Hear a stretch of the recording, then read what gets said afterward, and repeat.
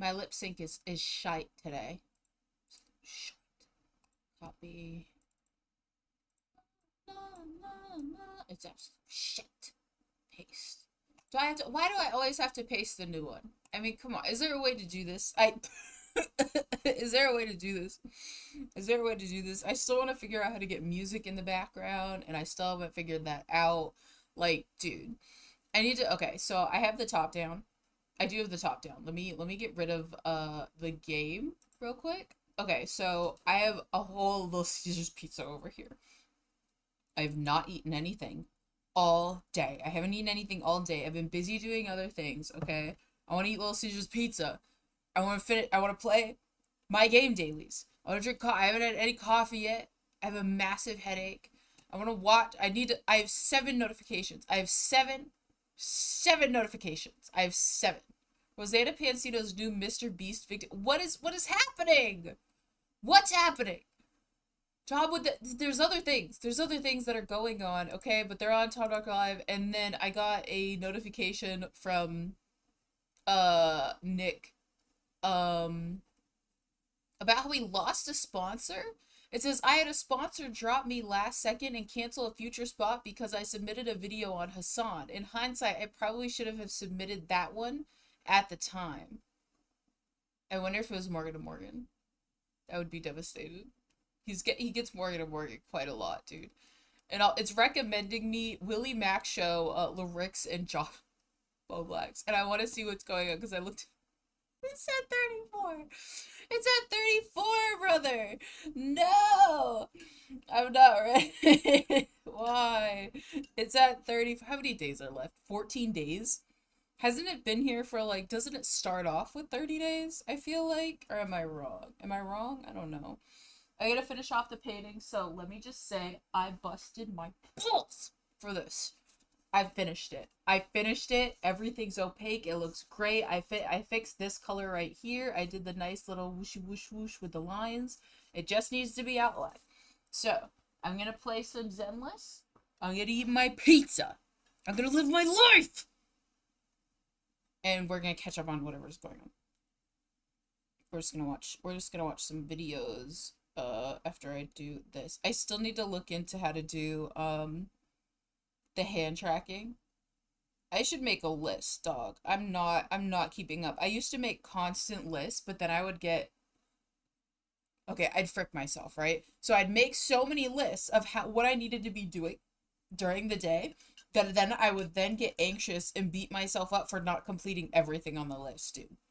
So then I can't make the list. I would stare at the list and I would be like, oh my god, I didn't finish these things on the list. I'm a terrible, horrible, slow, stupid. I get really aggressive. I get so aggressive. Alright, I have a lot of brother. I have a lot of notifications going on here. Let me just go down. It's all Tom. It's all from Tom. It's all from Tom, dude. Tom came out with another video that's an hour long, okay? And then I need to get Tom Dark. What did he come out with? I'm very much caught up. I watched It's Over. Jake Weddle. I need to watch the Jake Weddle video. Tom is live right now. Ethan Online's Dishonest Past. And he's showing off the Legos. This is an hour and 40 and he's watching a different video. Okay, Nicholas Diorio. I do want to know what happened. YouTube's a major problem. Blooms versus Artman. Sir Artman? What? Ethan Klein exposed by crazy woman. Okay, no. Where's the... No, I have the notification. Do I still have access to it? What did he do? No, I know that. I don't want to watch that. Nope, no. I watched this offline. This is what's here now. That's here. I want to know what's going on with Rosanna Pansino is the thing. Do I still have access to this? All right. I still have access to the 7-hour-long stream, the unlisted stream. I just want to know what happened to Rosanna Pansino. How long is this segment? What the F? This goes on for over an hour and a half? What the F? What is this? What is this? How long? Oh my gosh, for like 2 hours? She posted a video? What'd she post? Rosanna Pansino. I can't get over the fact that she made baking videos. Like, I know about this woman. It's baking videos. It's baking videos. This is, oh my gosh. Like, literally, okay, and the thing is, it's on her main channel. It's not like she created a separate channel. It's not like she created a separate channel. Like, this is her channel. It was, like, baking stuff, and then suddenly it's like, boom, here's this other thing going on. And I'm like, what's happening? Why would you do this on your main channel that, like, is, I don't know, I feel like, I guess that's just me, though. That's just me and my own beef. Like, I think about that, because I was like, I didn't want to do certain things on my main channel because I feel like it kind of taints what I wanted that channel to represent. We're not gonna look at me eat the pizza, okay? We're just gonna look at this other screen for now. I don't know. I guess I feel like it taints the greater good of what's freaking Markiplier with the hair, like fucking 8 years ago, dude. Fucking 8 years ago, latest. All right, how long ago is she? Is that still up? Is it the thumbnail's still up? No, the whole thing is, it just keeps getting more and more blurred. How long ago was this? How long ago did this start? This was 9 months ago. When did it start? When did it start? The news about Mr. Beast games is disturbing. That was 5 minutes. And then it's all these, like, why are you posting this? And in the middle of the baking videos, Mr. Beast games is gross, and then it's this. Okay. Mr. Beast is dangerous filming his videos. Again, another Mr. Beast thing. And now this. Mr. Beast digitally removed hospital, and then another one. Oh my gosh. There's a lot more than I thought. Then there's this one and this one. And now this one. Like, are you going into drama or are you not? It just seems so strange. If you're gonna go into drama, go into drama. Right? Like, what? Traumatic brain injury on Mr. Beast's new show. Oh my goodness. Yeah, I'm gonna be honest, there's no way I'm watching this video outright. I can't. I don't think I can do it. I don't think I can do it, dude. I can't. At least without, so I need to let Nick do it. I know. I can't. Oh, I just feel like you could make, like, a dedicated place for this instead of mixing it in with your, because you're still doing baking videos. It's such a strange thing to me. Because, like, on my main stuff, it's like cosplay and crafts and like fun and like happiness. And here, like, yeah, I'm doing like I'm gonna be doing those things and making stuff, but the commentary part is kind of, it would be so weird to be like, now I'm gonna bring commentary into this. But at the same time, like, that channel's been there for like 5 years. Like, her channel, that was 8 freaking years ago. And now it's like, I don't know. I feel like if you're gonna switch up the game, you should just made a dedicated channel on shitting on Mr. Beast.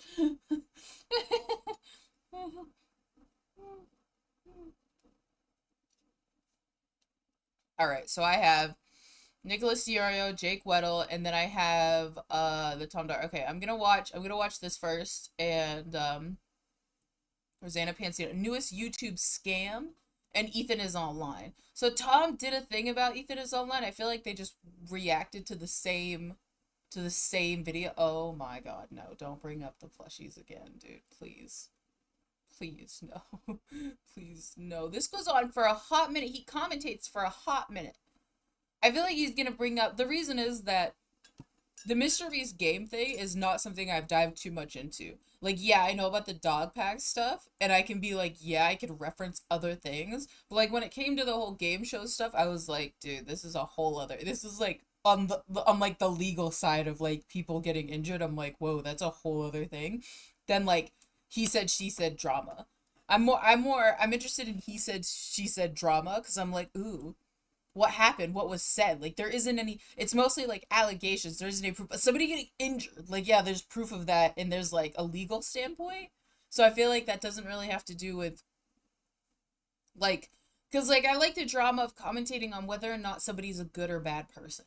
Because that's what people are more interested in. Because I like watching people and knowing that they're a good person for some reason. Because if I don't like the kind of person that they are, I'm not really gonna want to watch them. But that's just me, you know, like, I guess internally I'm not able to separate the art from the artist. I like to relate to the artist, and I want to like the artist to be able to like the art. Like, I can recognize that the art is good, but I don't really want to, like, oh yeah, I'm not going to sit here and view the art You know, I can objectively look out and be like, yeah, that's good. That's some good shit. But like, I don't want to look at it. Like, I don't need to look at it. You know. But yeah, I like that. I like getting into like whether or not the type of person somebody is and like what led up to them making that type of content and stuff like that. But like the Mr. Beast games thing, it's like that's a whole legal thing of like what they're doing. That's totally different than how he runs his company. That's a bunch of that's a bunch of bystanders, dude. It's a bunch of civilians. All the civilians are involved. Like it's different from the people that work there. Like yeah, you could talk about his videos and that's a singular thing, but that's huge. That involves so many more people. It's insane. Let's go. As long as the song's getting there, Oh, play 'em dissing what's you. happening? My hair away from getting carried away and getting sued. What's happening? There. But I wanted to talk a little bit about Ethan Klein. Oh, I'm okay, this goes fascinated into by Ethan Klein at first. Earlier Hold this on. year, we set out and we covered a I story wanna from a be- YouTuber named King of Nothing. And I want to be here. I want to be here. And I'm gonna bump it up to 1.5. Okay, guys, so we're investigating the Beast games tonight, and the Oh, yeah. reason, like, I haven't covered any of this stuff. I really mean it when I say that I've seen nothing here. Oh, I you haven't watched pizza. any of the stuff we're gonna look at tonight. I have 3 little windows here, right? We have the Mr. Beast window, then we have Well, the I Beast games touched window, games and then in we the have the Mr. background. Beast victim testimony video. And we're gonna go through each individual section, Damn. hopefully to try to figure out what's gone wrong. Full disclaimer, What's happened? Jimmy texted me like 4 days ago, and he sent me something that I can show on. I don't know if I'm going to show it. It depends on how relevant it turns out to be, because I literally don't know if it's super relevant. But he did send me something, so I just want to point out immediately that the deep Alright. state has tried to intervene, and I was so fucking lazy and I was so bored of this drama, I just didn't do anything with it. I was like, yeah, I'll probably cover this soon or something, and then it's been like 5 days and I haven't watched a single thing about it yet. So if I am like biased Beast affiliated media, I'm not really doing a solid job at it. Say something to you, Nick. I really like you. Gotta be honest, I kind of ignored him. Yeah, Deep State reached out, point taken, but again, I don't know anything about this story. I didn't even watch Chud watch it today. I'm really completely in the dark on this one. Apparently Chud debated like Quinn Thieu on like this random victim person. I don't know who won, because I don't know if you're like, we're gonna really react to this tonight. This is like a solid, legitimate first-time look, even though During it's like a the 5-day-old story. briefcase Amanda challenge? now suffers months later from a traumatic brain injury competing on Mr. Beast's new show, Beast Games. This happened during the briefcase challenge. The challenge seems to be very poorly designed, with not enough safety regulations or oversight. So this is the woman. 50s? All right, yeah. Is that fair? 50? Maybe like 52? This is 40s, but a lot of filters. Why didn't she give her filters so they could both look like AI generated? 55, probably. It's like they used all the AI filters on the left side of the photo. 50s, 60s, I think, is Amanda on X. So yeah, this is the first major cog in the chain here. There's a whole YouTube video that I It have just why did I I've hit been pause? itching to watch Where it, is it guys. I've been going? itching. I just feel like it shouldn't be her. I know it's so strict. Like she's really on this like absolute tirade. And the thing is, I know people are like a lot of people like Tom and Nick are like, why are you being peeved out by like not winning or how the video went down? I understand that. I understand winning, and then like I guess she had her whole family over and stuff. I understand that. But going off on all of these other things is what I don't understand. I don't understand. Like that's your one incident. That's your one incident. Like why do you need to touch every other incident that's going on? Why is it her? Like I'm so like puzzled by this. That she needs to like get involved in all of this? I don't get it. Like you get like having beef with him in that isolated incident of like you won the video and he like misled everybody or lied about everything. Like okay, I get that. I get being upset by that. And if she wants to complain as much as she wants, she can, okay? I totally get that. And I know a lot of people are like, oh man, why are you even complaining? Like, that's so stupid and shut up. Like, nah, if she wants to complain, she can complain as much as she wants about that one moment, though. But now she's going off, and I'm like, oh my god. It's too much now. It's too much. Stop. To cover this. I've been super excited to watch this new Rosanna Pansino video. And oh god, this is fantastic. I'm super excited. I hope you guys are too. Let's get in here. No one referred me to nurses or to the ambulance or anything. So we're just front loading this. That's not a cut. That's just how the video starts. For all I know, this woman is a legitimate victim, so don't spoil me, chat. And no Damn. one referred me to nurses or to the ambulance or anything else. I didn't know I was Oh? because apparently I blacked out momentarily and said, you know, I think I So she suffers a head injury, blacks out, and then she's Jesus. out, I guess. have a 1-year recovery. A 1-year recovery from a traumatic brain injury. Okay. So Did she have like a brain bleed? Whoa. All right. So what is a traumatic brain injury? Did she get like when I think brain injury, I'm thinking like I watch a lot of Dr. House. Did she get rushed to the ER or something? It's not who you are. So devastating. By the way, let me know if the volume is crazy. So Didn't People they are saying sign concussion. up for that though? Okay. Does she have like the long COVID, like post-concussion syndrome? Okay. I will not get emotional. In this video, I'm going to be I mean, interviewing like, a woman named Amanda. I do want to say I do have sympathy for everybody who got injured. I'm pretty sure that they signed a contract, right? Stating that they would get injured. Am I... Maybe Nick will clarify, but like, you know, of course I have sympathy. I just mean like, you signed up for that. You know? Feel bad though, like a year-long injury. That's insane. That's absolutely insane. And I feel like a lot of people like get into like Mr. Beast stuff and think like, oh, it's so fun, and maybe like not fully read what the contract is. By the way, in case you wanted to know, this was timed to drop coincided, because I noticed it was like the day that Mr. Beast thing came out. I was talking to, I don't know if it was Chud Logic or something, and they're like, dude, the Mr. Beast drama is dead. Nobody's talking about it. What are you going to do with your video? I go, oh, don't worry. Mr. Beast's new show comes out on the 19th, which means Rosanna's new video drops on the 19th, which means there's at least another week worth of dialogue to be had before the story gets boring again. And boy, was I Damn. correct. It's a big shocker to everybody here, I imagine, that Rosanna had a video queued up to drop the day of the show's release. Yeah. Who competed in Mr. Beast Game. How does she have a brain injury to do this interview even though it hasn't been a year? I mean, I don't know. To be clear, half of these people that we talk about probably have some form of brain injury. She Half people in chat probably have a brain injury. I'm kidding. suffered a traumatic brain injury during the games that continues to negatively affect her life many months after competing. Amanda has a PhD in political science and is best known for her online community, Eat Like a Bear. What? Eat like a what? Is this like a carnivore diet person? Is this like the liver queen? What is this? Bear? Happy crazy thing happened in a little Facebook group. Oh, she's got a PhD. She's a doctor. Where she shared her weight loss journey with the world. This continues to help people, especially women and older women, to lose weight, eat healthier, and be more active. However, because of her Alright. injury, Amanda is I don't get the correlation to bears. So she loses weight. That's her thing. unable to fully do the work that she did before the Beast Games. Oh no. Okay.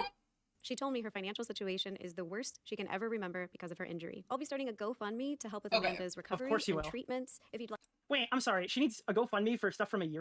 I know about getting injured. Like but like, oh no. Like getting injured to the point where you can't work is a whole other thing. Oh no. ago. Oh my god. How has she been paying the bills up until this point? to support her, I'll put a link down below, and Dude, all who's of that? the money, the profits go directly to her and her Does she not have like insurance? Don't Is they it cover stuff Jake like like this? Weddle for and recovery. Jake So Jake Doolittle? Are they both named Jake? Doolittle, right? Where is it? Yeah, Jake Doolittle. Jake Jake Doolittle. She's able to get all this GoFundMe. Man should just do a GoFundMe every month for somebody. Just pick somebody. Just pick someone. YouTube's most Isn't there like, wait, is this woman part of the lawsuit? I imagine she's got to be part of the lawsuit, right? successful creator, Jimmy Like, just Donaldson, do Mr. that. Beast, has his own version of real-life Squid Games. I'm sorry, just to be clear, I Oh. am a little biased when it comes to people asking for money on the internet, because there's just so many cases where it's like a person. I will disclose that bias. Whenever I see people like asking for money on the internet, I'm immediately like, okay, what's going on here? Because about half the time it's just some Sussed out. scumbaggery occurring. Beast Games coming out now. Beast Games has received a lot of negative press surrounding things such as many injuries on set, lack of Many injuries on set. access to medication, and in some cases life-saving medication, understaffed medical crew, multiple seizures, that. misplaced undergarment. Wait, what is multiple seizures? See, Did they, all like, of flash that a bunch- all of that stuff is what concerns me. Like I get people claiming that they got injured, but I'm so sure that they signed a contract saying that like it was like a thing that like you consent to even dying. Brother, is that my pizza in the background? I don't think the game fills the entire thing. I'm gonna be honest. There's like a weird thing off to the side. That's my pizza. He's got it on the side of my pizza. No, the game doesn't like perfectly fill the thing. No, I'm sorry. It's not aesthetically pleasing to me. Damn, I wonder if hold up, if I put my hand, where does my hand show up? My hand doesn't exist. Hello? No, my hand, it doesn't exist in there. How do I see my hand? Oh, it's over here. That's where, hold up. Wait.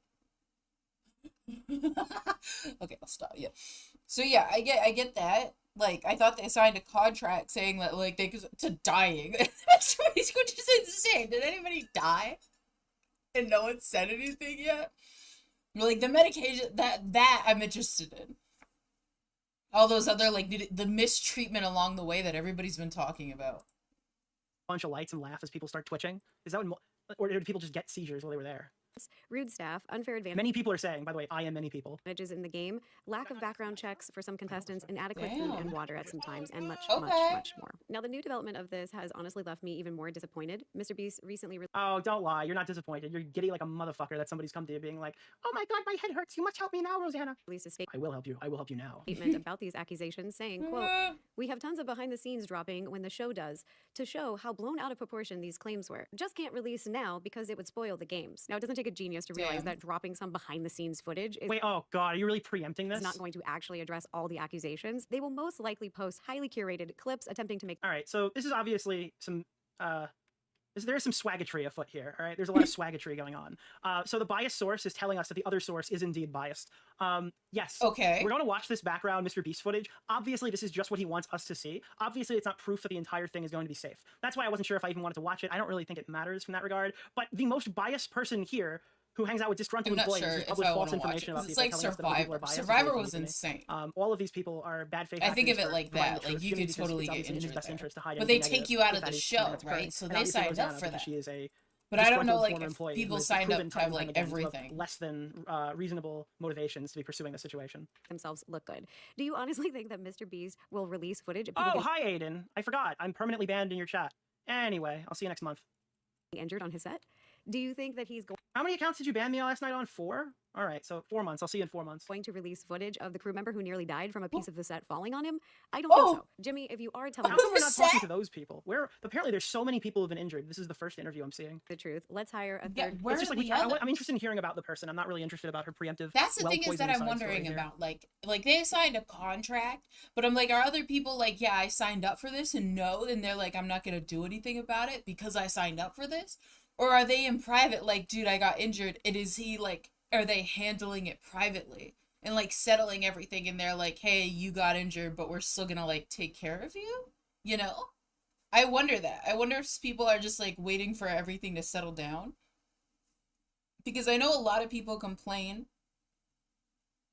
about mistreatment and stuff like that, but are they settling each case?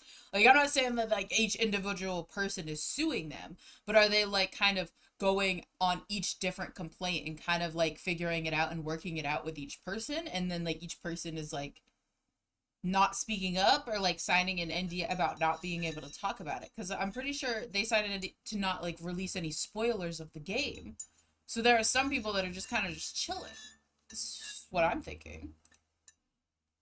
Just All right, we're chilling. getting started now. These stories are blown out of proportion. Now, I'd like to introduce you to Amanda to hear her story. Can you just tell us a little bit about yourself and how it came to be that you ended up on the Vegas portion of the Beast Games? So I decided to be on Beast Games. It was June 1st of this year. It was my son's first day of summer. And we were just like, It was my son's first day of summer.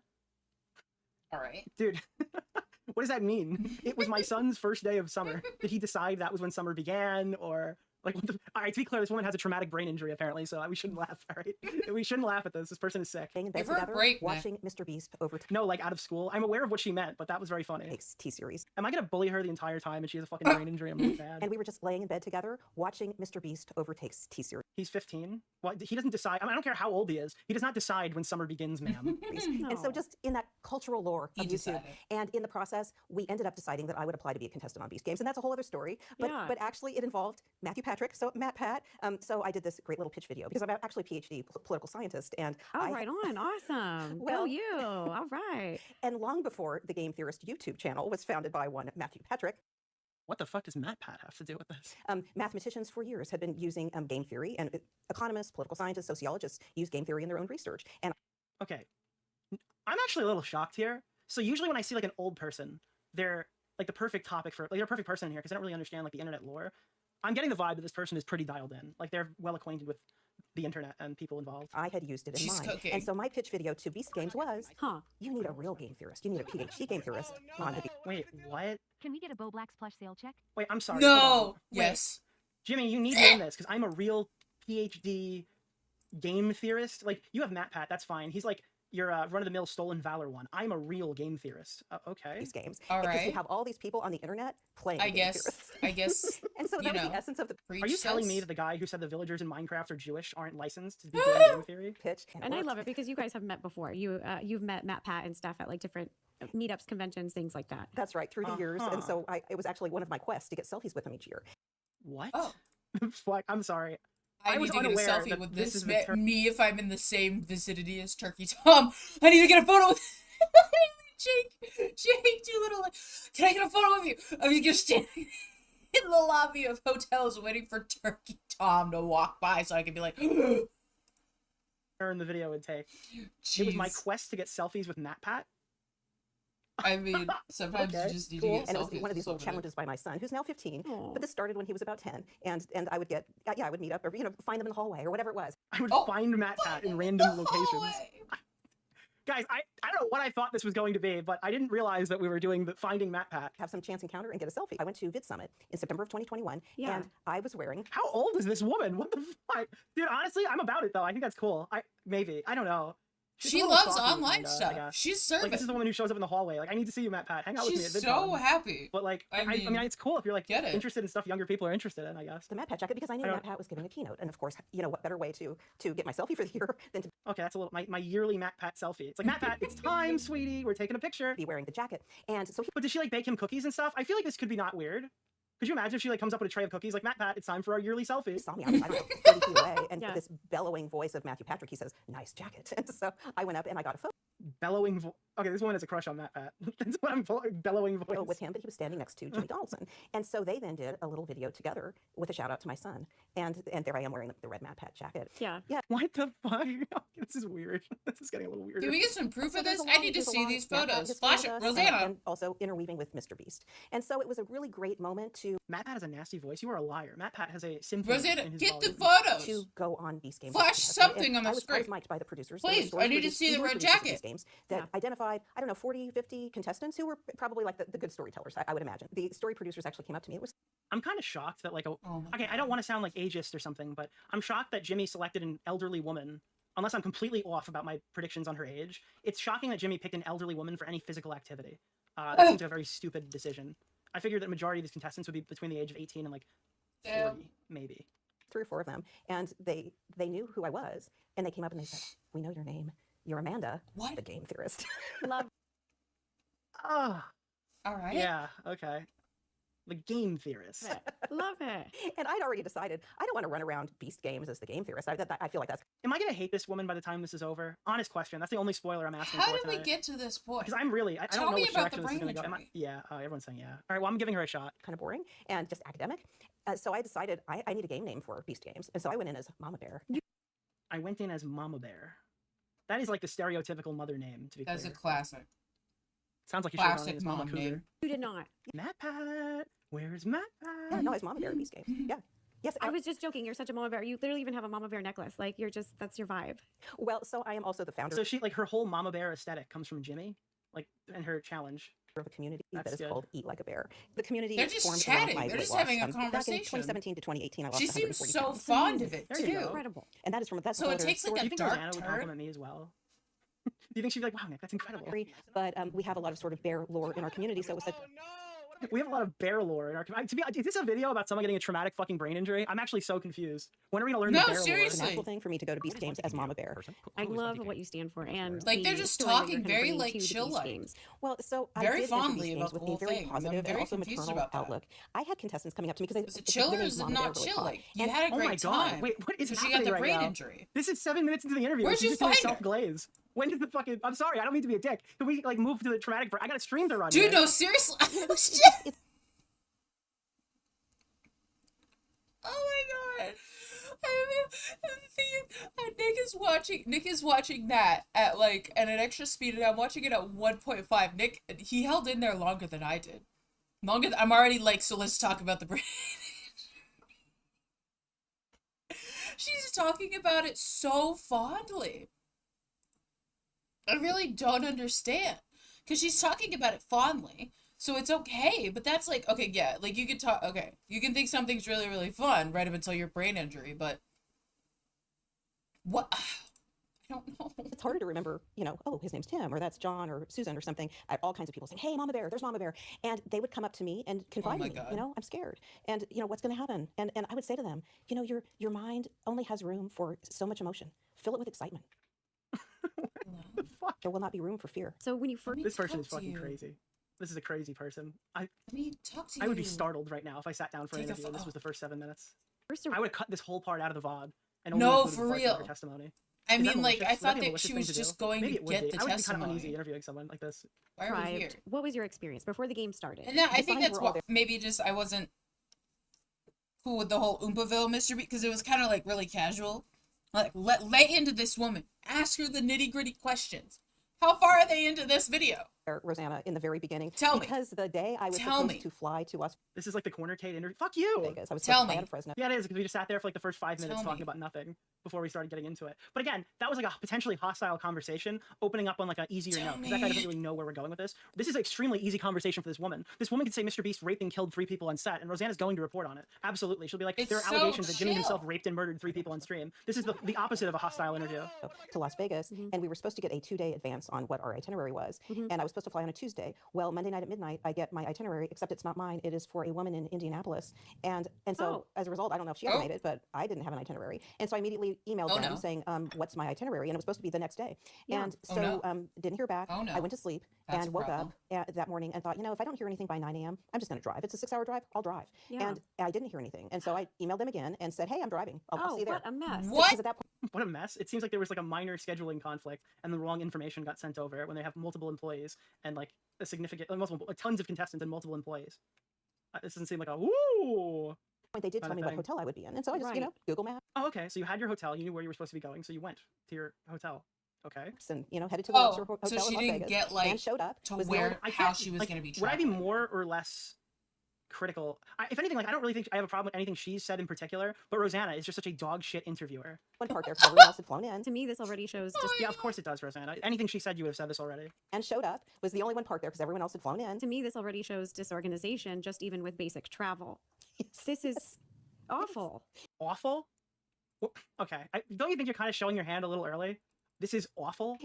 And now looking back on all Worse than Oompa? Dramatically. Yeah, absolutely. Oompaville gave a shitty interview. This woman is giving like a malicious interview.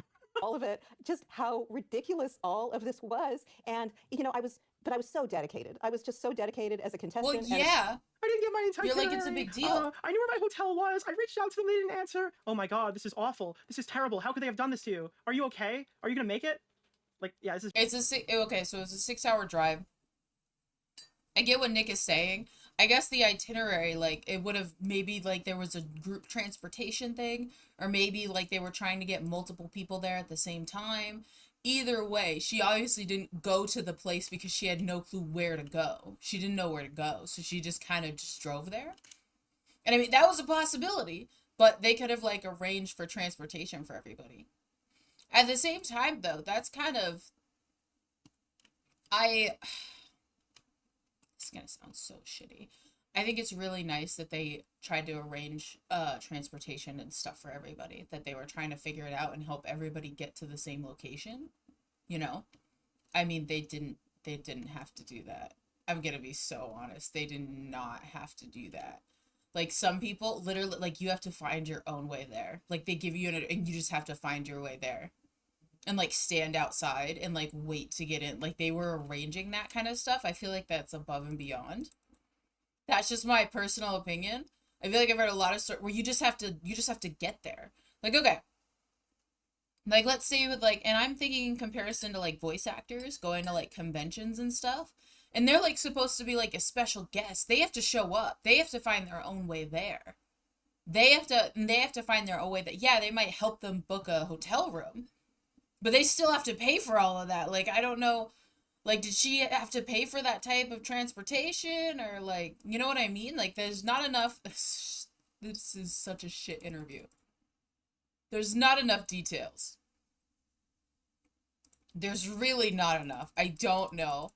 I don't know what to say. I'm just kind of like, wow, I'm like thinking, oh, props to them for trying to, give everybody an itinerary and help everybody get to where they need to go instead of just giving them an address. Like, she said itinerary. That's not like, hey, I'm going to email you the address, figure out your way there and get there by this time. Like, an itinerary, like, that's a whole schedule for some people to get to some place. I'm more impressed. I'm more impressed by that. I'm not like, oh, wow, that's so messy that you didn't get emailed back. I'm like, oh, yeah, like, that's a bummer. that you didn't get email back, but I'm more impressed that they like got that all together for every person is what I'm thinking. This is just kind of weird. Is it just like the super fan mom living in this great story, and I'm going to overcome all adversity, even if it's jumping in the car, you know, and finding the Luxor myself, and not worrying about that flight or whatever. And so, because it becomes an important detail that I did actually drive to Las Vegas, because I sent you the wrong person's itinerary. Oh my God, let it go, Rosanna. She's trying to tell the story. You just keep looping. Like, they can't even keep people straight, even before Dude, how many Way to go. people were it even there? started. What do you mean? How many people were at Mr. Beast games?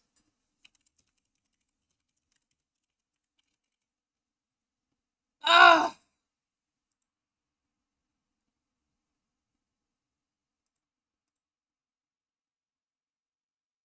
Hold on. What is this? I just want to see if I flash my email, okay? That's all I want to see. Did I flash my email or not? Did I flash my email or not? Tell me if I did. Did I do it? Did I just flash my entire email address on screen? Did I? I have to know if I did that. I did. Oh! This is just great. That's not even the email. Stop it. Why does it keep doing that? This isn't even the email that I use. I swear to God, if anybody sends me emails to that email address, let it be known, I never check that email. I go in and I delete everything that's in there. It's not even my main email address. I'm looking up Mr. Beast games contestant. How many people were in there? I could have swore it was like 1,000 people. Like, yeah, a couple people got the wrong itinerary. Like, I'm gonna be so... How many contestants? 1,000! Yeah, a couple people got the... Nah, fuck off. How many people? How many people had that issue? Dude, come on. If we're talking a handful of people, 1,000 people, I can't even be like, wow. Wow. Like, if we're talking 100 people, then I would be like, okay, you're talking like 10%. That's a huge amount. 100 people, if you effed up 100 people's itinerary. But so far, all I know is 2. well, and they did finally respond to my email, but it was 6 p.m. that day. Oh my goodness. And so I Oh, would have lost bitch. Did respond. Awesome. 6 this p.m.? reply, all of that. Right. Ew. Yeah. So you drove yourself. I did. And so it's an interesting point because as we'll Tell me discuss why the you incident of the concussion ain't itself, nothing but I drove but myself back with a concussion. Wait. I'm sorry. A You took a traumatic concussion? brain injury and you drove home with your concussion. You were able to drive home? She has a concussion? Excuse- Oh my God, bro. Wait. What do you mean? Oh my gosh. I didn't actually realize I had the concussion until I had driven myself back. Oh my gosh. I was still You went on a 6-hour joyride back home with a concussion, and that's what... in the adrenaline of the games Right. and didn't imagine I had a concussion. To be that you might not know at the time. Yeah, absolutely. I think like I've seen people get hit in hockey. They're concussed or whatever. And but like a 6-hour All right. drive, that's Yes. a little... How could you I not had no notice? exit medical care from the games. Wouldn't you have despite the dozed point that off at probably any dozens of point people and saw me like actually nodded hit. off for a I don't know. I second? guess when I saw don't traumatic brain know. injury, I wasn't expecting a concussion. But I guess that... Yeah, that's a concussion. I was thinking like huge. Like I thought it was called traumatic injury. Can I look up Rosanna Pansino again? Rosanna Pansino. Wasn't it like traumatic brain injury? Yeah, okay. This is like an opinion based, like, is a concussion a traumatic brain injury? I mean, some people get a concussion and they just go about, like, my mom has gotten multiple concussions and will literally go about her day. She'll go about her day like it's nothing. She'll still get up and go to work. And like as if nothing happened. Like what's the severity of the traumatic brain injury? What the fuck is happening? fits. I don't mean to be so sus of this woman. I'm sorry. I should be really giving her the benefit of the doubt. I guess it's just because like the interview it's not giving me enough details on like the stuff that I want to know about to be able to be like, okay, all right, like, I don't know, I guess it's Rosanna, like, she's just telling the story. She's telling the story. Rosanna isn't, like, doing anything. She's like, oh, wow, that was so awful. And no one I didn't expect drove all the way home in a 6-hour ride with a concussion to be the traumatic brain injury. I'm kind of whelmed. referred me to nurses or You think it's CTE? I guess, yeah. to the ambulance or anything else. I didn't Oh know I was my kicked because God. apparently I blacked out momentarily. And so I just drove myself home because what else would you, you know, I didn't imagine I was injured. I didn't imagine it.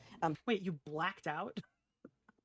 I guess I blacked out. There on the I-15, I started getting extremely sleepy, like so sleepy. I have never felt that sleepy in my life. And I'm there on Oh, the open God. highway just struggling to keep my eyes open. So And you it's so knew. horrifying Wait, as I hold think back on. the That's a big multiple deal. risks to my life So that happened. dangerous. as Yeah. a contestant. So you find out you're on the show, and what was your understanding I mean, it's pretty reasonable. I don't know how this happened. It's pretty reasonable that like someone should have checked her out, right? Unless it went completely missed. Someone probably from Beast should have checked her out before then. of what Oh, some of the seriously. challenges might be? Yeah, I assumed it would be a mix of mental and physical, and I entered knowing that I was in the probably Who the you just gifted a membership and it hit Smaggle. Thank you, Ross. Thank you, Smaggle, for finally being a member of my YouTube channel. the bottom, 10% in physical. I mean, especially given the There's age. like 2,400 people, and your gifted membership hits Smaggle. It was mostly young people and mostly in very good shape. But I thought, okay, but if I bring enough of a mental game, I can probably find my way through. And so I expected to Oh, be challenged. And It's it's- random, Wait, I'm sorry. sis. Did you She say you got thought it would be- fricked. It's random. She got fucked. Sorry. A mental game? But if I bring enough of a mental game, I Did you think this was going to be an exam? Why is there an elderly woman engaging in physical activity against like no. teenagers and like young adults? can probably find my way through. And so I I'm gonna expected to be find my challenged. way. And Oh and yeah, I'm expected gonna that there would find definitely be my people way. who would be faster, of course, Ma'am? and Ma'am. would have other advantages. But we all have our own little bucket of assets we play in something like this, and so we just need to find. This is like the I don't respect you. Oh, I can't. She's a very nice woman. She's a very nice woman. Let me just say that. It's just funny that, like, we all have our good assets and what we're Girl, if we're running a mile, dude. If we're straight up running a mile, yes, me and my mental capacity is gonna be able to run that mile and make the most out of it from the guy who's a track star. Fuck no. Fuck no. I respect Oh that. no! What am I This is I like don't a know what children's you cartoon where like a mean. nerd goes up against a jock and uses math to win the fucking challenge.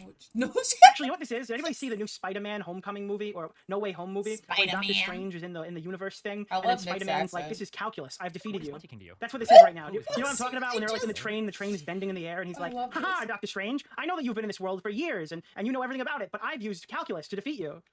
What's going to work best for us. The mirror Seriously. dimension. Yeah, she's in the mirror dimension using calculus to beat up Doctor Strange. Play our Dude, hearts out. stop. And so that was what I was prepared to do. And I was ready for hardships. I mean, I was not far from home, sir. Doctor Strange was in No Way Home, but I appreciate you trying to out-Marvel me here. I have hardships in my own life. Wow. I've overcome a lot of hardships.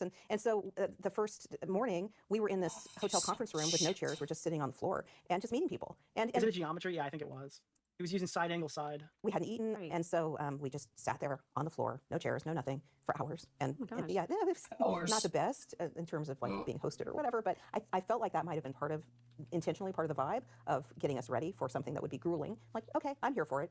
Yeah, I can sit on the floor. And so we transitioned from the hotel floor to Allegiant Stadium. Right. We did an orientation there. Did you have the opportunity to stand? Like, did you have to sit on the floor? Or were most other people standing? And they fed us our first tiny little meal. Oh my goodness, we could talk for hours. Like, you just must sit on the floor. Or, like, most people are just standing and talking. And, like, you're sitting on the floor. about like truly the Say food was something, Nick. austere. I really like And Why? even for me, but for some of these bigger guys, Yeah. it was kind of ridiculous, but part of the game maybe. And so there we were. It was quite an adventure. We had our first big challenge the first night, and it is where there were 5 teams that pulled these giant rocks weighing, I don't know, 10,000 pounds or something like that. We can check the footage of the games as they're released. And that was, Spoiler alert, I was on the green gosh. team. Because there's Spoilers. Green stories team. about how there was a team that was eliminated that was mostly women, and complaints about that. And it was Women. very clear to me Am when I I realized right? that Well, hold on. It doesn't matter if you have women, okay? Because you have a game theorist. All right? I understand. Well, women are at a distinct disadvantage when it comes to physical attacks, but you actually have a mental warrior on your team, so. how that game was going down, that I needed to get that green vest. And so I got the green vest. Yeah, do they have a game theorist on the team of jocks? And so I was one of the slower people there, one of the older people, but I did manage the green vest. Yeah. How many old people did Jimmy invite? That's actually a decent question, I think. Thank you so much for the gifted. Yeah, I wonder Oh, that why are too. you- Accomplished and haven't gotten. So I was one of the slower people there, one of the older people, but I did manage the green vest. Yeah. And so there I felt, very accomplished having gotten Is this through that really first long? challenge. Yeah. Right Yeah. on. And so then we slept on the floor of Allegiant Stadium. By then, I think we went to sleep at about 6 a.m. So it was daylight, and they gave us sleeping masks so we could sleep in these these sleeping bags on the floor of the stadium. And I Right. probably got a few hours of sleep. And then we kind of woke up, strolled around. That was the phase when there were a lot of people. So, again, I haven't seen the Beast games. I'm not watching that on Amazon. It's probably not targeting my age demographic. Who knows? Maybe I'll throw it on during fucking Christmas or whatever and just watch it in the afternoon when I'm bored. But when it comes to, oh my god, Cats of fucking 20 memberships. Holy fuck, thank you. When it comes to, like, the challenges, I assume the reason why they're sleeping in sleeping bags is part of the challenge. Like, I understand it's probably after the events take place, but I assume it's part of the challenge because we know that he's willing to put, like, entire teams of people in, like, hotel rooms and stuff. We found that out this year, that he's put entire teams there. About getting their medications. I was definitely Wonder aware that. of people, firsthand in there Oh, who were I tried to actively trying pause to get it. their I tried to medications. space bar. I wonder if people who were in the hotel room were just the best.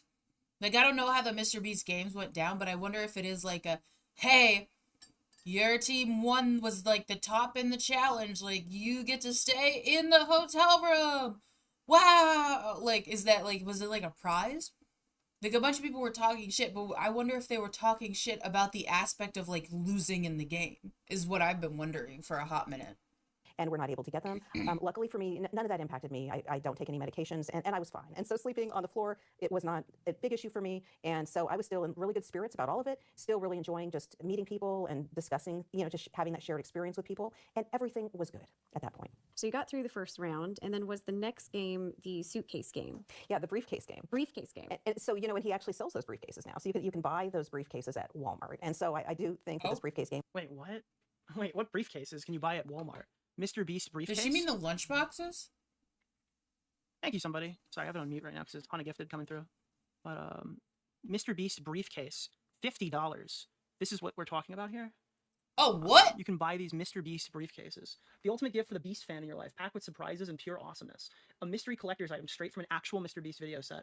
3 drool-worthy Feastables milk chocolate bars, which is probably worse than your average chocolate bar from, what's it, like Hershey's or something. I'm not a fan. Not a fan of Feastables, to be clear. Limited edition I still Beast have Lab never toy tried the designed to bring chocolate. wild world of Mr. Beast So straight to for your real, hand. I've still Listen, that's never this thing. tried the chocolate. 6 total piece, all in-house reusable briefcase, perfect for storing your epic I was movie. gonna for the meme, and then I just forgot. I guess that's that. I don't know.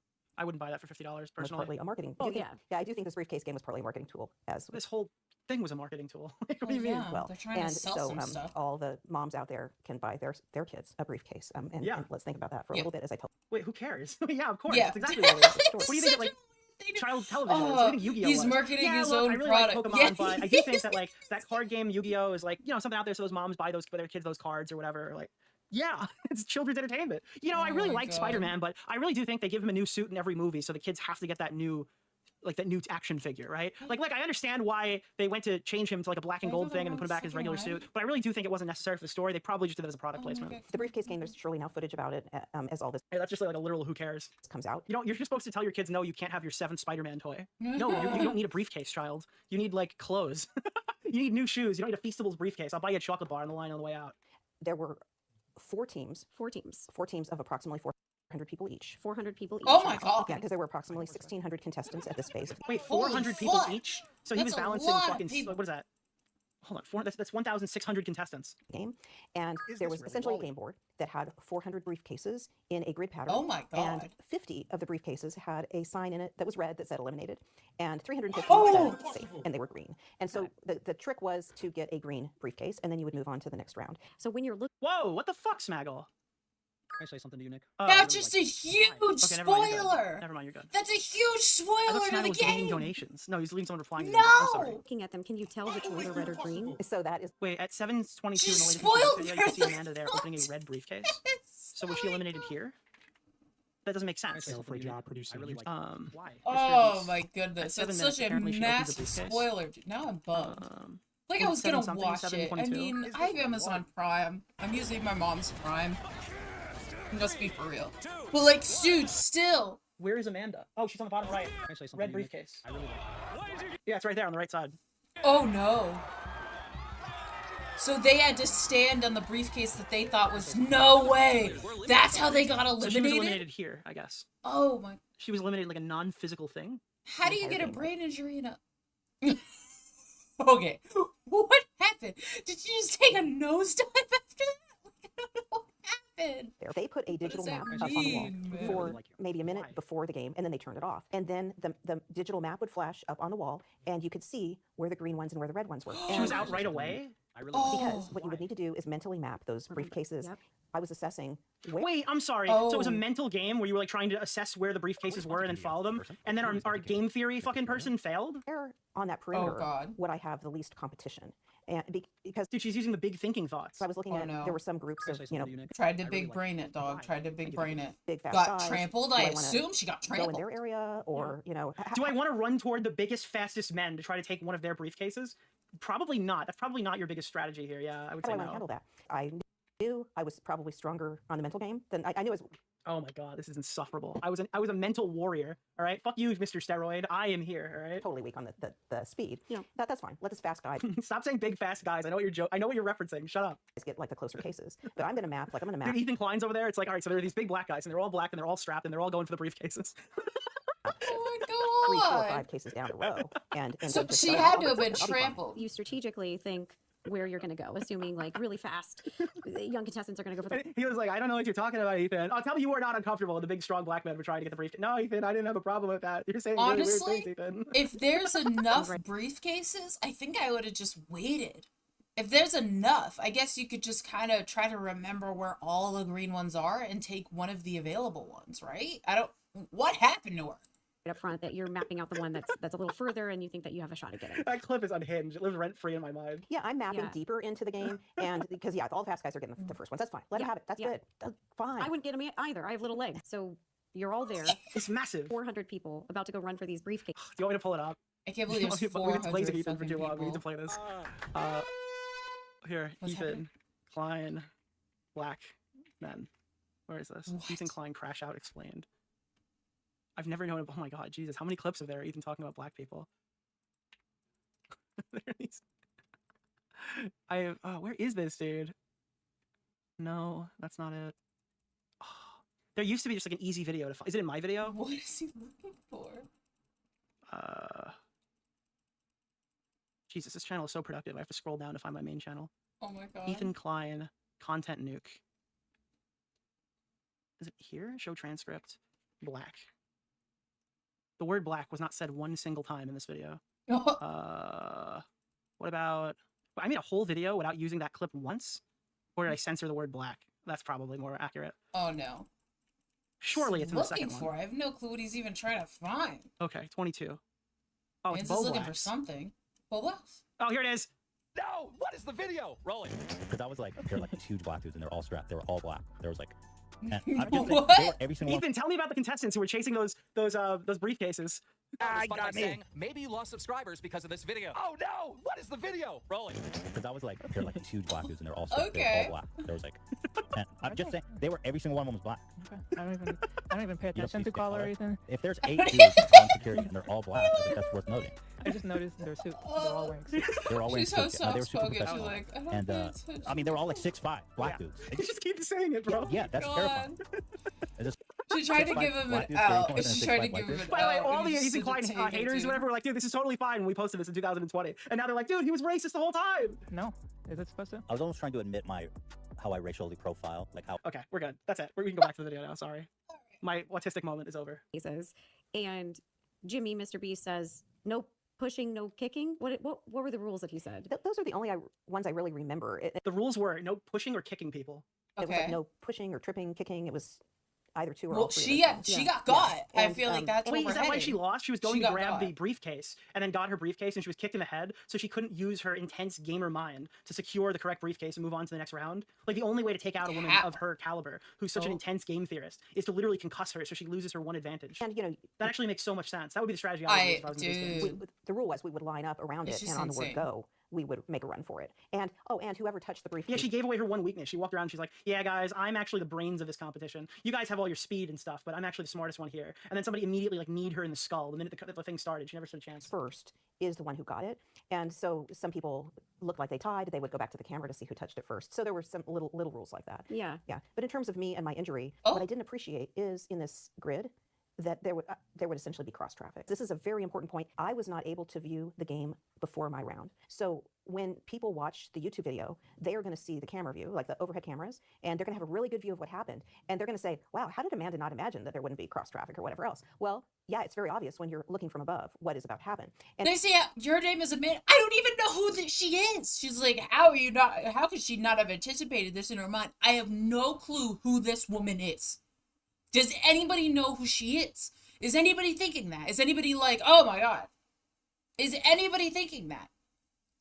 And in fact, that What? was the whole point of that article that came out of Las Vegas in September. Wait, what? There's cross traffic? Where do they run for it?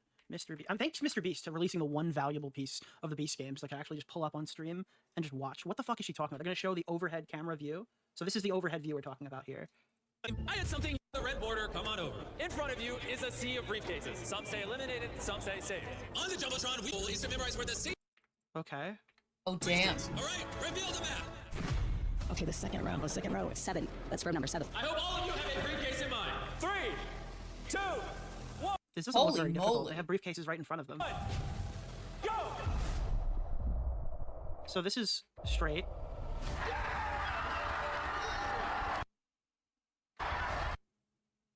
maybe I'm like a fucking huge asshole. What?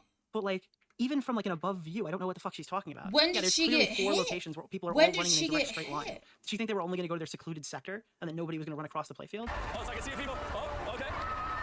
Can we see her getting kneed in the head? Where does this happen? Whoa, somebody trips over a thing. Whoa, hold on. Who trips over that? Oh, Jesus. Oh my god. This seems pretty straightforward. When did I'm she trying to get see, like, what are the hit? major problems with this challenge? I don't even know when she got trampled. She's on the green team? Yeah, I get that, but like, I'm just trying to understand the actual challenge. So yeah, they're doing, this is the green team, yeah. Guys, studying it as hard as they can. Go. Oh, damn! 3, 2, 1, reveal! Like, the first one is just a physical challenge. You pay attention. All right, where was she? She's right by Mr. Beast's podium on the right side. In sight. Hold on. At 724. So she's literally right there. Okay. Go over there. Yellow, you guys nervous? As hard as they can. Go. So she's right behind Jimmy. I don't see anybody getting, like, trampled. It's not really easy to understand where exactly we are here. So she's on the right, we can't see her. Yeah. 3, 2. Yeah, nothing. I mean, I wouldn't. I put it don't. past them They to remove get. that They section didn't pan intentionally so we over can't it. see They just didn't pan over that moment. Like, okay. Everyone is lightly jogging. I mean, Shit. it does look that way from here, but I don't know, dude. When people say, "Oh, it's just lightly jogging," they're not moving very fast. It's like, yeah, but I mean, that's just what you're seeing on the screen. Like ice hockey looks a lot slower in like on a television than it does in Oh, person when you're man. actually at the game. Hold on. I'll be right back. I'm gonna go check on the bunnies and my cat. I haven't checked on them in a little bit. What?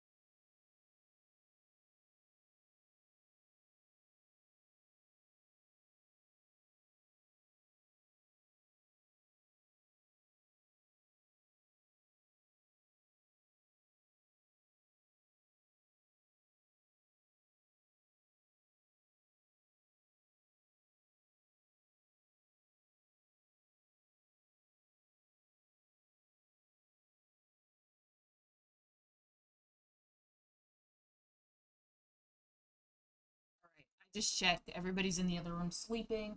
Everybody's okay. everybody's fine. I just checked. Everybody's eeping. It's all okay. It's all okay. All right. It's just like the perception of the camera movements Just that can like, dictate speed sometimes. Damn. Well, another this final round. Yell team, you guys seconds. Yeah. Oh man. No, there's not really much we can get out of that. I just don't really know what she's talking about here. Else. Well, Yeah, it's very no obvious when clue. you look at the YouTube video. They are going to see the camera view, like the overhead cameras. When and did they're she gonna have a get really hit? good view of what happened, and they're going to say, that "Wow, how did wise? Amanda not imagine that there wouldn't be cross traffic or whatever Damn. else?" Well, yeah, it's very obvious when you're looking from above what is about to happen. And in fact, that was the whole point of that article that came out of Las Vegas. I'm not trying to like kink shame here. That's definitely not the right terminology, but like you can't really have it both ways here. She's trying to act like she's a game theorist, like a super intelligent woman whose like whole thing is her brains. And then we're supposed to believe she had no idea that people would be running in a challenge where there's like running and that like they're all staggered in know. multiple directions where you can clearly see there are people on the left and the right running into the middle of a cube. I feel like you can't really have it both ways. Well, you're gonna look from above and you're not gonna realize that like It's no, okay. I don't know. Remember the I feel like Why do you she's say kink coming shame? off as like really prideful, trying to explain like her mind when nobody's thinking that. People ran all over the place. Nobody's thinking like, how could you not know that? Nobody's thinking that. And I feel like she's self-conscious that people are thinking that and judging her for not like big braining it. Like, ma'am, you got a head injury. Like, when did you get trampled? Did you fall? Did somebody elbow you in the head while they were running? Like, I still need more details. Like, how? Let's get to the thing. Let's get to the thing. Cut to the chase. Let's tell me what happened. Tell me what actually happened. Ugh. Because I thought it was funny and then people would correct me and it would cause chat interaction to go up in this moment of the stream. that article was about how the production crew Tell me was why. watching from the bleachers, Yeah. and they were horrified at what they were. I mean, her whole thing is Tell like, I me am the most why. intelligent person here. That is why I'm here. That's what I have over these people. Also, I had no idea that the people would be running in the outskirts Yeah, of the she didn't have gigantic to cube like running set into it and up there'd be like cross that. fucking like I don't know. She didn't have to talk about any of that. I She think didn't that have to it's just set it up awful like that that. anybody's viewpoint is to blame contestants. Chat, I just want to point this out to you as you guys are sitting here. I want you to know that when every time a YouTuber mispronounces something in a video, it's on purpose. It's specifically so you guys in the chat will watch that and you will correct them and you will put Karina. 17 more comments on the YouTube video. Like if I put it Karina. as like Rosanna Piscino or something like that, and people are like, excuse me, Nick, it's actually Pansino. You've just like infinitely boosted my video in the algorithm by just correcting me with an intentional mistake. And not the game controllers, the people who are creating the games, executing the games, producing the games, running the games. Not true in Keemstar. Excuse me. Keemstar was calling Nick Fuentes Nick Flutie. He intentionally fucks up people's names on purpose so people get mad Dude, at him. about I've it. seen He's not Keemstar fucking say stupid. so He knows many every single names person's wrong. name. But for the first like 6 interactions he has with somebody, he intentionally calls them by the wrong name just to elicit a response. He does this all the time. Yeah, he's dyslexic and he fucks up common words. But this is also something he takes advantage of because he can blame it on his dyslexia. Their responsibility to keep people safe, and especially not as much enforcement. I as feel they like should. And they were like, one of that's the not our contestants who I talked to responsibility said that she based off of the witnessed a contract, male but fully maybe I'm tackle wrong. a Like they female. want to have Full body people be contact safe, but tackle like and knocked her that out. was the point of it. And he was allowed to move on to the next round. Was that person also eliminated? I'm interested to see, like, are there any people who That's what I succeeded in this gotta challenge know, who like, saw they're somebody, like, don't full push and tackle and shove. destroy a female and obliterate her through the wall? I am so horrified because I've heard that story too, Yeah. and it only occurs to me right now that they may be talking about me. Oh my god, wait, if they are talking about... That's actually so fucking funny because that just downplayed her statement. Because Rosanna wants this magical image of like a fucking linebacker crushing a woman, and then it turns out, wait, hold on, they could be talking about me. And then it's infinitely not that. Because this is what happened, and it's That just totally cucked her fucking allure. Like, oh my god, there was another incident that happened at the same... It's like, no, maybe that is me. only It's a full body tackle now. Yeah, the escalation. But I wonder if Rosanna knew that. being on the couch all these weeks and really like processing all this that makes me even realize this. So, because what happened is I was there, and I'm behind like some tall fast guys. You know, he says go, and I'm just running my heart out. You know, and I'm ready. Checked him and said, Nick, you don't understand. If she didn't think of it, she would have been, she would have been a a statistical anomaly. She's so smart. She was thinking about it 6 hours ahead. True. I have it mentally mapped, and so I'm running, and I never saw it coming because what happened was. Just a few aisles down was this center corridor. Well, apparently, what it just sounds to me like she has no peripheral vision. Someone else decided to do was to run down and then cut in. Run and cut, right? Yeah, Okay. and I'm just running my heart out, and when I just feel the, and so I mean, it's just so shocking, and I remember that, like just my whole right side, and You just felt that blow. I felt the blow, and then She like for one day understood what it's like to be an NFL like fucking quarterback. Yeah. I remember just I'm on the floor and realizing I could be trampled. And so Oh my in that strong gosh. survival Bro, she like literally was like So caught were in you a trampled? 2004 Oh my Black Friday God. entry point to a fucking Best Buy. That's where she was. She got hit so hard she was teleported back in time to Walmart on like the day of Black Friday in 2006. Holy instinct, luckily, fudge. I scrambled up and I was able to get back Get the fuck out of the way! There's a TV on sale. on my feet. And then just I imagine that, you know, if we could see the footage, I'd kind of like to see the footage. I would love for them to release all the raw I want the footage. footage. I want to see what We need happened to all the her. raw It's like, footage what for if the she event, guys. wasn't In fact, in trampled the at 2-hour all? video that I have on my I mean, want to come up in the Insane. lawsuit over this? I assume this is one of the people that, like, why would Rosanna be interviewing someone who's not part of the current active lawsuit against the Beast Games, right? Wouldn't that make, I assume this is one of those people. But So the they thing probably is, would have to she surrender that doesn't have footage, right? any problems Yeah, I with say at the any end of that the Amazon other needs to do the reasons as to documentary and why even there the was producers. like the Oh my God, bro, medication you're issues, kidding the me. pad issues, the All right, not now I'm getting not trusting food, you. the sleeping sorry, like, arrangements. Like what do her you thing mean? was she got injured, Rosanna which is needs to be the totally producer different of the from other documentary? people's like That's not a good sign. reasons That's like the gift, like about oh, like that's not good. getting their medication or underwear. know. That's This is weird. whoa, like this is beyond I think different. that people aligning with Rosanna makes them infinitely less credible in this case. That's But I'm going into the rest of her story with an open mind. I just see like the shilling of Rosanna as a little wary. I in would there. love to do that documentary. She said Amazon. No, she said Amazon, but then she said now Mr. Beast. No, sorry, Amazon should hire Rosanna Pansino to make a hit piece documentary on Mr. Beast. And there's no way I could just let that float off without pointing out how like ridiculous that is. That's like an insane thing to say. What? If you ever have a change of heart and would like to work with You you, don't understand. She has to show more people Damn. CP. I mean, not CP. Okay, she has to accidentally not post what she thinks is censored fucking CP in a fucking video, dude. That's yeah. people who actually care about people, you let me know. So yeah. So Oh it my would be god, and she's interesting. encouraging this.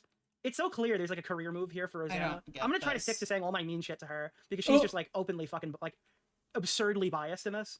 Whereas like I don't know, I don't want to like character assassinate this random woman fucking 20 minutes into No, learn. she's not asking specific questions. She's literally letting the woman talk. And that's cool if you want to talk and have a conversation about that. It's just strange because I'm like, if you're reporting on this, I want the details now. I don't need to know about her life and how she perceives herself. I want to know how she got injured. Please. see it, This but is I an think- hour and 50, and he's 20 minutes into this. Would see those cartoon like stars going around my head, you know, on the footage because it was one of the. Because she just seems like somebody who's kind of stupid and got kicked in the head and has like a weird obsession with Nat Pat. I don't really necessarily like see oh much my of this here. God, A lot of these situations, it's like I don't think Jake Weddle is like a bad person. I just think Rosanna has offered them something and like brought together a ragtag group of weirdos and gave them purpose. That's what I think is happening here. I don't think Jake Weddle is like a horrible, despicable human being. I think he's like a usable retard for Rosanna Pansino. Who's Ooh. obviously got a narrative. Those moments Oh of my like, gosh. and so I kind of stumble into the aisle. Was it a guy? Okay, Do you even know? Because you just got blasted. What happened? I know his face, and I will tell you this because this is not actually in the 2-hour video. I am certain The what? Oh, Is it two? it's Matt Pat. No, I have that on my docket. it was a guy, and I will tell. I'll tell you why. I'm certain it was a guy. Yeah. So Wait, I know his face, and now I'm certain it was a guy. I kind of stumbled to a case because at that point it all happened so quickly. Oh, I guess pronouns could be a thing. Yeah. Everyone's at a case, and so Chaos. Well, yeah, it's just chaos unleashed. yeah. And so I'm going down this aisle, and then I see a case, you know, like over there, and it's just this one lone case, and I know it's a red one.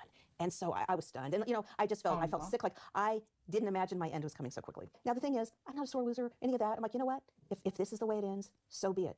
I need to give my speech. Yeah. So they even have a speech that I gave there on the floor of that after. I'm guessing like how was she kicked in the head? Was she like knocked over and then kneed in the face maybe or something? Like did this guy come out and just do a fucking huge karate kick and just impale her skull with his foot? Like how was she kicked in the head? Being eliminated. While you have a concussion. It's really Like I'm just thinking like Jackie Chan just does some flying fucking roundhouse. She got a what makes it concussion, but scandalous now it's because a brain injury, gave like that, months still, later. You know, they're going to say, "Wow, she looked fine." Well, I'm sure I was in adrenaline or whatever else. They did. Adrenaline, dazed and confused. I mean, Well, and the reality is, they had many people watching those cameras, and they had me mic'd. The story producers were watching the mic'd contestants in particular, I think. And I told Carl Jacobs, "Hey, I just got knocked Dude, Carl Jacobs was worried about people investigating the symbol on his Minecraft skin, so I don't know, he had a lot to deal with at that point. down. Check the tapes because I was so much." Why does this woman know every single like teenage to 20-year-old YouTuber? This is so dude, I was talking to Carl She's Jacobs, on this it. woman's She's connected, in it. bro. It's like when Charm Skull's like, yeah, I know Leafy and Sargon. that I said, "What if when I She got knocked knows who down, these what if I people touched the case are. before that guy did? She's sick And with he it. should be eliminated instead of me." And so I he told should Carl, have. There's no contact. He should have not pushed or kicked you. That should Yeah. not have been allowed. That guy should Well, it have been. obviously wasn't allowed, was it? That should not have been allowed. Okay. It sounds like that wasn't allowed in the rules established previously. But like, did she get kicked? Like, did Eliminated. she He should have been fall eliminated. and So I then told get Carl, check the kicked? tapes. Check the tapes. He said, "Oh yeah." Because well, he right was there." running? Well, he never came back to me. So when they checked the tapes to see if I touched the briefcase first, they, I think, would have noticed that I got kicked in the head. And so how many people actually knew? And apparently, if I am the person. So I guess a lot of people's takeaway is that okay, so she's just like a pissed off person here, but I do think it's reasonable if she was kicked in the head. If this did occur, that person should have been eliminated and she should have been allowed to continue. But she wouldn't have been able to continue because she was concussed. So I think it's reasonable of her to be upset that they obviously were supposed to check the tape. Now, whether they did or didn't is another story. But if they did check the tape and see if she got kicked in the head, someone should have probably pulled her aside and talked to her before they just sent her on her way. I think it's a reasonable complaint to have if you're this person. No, Behind yes. the story of But someone my getting issue is full-on- like, If she's lying, did that should she be seen. fall I understand that you guys and then get kicked in the head? Did she intentionally get kicked in the head? Like, if she's fallen and I'm running, dude, I'm not noticing somebody's head down there. Like, was it like, oh, wow, somebody fell, I need to just keep going? Like, I would try to evade them. But if she fell right in front of me, like, I guess just I would keep going. Like, I don't know. seen this or a lot more of this than I know have, if it was but that's just my intentionally initial kicked in assessment the based off head. the claim Maybe it here. just I'm wasn't aware on that we're going to purpose, be not watching like 2 more did on videos that might purpose. contradict anything that we hear at this exact moment, but where we're standing right now, I think that is a reasonable position to hold. tackled. How many people actually knew that I got kicked in the head? Now, I didn't even know She isn't even sure she was kicked in the head, she just thinks she was. Okay, yeah, I guess. I don't know. I'll leave that judgment to the end. I was kicked in the head because, as an important point, I apparently did black out. So I remember. All right, what is apparently did black out? You either lost time or you didn't lose time. Do you have a full recollection? Because then if you don't have a full recollection, then you blacked out. It's not a potential. She mentioned this before, and it was kind of weird. The collision, like just the initial, and I remember being on the floor, and I know I scrambled up, and I So you were knocked down. That's definitely a thing that happened. know Okay. I remembered that there were feet at my head, and that is where I like. Okay, so she doesn't know if she was kicked in the head. She just knows there were feet at her head. So she was knocked over, and presumably, I mean, I guess it has to be a head kick, because unless she like ran directly into a truck or whatever, and like his fucking like nipple muscle or whatever knocked her unconscious, she was probably kicked in the head. I don't know. That's when I'm like, better get the head up. And It's so, just, it's very clear that she doesn't really know what happened while she's explaining this. so I Kinda did like not know. not She has no so proof sure. whatsoever. I imagine she's going to show some sort of anything that corroborates her diagnosis here. Oh, I was kicked. I didn't. They did an exit interview. Again, it doesn't make sense for Rosanna to take this risk if she wasn't kicked in the head, because Mr. Yeah. Beast could just as easily pull the footage, find out that she literally just lost the competition, and it would like obliterate her story. So I have to give the No, charitability that's that she what was I'm at least wondering, knocked like, I down wanna see and the probably was footage. bumped in some way where there was head contact involved, because otherwise this is just way too fucking stupid. And if it was this simple, I assume Jimmy would have sent that to me instead of whatever the fuck I have. So I don't know. I have to assume she was contacted. With me. Would you be back? Would you come back to a Mr. Beast production? I'm like, She wouldn't take the risk. All right, that is true. Yeah, obviously Rosanna is fucking crazy. But again, Jimmy's not looking to go out of his way to debunk this. So I'm going to treat it like a real allegation and not just dismiss it off the fact that, like, well, they're not showing actual evidence she was kicked when they don't control the footage. yeah, Let me of just course, see. because I'm still, I am. Dazed They and have the confused and have a footage. concussion. Well, yes, all of that, but also, I wasn't there thinking I was winning $5 million. I was there for the story, and so I'm, not a sore loser or whatever else. I just thought, okay. That's 2 mentions of not being a sore loser. Then well, why let are me get you my seat. here? So, and Why I'll is come she back. here Well, talking all about of this, that though, if just she shows was at that fine time, with all of this? I didn't appreciate what had just happened to me, and it Oh, really okay. did take those weeks on the couch She's upset. and hearing the stories that came off of your platform, that came What is from one thing you person? Okay. Okay. This is somebody who's like they're a voice that came out because they saw other voices coming out. So this is like an ends justifies the means type video. I covered XYZ video. Doesn't matter they're good or bad. Somebody did reach out to me, and this is how I got here. So this is Rosanna's justification for publishing all the slop she's been posting. New York Times. All right. And then some of the stories. This is sore loser trauma bonding. I mean, look, I understand. I mean, she I said can't she sit here wasn't and a preempt sore every loser. conversation with It's just- this person failed the challenge. This person was eliminated. This person was eliminated, and they were told She to feels like finish she's the lower version they actually wronged did in the edited for VOD or getting whatever. kicked But in yeah, the obviously, head. there aren't going to be tons of people who had good experiences coming out and bashing Mr. She Beast. doesn't It's seem kind to of have a assumption that we problem can with pretty it reasonably make. That came from the dog at pack all, It's not and then all- she had a I'm problem sorry, with time it. out. for a Sorry, I'm being too charitable. After What do you what do you watching want her to talk video? about? for expose stories that came off of your platform, that came from the New York Times, and then some of the stories that came from the Dog Pack 404 Yeah, very clear. Some of the stories. Okay. expose, particularly the second one, that showed some of the organizational issues that Mr. Beast was having, that made me realize this was all part of a larger package, I suspect, and it made it more important to me to try to impact change in some way, to at least for me to do the thing that I felt was right and let the chips fall where they may. I really relate to like exit interviews Chips. because I've been on a reality show where after I was eliminated, we did an exit interview and I said very kind things in the moment. And I think that that is very normal. And also I don't want to say aren't in the right state of mind, but I think what's really important for people watching is to understand that you haven't had the time to process what just happened because it's moving so fast. I can And get it's that. so I can extreme get that. and it's wild and it's chaotic that, especially for me, who's a slow processor. So one thing that I've heard, I've heard from Jimmy, I guess, is that they've tried to reach out to as many contestants as they could find, and they couldn't find out who the supposed injured people from like the Mr. Beast thing was. That was What? one thing I took away from that. Again, I might be. This is So like a they don't conversation I know was had, like, a who's month ago or injured? something, so I don't remember the full details on it. Okay. But I'm wondering, Oh, like, no. is this something that he's not been forthcoming about, or is this something that they're not being forthcoming about? And like, was this an issue that was raised to Jimmy personally or Jimmy's team at any point? And I'm wondering if that's going to be mentioned here. Like, did she at any point contact Jimmy's team and say, "Hey, I got kicked in the head. This isn't fair"? What is one thing to you? Or did they Person? ever reach out Who to is her one thing? directly? I didn't have enough time when I went on a Or is this like the first time everybody's finding out about this? reality show to even process. So one of the things that Mr. B's production team He said in the Oompaville interview? Okay. said, they made a big point of it, is that they And were she going said to that review Carl footage, Jacobs never and they were gonna came go- back. This What never if got a Mance medical just report, got injury report, and distracted and freaking Yeah, so again, forgot? I'm not Just just never blame came here in, the entire like just time, but walked away. If you know that you've blacked out, it is very irresponsible to operate a motor vehicle.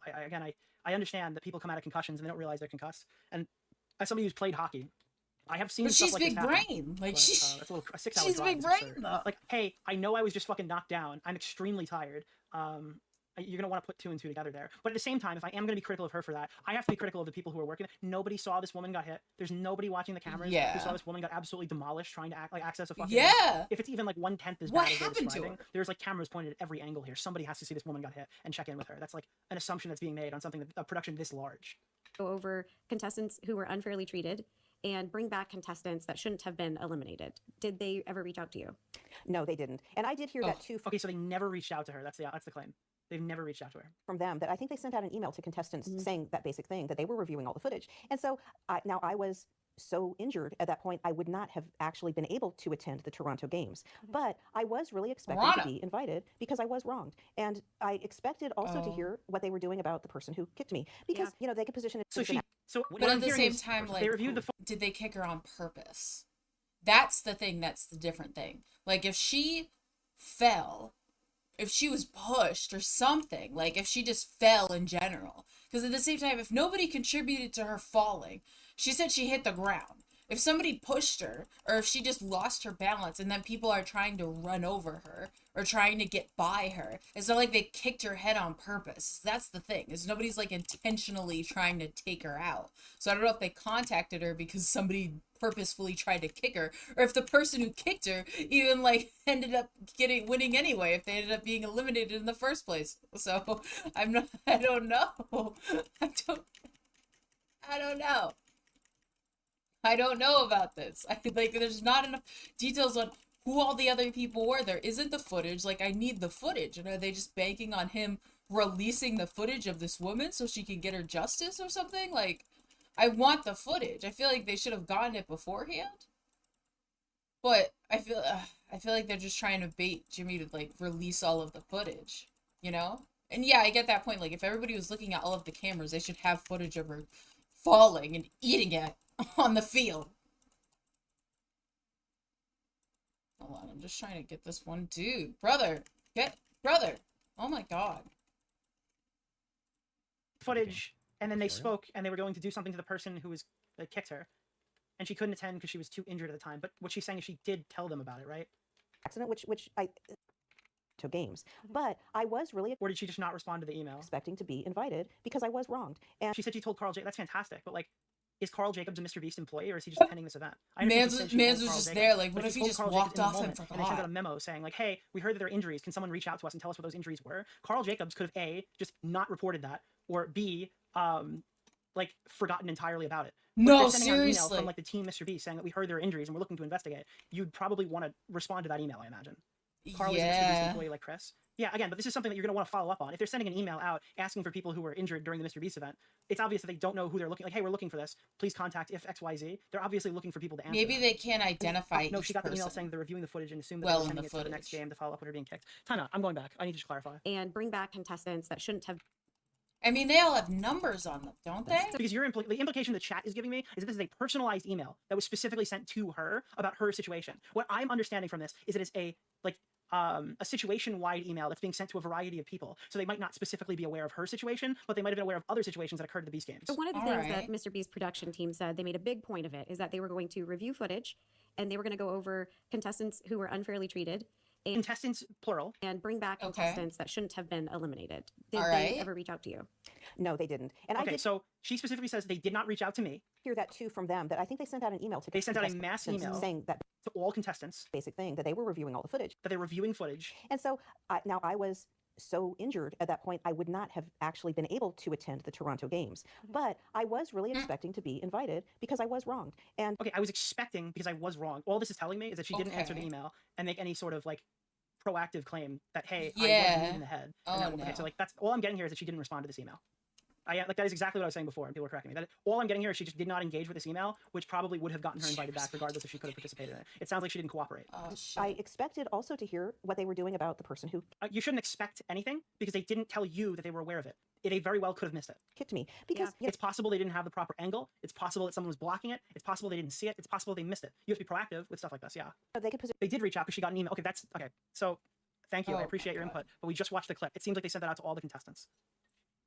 Slimy Weasley fuck. She got a mass email, felt she didn't. TBI can occur without a blackout.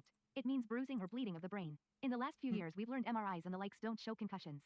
Recovering from mine was hell, and I don't wish it on my worst enemy. Yeah, concussions Oh, are okay. absolutely brutal. I agree. Thank you very much for the donation. Yeah, again, Damn. it's not like a very Somebody simple get some serious thing, but, concussions. I want to know the severity of a fucking- concussion. Yeah, so it's clear that she didn't get a personalized email. That's what I'm getting at here.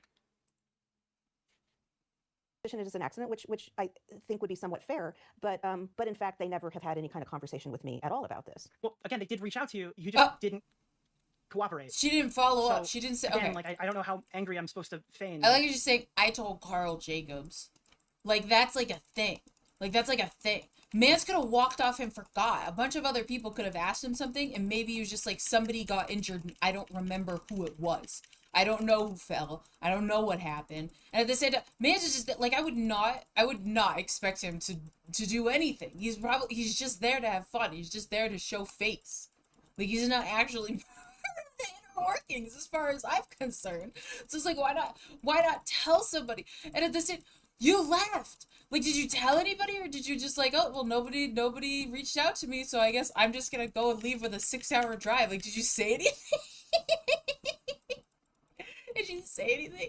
Like, brother, I would not have left. I wouldn't have left. I would have stayed there, and I would have been like, hey, so what's the deal? And when they would have been like, hey, you're just kind of like here waiting around, I would be like, well, I got trampled. Like, I thought they were gonna look at the foot. Like, I got trampled. I'm not eliminated. I'm not eliminated. I can't just leave. I got kicked in the head. What happened? I feel like there's just too much. So she said she had to braid it. So she's missing a whole slew of time. So the times that she's missing is just like, what? But like, okay. Like, I'm sorry that happened to you, but like, I'm not surprised that they didn't rectify the situation when you mentioned that there's 1,600 contestants. There's so so it's many possible people, that they missed brother. it. And I was not invited back. Again, I could not have attended it. I had a severe concussion.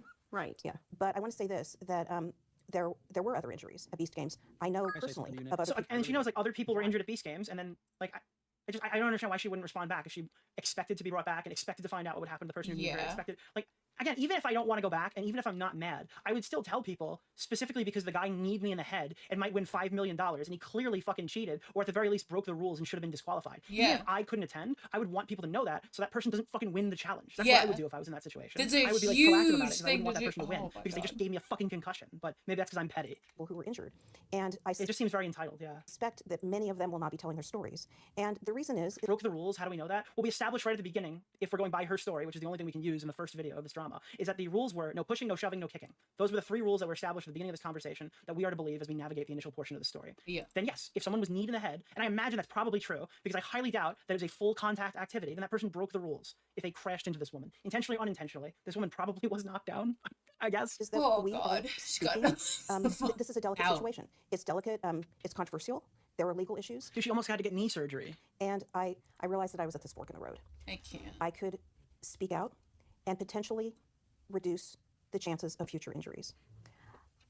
The risk, Or I can wait until the day that the footage is released, and then I can speak out after all the people continue to get injured. So much harder. Big content. No, strategy. for real. Merry I Christmas don't. to you too, Bunna. What? Oh, Burrhead, sorry, I can't read. BW Merry Why did Christmas, she Nick. wait so Thanks for long? the She great really content. just stood around So and that waited for is- somebody there's to a little risk. contact her. No. Like, Is there a contract that'll prevent you from talking about how somebody broke the rules and gave you a fucking concussion and kneed you in the head? And just to be clear, even if there is a legal risk, because I'm not a lawyer and I wouldn't know for a fact, what are the optics of Mr. Beast pursuing a lawsuit to talk about somebody who got fucking kicked in the head and got a traumatic brain injury during his event? What are the optics of the lawsuit there? Is that something they can? Hey, How if do you know suffer that person a went traumatic on? brain injury during our contestant thing, this is then again, you he don't said, have the she right to said. sue. I'm pretty sure I I imagine there got would be an kicked in NDA. the head. What are the Dude, bounds on that? if Was there, people like, are a real risk here? jumping over you, how do you The know risk of who that- kicked And like, what's you? the risk of doing it now? I guess the NDA is just expired.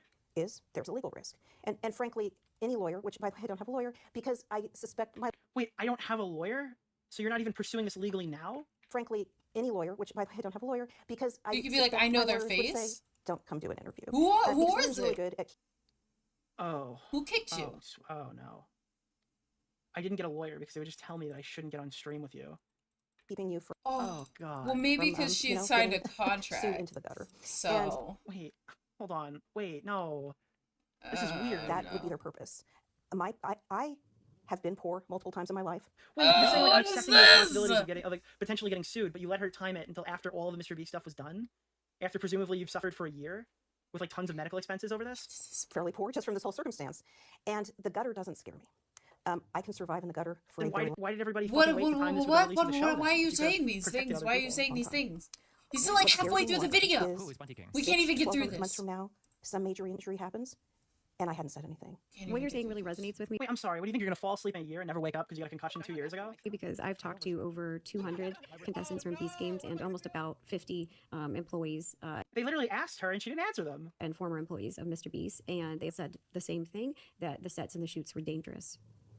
And the issue here is there's no oversight. And so all that a future contestant can really count on, or the information that I had was, for instance, there was a Time magazine piece in February where set safety was brought up, but then the Mr. Beast organization responded with, oh no, we work to improve that all the time. And then they have go through Yes. this. Is she gonna get? videos like What the does one she with want? sometime in the last year with Mac and his the And at that I don't point, know did who she Mac at is. any point try to contact him before doing this?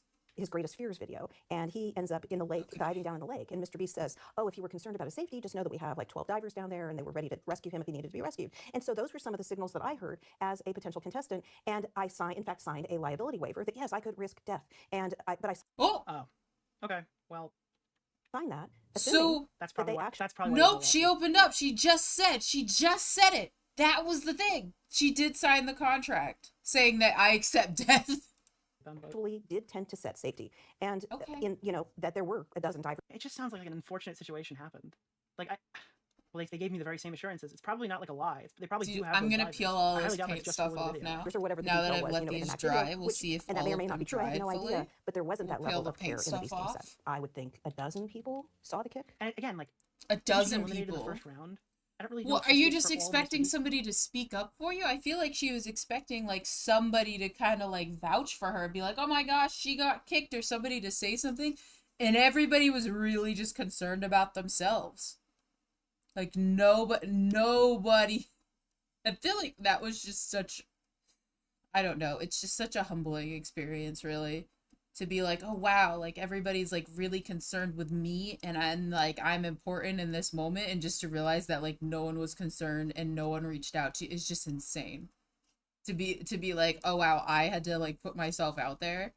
It must be a wild feeling. Look at that. Oh, so good. Scam stuff. If she like literally got eliminated as soon as she got there, that's another one where it's like I don't really know. And I had zero exit medical care.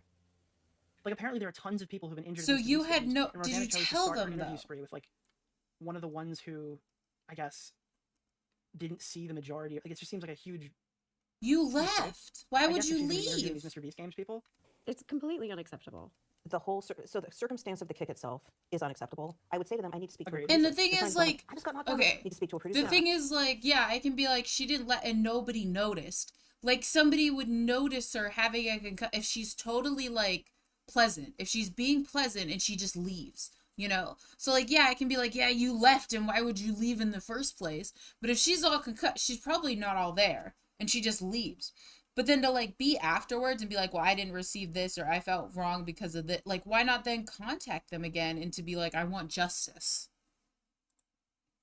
Each one I was got saying, knocked down. Like, Is yeah, what I'm I was saying to them, I got wondering. knocked down. The thing is, like, in this moment, the way that she's handling it here, it's probably like, there's probably like 50 people who are walking up to a Beast employee being like, I was wrongfully eliminated. I need you to look at the cameras or something. Like, this is like, that's probably why there were so many people who needed to be looked at after the fact. I No, imagine that like half the seriously. people who got eliminated were like, you don't understand. I just got pushed. What the fuck? Or whatever. Like, Oh. this is probably a very high fucking intensity moment. We're like, yeah, I listen, didn't even understand. think no, I about understand you were also that. wrong.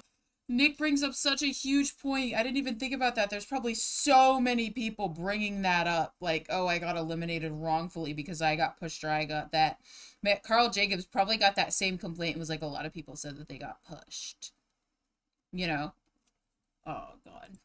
Wrongfully eliminated. Yeah, you're probably also wrongfully eliminated. All these people are probably wildly overwhelmed that every person who just lost out on their opportunity of $5 million is asking for a recount. It's fucking sure as hell what I would be doing. And they were saying, did she get knocked down or trip? I didn't even consider the fact that she might have fucking fallen on her own. That would No, be that's insane. what I'm Imagine Jimmy thinking releases the about. footage and she just She fucking was trips on and the falls straight to the ground. ground head first, and that's why she blacked out. And when she woke up, a foot was running past her head. That would be one of the funniest things. Again, I don't think that's the case because I feel like we would have that footage, but I don't know. I need that to would see be the footage. crazy.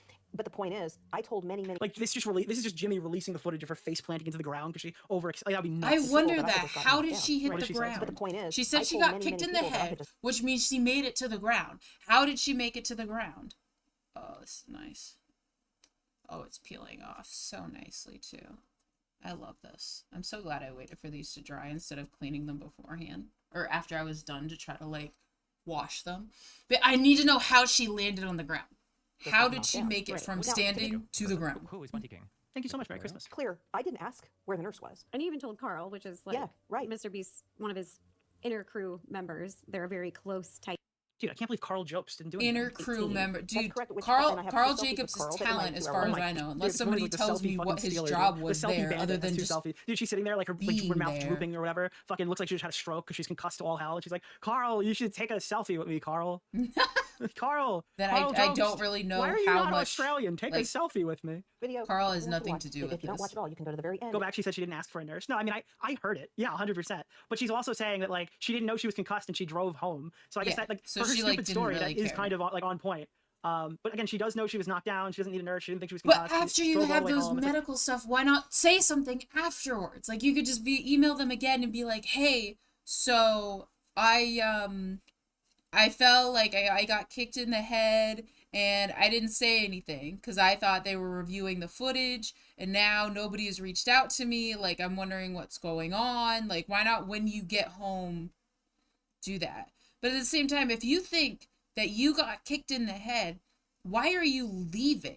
Because you're thinking that they're going to set you up for the next thing, right? So why not be like, hey, I actually won. Can I get like a thing going on here? Like all the other people that probably did that.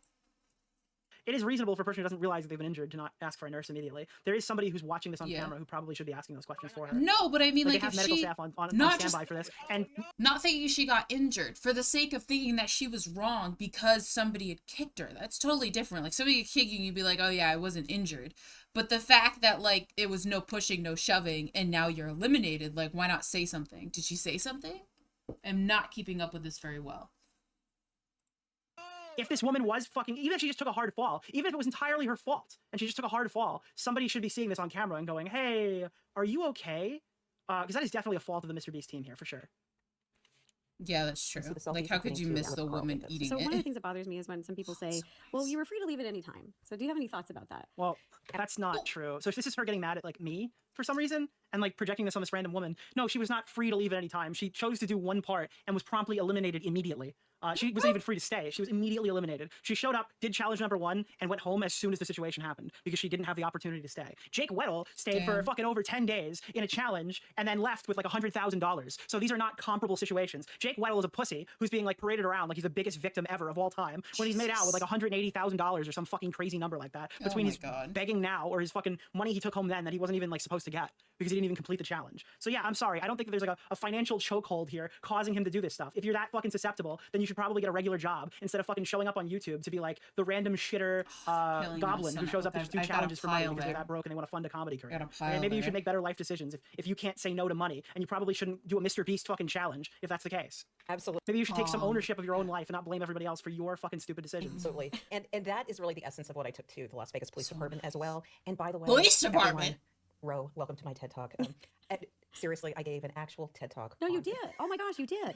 on this topic about a decade ago, and it is about the concept of free choice. And so, but What? let me first back up before. we Why talk are about the we- TED Talk, no, no, no, no, and, no. and just No, no. reemphasize that I did not have Wait, what? the information that Time out. Wait. about a No, decade no, no. ago. This and took it a is turn. about the This took a concept turn. on this topic about a decade ago. Hold on. Absolutely, and that is really the essence. It's of what I taking took a to the turn. Las Vegas Police Where are we Department as going? well. And by the Where are way, we going? The police Come department? back. everyone, Ro, welcome to my TED Talk.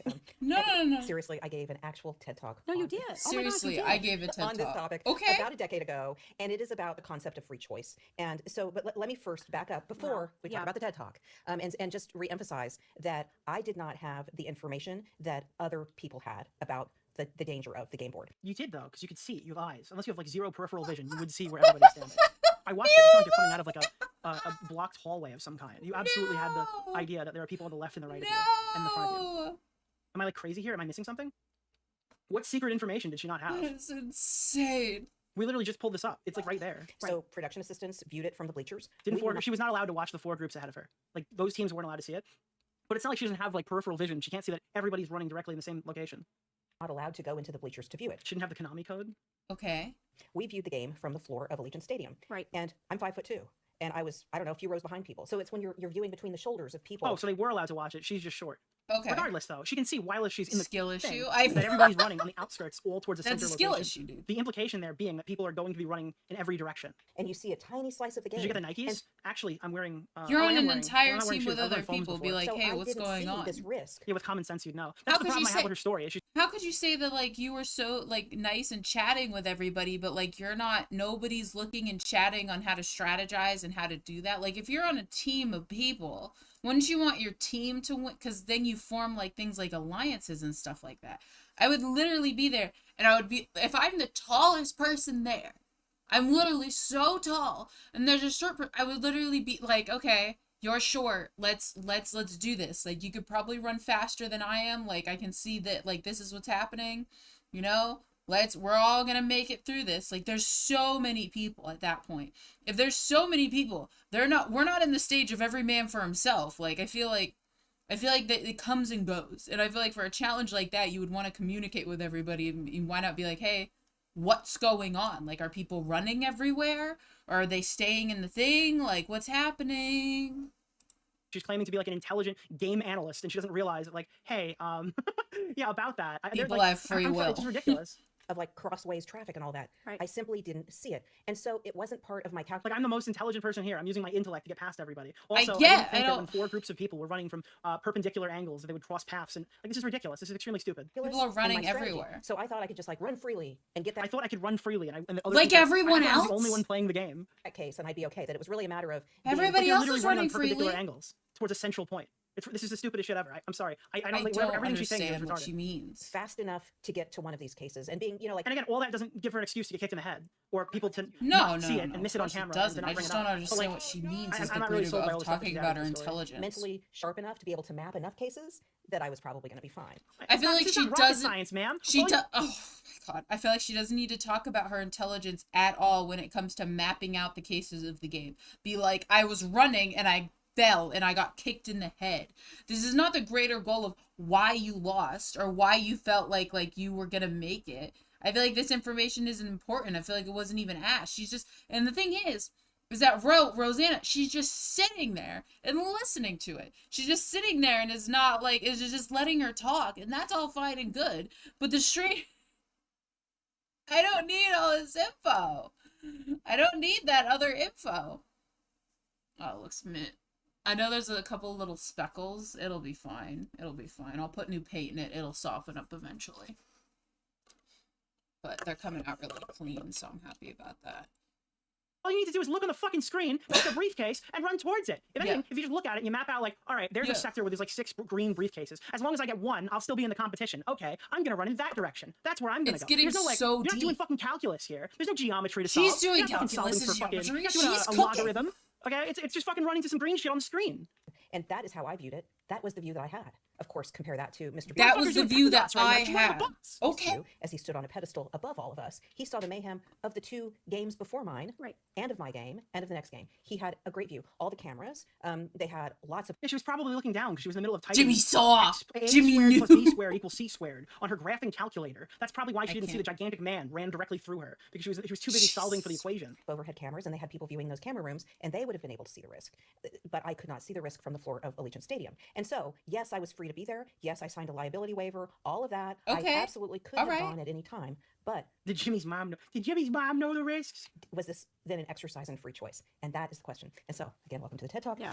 Yeah, so the essence of the TED Talk, this is a decade ago, and it's on an entirely different topic, and it has to do with the choice of raw milk. That just being able to Dude, the raw milk. Why though. are we choose this no? milk versus this milk. No. But we need to know cognitively. Do you get the spilled milk show that Augie's still not posting regularly despite thousands of dollars worth of memberships coming in every No. month? Something about the difference between those Augie's choices. scam mode? And so the information we have about those choices really affects whether our choice of raw milk or pasteurized milk is free. It's only free if we have enough information about the difference between the choices, therein lies free choice. And Right. so take that to Beast Games. And my physical ability to I don't respect. Okay. I All You right, know, ma'am. Rose Malay was on Beast Games. Apparently, everybody's just on Beast Games now. Like all the shills are the only ones who didn't make it. through that exit door. And the fact that I didn't is it a sign that my concussion and my injury comes from my exercising free choice? Well, I argue that I didn't have the information about the risk. And in fact, it was kept from me. Wait, you didn't have the information about the risk? It No, this is wasn't not kept true. from you. I'm sorry, this is ridiculous. This is absolutely fucking absurd. We If literally you're watched too how this was built short earlier in the stream. and you can't Sorry, see, no, it's unfortunate what happened to you you. say, excuse me, I'm short and I need to be able to see. Can I step up to the front? I'm short, I can't see, I'm behind people. I'm a short woman. Like literally, if literally I'm the tallest person, if literally any short king, short lady came up and was like, I can't fucking see, lift me up, I would be like, let's go! Let's go! Like, what? I feel like now I'm getting into like, I don't want to bash her. I feel like I'm bashing her really hardly. And that, you know, like, I get that she got hurt, and, you know, that's really sad, and that's upsetting, and I can understand that and sympathize with that. Just, like, you're not saying anything, and the entitlement is kind of crazy that, like, you're expecting to be given certain things when you're not really putting yourself out there to be like, I need these things. That's where my sympathies end. Because I was not allowed to view from the bleachers because I was told there would be no kicking Yeah, that's part of the challenge, ma'am. You can't sit up on the bleachers and watch how they do it. and no pushing. There's supposed to be no contact. You know, it's not. We weren't supposed to be hitting, kicking, tackling contestants, and the fact that I that did can't get happen this to out you, of the other someone one else 'cause is it's breaking not the rules, plastic. and I'm they're not fucked. enforcing it, and you got injured. See, this is all fair. I have no problem with any of That this. was the This is rule. not So color me satisfying. surprised that I This would be one, tackled it's in a not game that would satisfying. not It's allow really tackling. Well, it's obviously unintentional I contact. was Obviously, somebody didn't go out of tackled. their way to, like, obliterate So you. is that how you Unless got they to the did, which ground? would be Is it the completely same fucking person insane, that but we don't kicked have you, enough so you evidence got to tackled? prescribe malice So, here. so now we need to go after the person who tackled you. Like, this is what I mean. Like, she's like, I feel wrong because somebody kicked me. But if somebody tackled you, then you're looking for multiple people. Did you get tackled and kicked by the same person? Did you fall on your own? Like, I need to know, how did you land on the ground? How did you come to be on the ground? Were you tackled? Who tackled you? Was it multiple people trying to go through and you were just taking your sweet time and everybody rushed in and suddenly you were, you know, because people were trying to push past you and get around you and you were tackled like that? Were you tackled, or were you pushed down? Were you nudged over? Did somebody clip you and you just lost your balance? Like, how? I need to see the footage of her eating it. I need to see the footage of her eating shit. That way I can judge for myself, dude. I need to see that footage. So Everybody's running towards a central point, and not everybody can see that central point because they're all looking. Well, everyone's running at a different briefcase, and not everybody's looking at their peripheral vision to see what's directly around them, which is how these things are happening in the first place. Yeah. I highly doubt someone was intentionally. I wonder if like, she just I got know that I will get clipped. eliminated if I make contact with somebody, so I'm going to do a fucking Matt Rempe style body check and get an 8-game suspension over it. was it an exercise in free choice? She was bumped into. Yeah, it's obviously just. I mean, I would be like, I would be absolutely fucking floored if someone was like, I'm going to the Mr. Beast event and there's $5 million on the line, and I'm just going to obliterate some old woman right off to start the challenge. So you somehow make it home driving with a concussion, and just thank goodness You somehow you didn't make get it. in an accident. Why You are got we home. skipping Because over you this? could've- Why are we skipping? She's skipping over so what a shit interview style. Like, seriously. No. I need more details. So you're telling me that you just left. What happened immediately after? You told somebody? Were you waiting for something? Did you wait around the room? Did you talk to somebody else? Did you only talk to Carl Jacob? Did you tell anybody you got tackled? Like, where's the more information? Did you ask for the footage? Did you tell somebody you wanted it to be looked into because you felt that you were wrong? Like, why? Kind of walk us through what the next days and weeks were for you. So yes, to just reiterate, I didn't know at that time as I was driving back that I had a concussion. And Okay, but was you a thought Sunday. that you The were injury wrong. was early Saturday That morning, doesn't right take back to away Sunday. from that. It was doesn't Monday take. that I realized I had a goose egg on. It doesn't take away from it. Like, if you were tackled and pushed, it doesn't take away that you were wronged. You know, you getting a concussion can be a separate reason as to you getting injured, right? She could have literally taken a nosedive on her own and then got a concussion, right? And then been like, I'm bummed because I got a concussion and nobody noticed. That's different from cheating. I want to know why you didn't tell anybody that you thought somebody else was cheating or you thought you were cheated out of winning. Head, right on the back of my head, I had an abrasion, and the symptoms, besides the sleepiness that had come on that drive, by Monday, the headaches and the nausea began, and that is when I realized I must have a concussion. And so I went. Wait, you didn't know even after you felt? No, this is ridiculous now. So she was falling asleep while driving, knew Yeah. she had head contact, realized she blacked out, but the next day she felt kind of nauseous, so she went to the hospital. If anything, that just tells me the severity, I think. To urgent care, and I was like a whole day later. She's lucky she didn't die from fucking falling asleep. That's insane. Seriously? Just with that, and with There's no medic. No. the left Wait, she went to urgent care and not even the hospital? rib, they did an X-ray to see if there was any sign of evidence that it was Oh my broken. gosh, you got a bruised rib? Well, and I was kicked in the calves, so I had bruising on my calves as well. I was apparently kicked it's a in group the of people who- calves. So yeah, like she could be like, I was kicked in the head. It's not like somebody purposely tried to kick her in the head. Everybody's trying to evade her body on the ground so they can win. Like, she was not a priority in that moment. They're gunning it. What they happened to step on just happened to be what they stepped on. What the hell? And so She had a bruise in her calf, she had a bruised rib, and she had a concussion. that was urgent care. That was Monday, and then Thursday I went into my primary care doctor, and then began meeting with her once a week, I believe, for the first month. And she would do this concussion battery score on me every week, and it's what she does for her high school football players, or whoever, high schoolers who are injured. And so we're doing. She got jumped. Yeah, apparently she got the shit beaten out of her in a fucking Arby's parking lot. She looked like Biz Nasty after that group of people beat the fuck out of him while he was walking out of the bar. Full concussion battery every week, and she was just giving me some of the general medical advice. In that first week, I was sure that this is like a 1 week recovery. Maybe it's 2. So and by the end of the second week, I'm thinking this is really surely almost over, and I didn't even imagine or even want to process. Yeah, this is one of those where now I need to see the footage. I gotta see the footage. Hold on. I've gotta know, dude.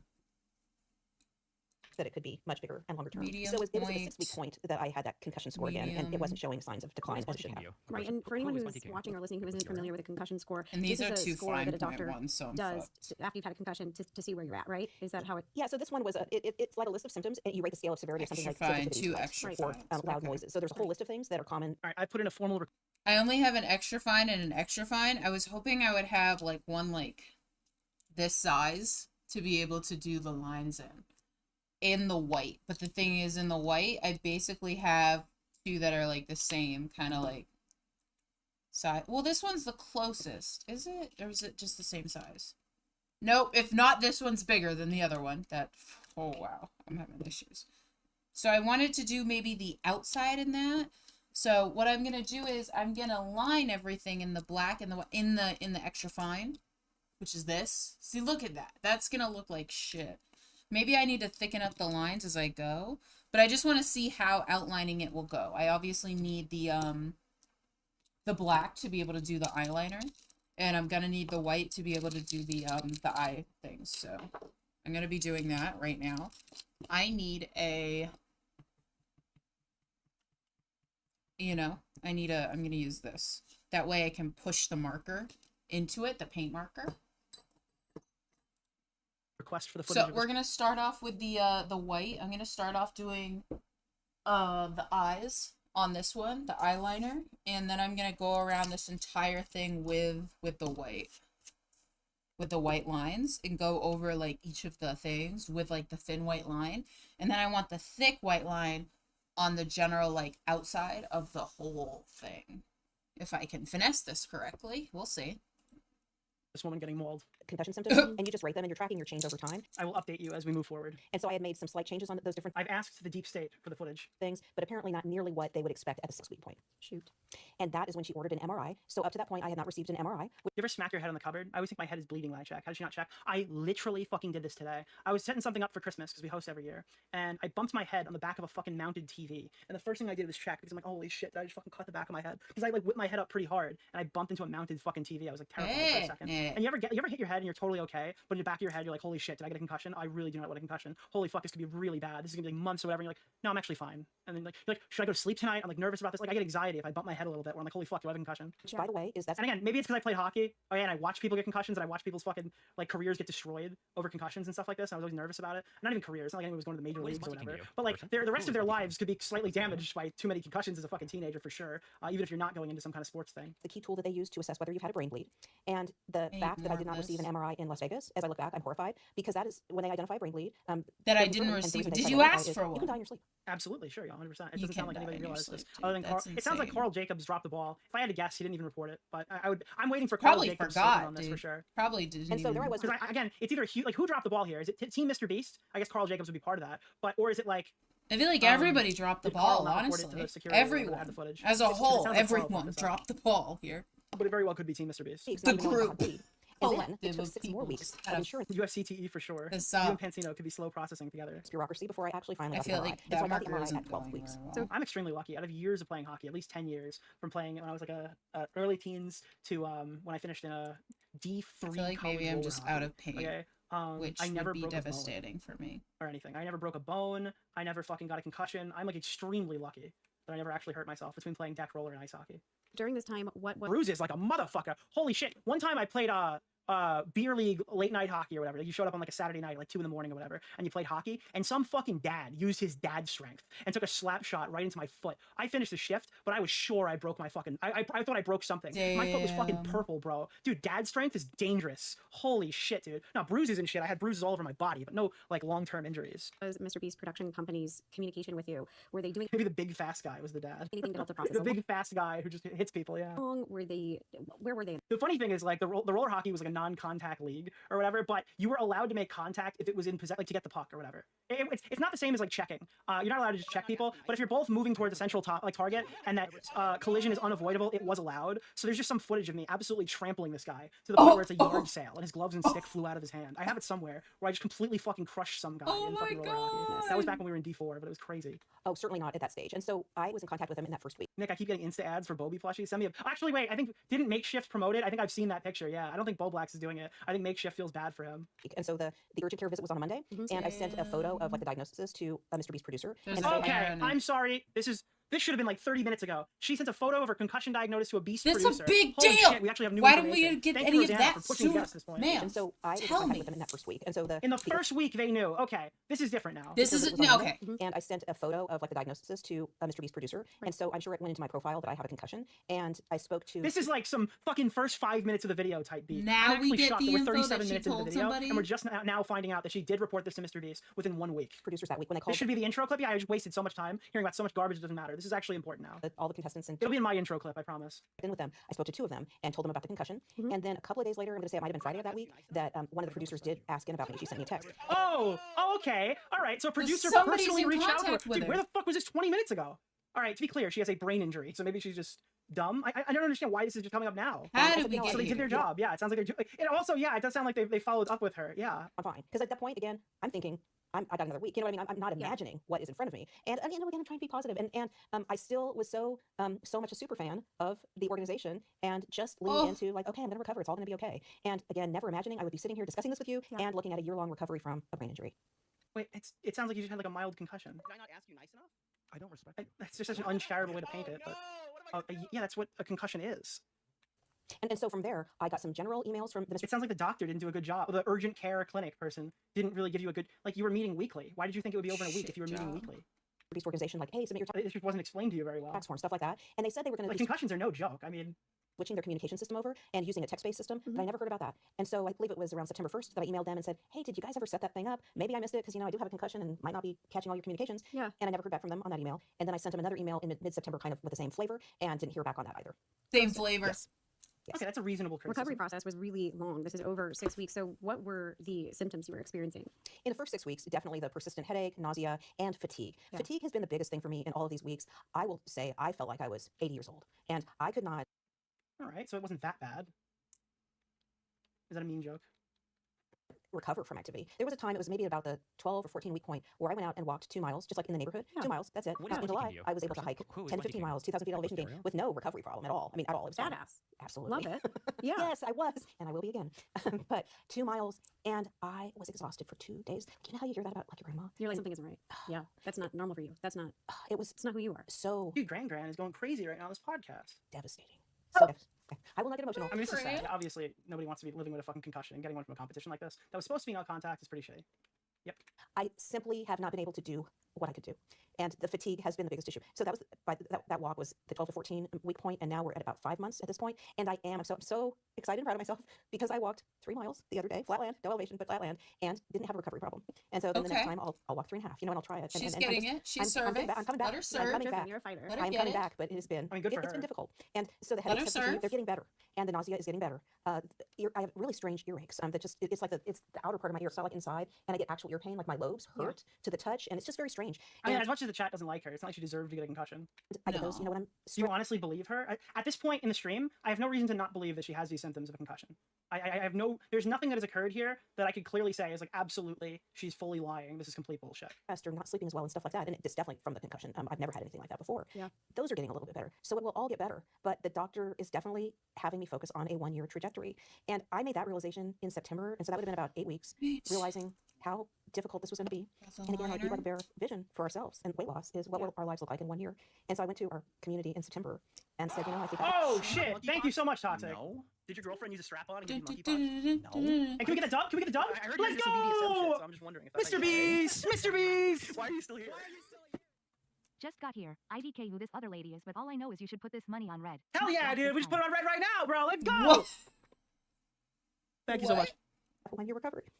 And so, and many of them are joining me in this call. That looks okay. She's crying while we're cheering and screaming, Mr. Beast. No! That's not a good clip. Okay, Why so is she hold on, crying? wait. I didn't realize she was crying when I won the Fortnite game. I was okay. Jesus, she's literally ulting while I'm fucking. Okay, hold on. Whoa. Recovery. She's crying. Wait, dude, she's literally celebrating and she's sobbing. Oh my god, fuck. I'm No. no. Stop! Don't clip that. So, many of them are joining me in this call, but sorry. Dude, I'm sorry. This is I'm totally not reacting the right way right now. I'm sorry. I'm pardon my I emotions. wasn't ready for her to When cry. October of 2024. So I announced to them September 21st of 2025. I don't know where I'll be, but I'll be out somewhere on a trail. I feel like such a dick. I'm sorry. I can't stop Oh laughing my now. It's so awkward. gosh. All right, I totally feel bad for her. I'm sorry. I wasn't ready for her to start One, crying. even 7 years ago, I wasn't able to access that I can't access now either. But that's where I'll be. And so part of coming here and talking to you today is processing this, is getting past this point. Yeah. I need this story to be out there. Again, like Oh I my wish somebody God. who's like a charitable person helped her push this story out. I just like, it's crazy that we had to wait fucking 3/4 of the way through the video to find out what actually happened with the Beast team. And I need to be able to be out and hike and not worry that someone else is going to be injured. Yeah. And if they are, you know, God bless them, let people make their choices. The story is obviously a nothing burger. Well, this is the problem when you have bad actors like Rosanna, because they're portraying this as some huge bulletproof fuck Mr. Beast. You're not going to believe what the kind of bullshit that's going on here. And then she provides like an unfortunate reality of I running feel a like fucking that competition like draft this. is now Like, yeah, serving. it's absolutely shitty that this wasn't caught immediately. It's absolutely Serving? shitty that fucking she got kneed in the head at all. It's absolutely shitty if she has a fucking Alright. concussion, right? But And like she's outline this pointing out in like this is white? the smoking gun and throwing these victims ahead of like If I frick people this like up, me who are I'm critical of gonna the story. scream. And again, I understand that a lot of people in I'm chat gonna don't like scream. her, but that's not a good enough reason to just bash the shit out of her before watching. All I just say, it looks really good right now. It looks really good without the outline. Like, I could go without doing the outline. I feel like the outline would make everything look so much cleaner. I'm gonna be honest, so much cleaner. Oh, Godspeed to me. Godspeed. Okay, here we go. Watching any of the other content about this. All right. They're going to be involved. Like, it's just like you're throwing this woman to the wolves right now, and it's obvious this is being released the same day as the Beast games to elicit the largest reaction possible. Rosanna Pansino isn't just releasing these things because she's virtuous; she's timing these releases, right? Like that's what she's been doing the entire time. Let them have their free choice. It's to this do woman this. versus an Amazon show. All of the white came out in one I fully go. support that. It's like Mother it's like, hey, effer. instead of like, here's what I can do for you. My name's Rosanna Pansino. I have a channel. I can help you. I can push your story out. It's here's what you can do for me. I need to release something today of the Mr. Beast games, and that's how she's operating this whole situation. Let there be no more situations like this. And I need to be free of that. And so as you see me in social media, that is what I'm going to be doing all this year. Is you'll see me hiking. I'll be live streaming from a trail. I have no idea, telling stories, maybe completely unhinged. Who knows? When the producer reached out, she told them that they were fine. Oh, Again, it she's sounds like she boasting she's indicated gonna that, but be she wasn't very getting that forthcoming bag, about it. Like she's sis. like, I tried to stay positive and stuff, and I said, yeah, it's very possible that is the case because they said they followed up with her and she didn't respond. But when I heard her say that, she did the whole, oh, I was just trying to be positive. It does sound like she said that, yeah. Why is she crying? Why are you laughing at her? She's a traumatic brain injury. She has a mild concussion, asshole. Because She said text then email. Yeah. I mean, it depends on what exactly she said. I would need to see these like I would need to either see the contact to kind of understand why it wasn't pursued, or I would need to see the interaction she's had with these employees. It's pretty weird. Like, it seems like at this point she's not afraid to be sued, so why not just release the logs? Does she put logs in her other video? Interesting thing is, in terms of working with the doctors, because I'm working with a specialized center at UCSF. Yeah. And I shared my frustration with them that I have been very good at live videos and just really good at like juggling all the stuff you have to do in live. And just like, God, she's so good at everything, isn't she? This is like a promotional opportunity. I'm so smart. I'm so good at everything, except apparently running to a briefcase. cognitively, It's hard. There's a lot of moving Cognitively. factors. fielding the questions Yeah. or getting trolled. By the way, you know, You missed your prime, honey. It's over. Just fucking, I don't know. Like, what do you want to do here? come on. Oh, by the way, yeah, like they're- bring the they're trolls. silly. PhD in video game theory, yeah. And so yeah, I just it's always been great, but She knows it what has been very trolls difficult Smartly are. even confused email attack. Okay, I'm sorry. She has a mild concussion. That's fucked up that you attack her like that maliciously. for me to like juggle the cognitive balls. And so She's juggling cognitive balls. talking with the therapist about it, what they say is you need to do more, not less.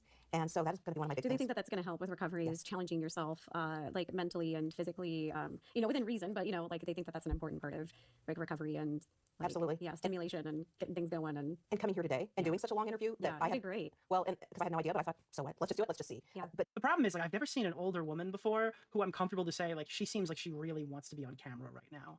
You know, usually when I see like an older woman pop up in a drama, it's just like, yeah, obviously she's here because she has XYZ reason to be here. This woman seems like she's very comfortable being on camera, and she's like pretty excited about giddy the and opportunity. ecstatic. I have a lot of cognitive lapses. So not only is there the headaches, the nausea, and that sort of thing, which are going down, thank goodness. And we want to see them continue to go down. That is a sign. Like, she seems crazy narcissistic with that. Again, I don't want to diagnose her with fucking any personality disorders, but half of this thing is talking about her incident, and half of this is boasting about how intelligent she is, and how she has all these skills, No, and how she's such like a. seriously. It's weird. This is like I even like people who I think are going to be critical of my response to this video or my reaction has to kind of concede. It's weird how like boisterous she is about her own certifications throughout this entire process while she's supposedly telling a super traumatic story. That I can make a full recovery. I'm making a full recovery. I'm making a full recovery. I guess I'm allowed to call somebody narcissistic. Half these fucking T channels open up every video claiming that everyone's a narcissist. And so if it takes longer than all these things always take longer than we hope. So we're already there. It's already longer than we hope. But like, this very much feels like a 15 minutes type thing. Even though I don't want to say stuff like that because I act like I completely like diminish her as a victim or something just by making that comment. But I feel like I've been pretty charitable to her throughout this entire. Honestly, stream. that's my feeling. I just don't want to be a dickhead about it. 2 days ago. That's My my I opinion wouldn't about blame it. I people feel like who she doesn't obviously need to have that talk position about who it. are fucking screaming. Like, other Nick, you things. don't understand. She's a liar. She's a liar, Nick. What are you doing? Call her out. She's a liar. Had a cheeseburger in his hand. He got it at school and brought it home. It was like school lunch. And I looked at it and I said, "Oh, what a good-looking sandwich. What is that?" And he said, "It's a cheeseburger." And I stared at it and I couldn't imagine what he was saying. Like, what's a cheeseburger? Like, I have like the fucking guy from Family Guy. You're a phony. You're a big fat phony. Big in the chat right phony. now. I hate that I so know we're that. Just to give an example. It's like on the tip of the tongue, the tip of the brain. And so I find myself struggling with all these symptoms, and it's very shocking because it was just 5 months ago. I was at my peak, and I was out completely living my best. I was and at preparing my for these things. peak! I was out. I was jogging, which by the way I decided I don't really like, because I never jogged before. But Matt Pat said you need to work on your cardio, and so I. Dude, Matt Pat. This is dude. Matt Pat, What does it matter work what on Matt your Pat said? cardio. Why is Matt Pat Fat such a fucking bitch is what it recurring seemed character in the like. story about Mr. Beast? What? Yeah, I worked on my cardio. Matt Pat. Dude, Matt Pat looked at you and said, "You're a little chunky, man." Worked on my cardio. Bro, if Matt Pat fat shamed me, I would have lost the weight that I lost so far a lot sooner, dude. Yeah. So Matt Pat's like, stop eating fucking. I got a theory for you. Try a salad. Oh no! This is so weird, bro. Yeah, dude, I have a theory for you. If you try to, you don't. I was out. Dude, imagine if I just woke up one day and Matt Pat fat shamed me on Twitter. I would lose the rest of the weight, dude. Which by the way I decided I don't really like, because I never jogged before. But Matt Pat said you need to work on your cardio. And so Dude, Matt Pat's like, this is what you gotta do, bitch. You gotta eat a salad. I did. Yeah, I worked on my good cardio. Matt Pat, I worked on my cardio. Yeah, And so and you were like feeling better than ever. You were like, Yeah. this is. because I was coming from Matt Pat. I felt so healthy. You're like, I was swimming. For the first time, I was lake swimming. Why and, are you which I don't know talking what, it's so about obvious now. Like, why hadn't I gone lake swimming these before? It's things so now? I amazing. feel like And now so we I was know ready, the like, let me get back for these info. games, and I'm going to be swimming all the time. That's not too far from a lake. It's a really wonderful experience. And so I was discovering some things, and was really just at my Take a shot every time she mentions Matt Pat. Is this something that's gonna continue? Because there's been a lot of Matt Pat references here. Dude, I feel like she's the one who took it the hardest when he quit. Yeah. And then I was kicking the head. Then you got injured on these games, And I was literally for 2 weeks, I was in the complete darkness and sleep mask for most of the hours of the day with earplugs and with like complete brain rest. Actually, and, it's looking really and then nice. felt like I was 80 years old. But I'm getting it back. what happened to you is obviously physically draining. Maybe that's like menopause. I'm kidding. Shut up. Oh! Shut up. Don't clip that. It's your head, it's your brain, it's your health, but it's also Oh emotionally no! draining. Look at all Like, how has that. it That affected all your just. everyday life Oh now? my I mean, it's goodness, that's completely bad. Shaped bad. all of my life now. I haven't gotten back to my work. Yeah, it's I, Metapod. That's what it was. I was saying Metapod. She's a Pokemon. Gotta catch 'em I'm all. getting back to some of the normal life things, thankfully. I mean, yeah, But she is old. Like, she's objectively old. I don't know how old she is, but she looks old, so therefore she is old. Not able to drive long distances. Currently, I can drive my maximum right now is about 90 minutes, Wow. which to me is quite 90 Not being able minutes. to drive is a huge tether. And How'd then I you don't make drive it right now, 6 so then hours? I hope to get that back as well, but I'm not able to drive it. I was able to drive it. All right, but to be clear, that might not be the all right. I don't want to be uncharitable. That might not be the concussion. That just might be you like getting older. I mean, I guess the thing is, so when situations like this happen, where you do have a concussion, right, and things do happen to you, you start to realize stuff that you might have been like ignoring previously. I don't think it's unreasonable that a woman who appears to be as old as her is having difficulty seeing at night. That's kind of the run-of-the-mill norm if you're in your like late 50s, early 60s. This lining is Unless this gonna woman's, take like, fucking 43, so, like, forever. I'm completely off here. That is kind of the age where it starts to get a little difficult to drive at night. Personally, I have a nuclear theory that I'm going to share with you right now. I think elderly people should be required to take a second road test after they reach 70. Dude, every 70-year-old I should be able agree. to pass a road test, the same as every fucking 18-year-old or 16-year-old when they get their license. And I think there's way too many old people on the road, and they're one of the biggest road dangers. And people are like, what do you mean? What do you mean? What if they won't be able to get around because they can't pass the test? Well, they shouldn't be on the fucking road then. They should be studying or going to fucking... They Dude, can't I'm get sorry, bro. around. I don't think that blind No. old people should be dominating the fucking I'm road. tired Going to of country kitchen seeing buffet, old running over people. children at fucking 8 o'clock in the morning on a Sounded Sunday so afternoon. vile. I think you should have to pass a road Tired of test old and be people, fucking viable on the road to continue driving. I don't really care if you... I'm sorry, your family might have to step it up a little bit and take you to your doctor's appointments, or you might have to try Uber. There's alternatives now, right? I don't think that like these fucking old people who took a test 70 years ago should have their fucking license the same way that a new driver would. night, in July, and I'm not able to drive at night. Apparently, everyone No, agrees I with this now. think I've had so so. many people who get like seething mad at me about that, pointing out like, you should respect your elders, Nick. Oh, they Oh, fucking fuck passed their no. test like everybody else. Yeah, I don't care, dude. Fucking Ronald Reagan was president when you passed your road test. How is that applicable right now? Yeah, so it also is sounding like this is affected you financially. I mean, with medical stuff. Absolutely, my medical expenses, but also my inability to work. And that first, let me just say, I'm so grateful that, even though I'm homeless or something, that we've been able to just kind of get by in this circumstance, but I'm not able to do the analytical work that was making money. Like on the platform, Eat Like a Bear, the stuff that I have been doing, I'm not able to What do does now. she do on Eat Like a Bear? Like, what can she not do right now? And I haven't been able to do. We are at our poorest that we've been in a very long time, but it is really our worst moment, I would say now. And it is directly, absolutely, because of Okay, the- I wanted that to really be thought like a this kind of thicker brings me- because my outline, local doctors thought so I I was feel like good. So maybe what I happened need was- to Wait, stop my outlining the local whole doctors thought I outside. was gonna have I brain don't know why I'm surgery, doing that. and then they just I need to didn't? stop. Or was do that I local like doctors the and what they thin saw was like, line? wow, Is we the need to refer thin you to a line what I surgeon. And so they want? referred me to a surgeon at UCSF who then did an analysis What and do said, we no, feel nope, this is about all about no, you're not going to need surgery, but you do need help with this traumatic brain injury. Oh my god. Okay. Have you ever gone to a doctor before because you had something going on, and then they give you like the, hey, not to alarm you, but these are all the things that it could be, and they give you like the rundown of everything that it could be, Oh, and it yeah. turns out that it's something significantly lesser than that, and then you walk out, and you're fine. I think and the you're thin aware- line you're is gonna acutely aware end of up these things that looking a could lot happen to you. nicer. Maybe that's just me. That's every doctor's visit, right? So my dad had a what is it, like had a kidney stone or whatever, or like Ooh. a kidney stone, like a UTI or something, right? And he goes to a doctor and they say, hey, you might want to see your urologist. There could be something weird going on there. And the urologist comes in and he says, hey, listen, not to alarm you or whatever, but you could be in a position where like this could be related to a kidney stone. This could be related to a UTI. We're going to give you an antibacterial, or this could be fucking kidney cancer. So if you want to run, this is the baseline test that we do here. You can run X, Y, and Z. We're going to shove a camera up your cock. I was talking about that. So I think in a previous stream I had mentioned that after my dad was in the hospital, I was like not able to bounce back into like making content or streaming just because of like the weird mental hold it has on my brain. Literally, my mom was sleeping. I got the call while I was streaming that my dad had been taken by ambulance, and I was like, what the fuck?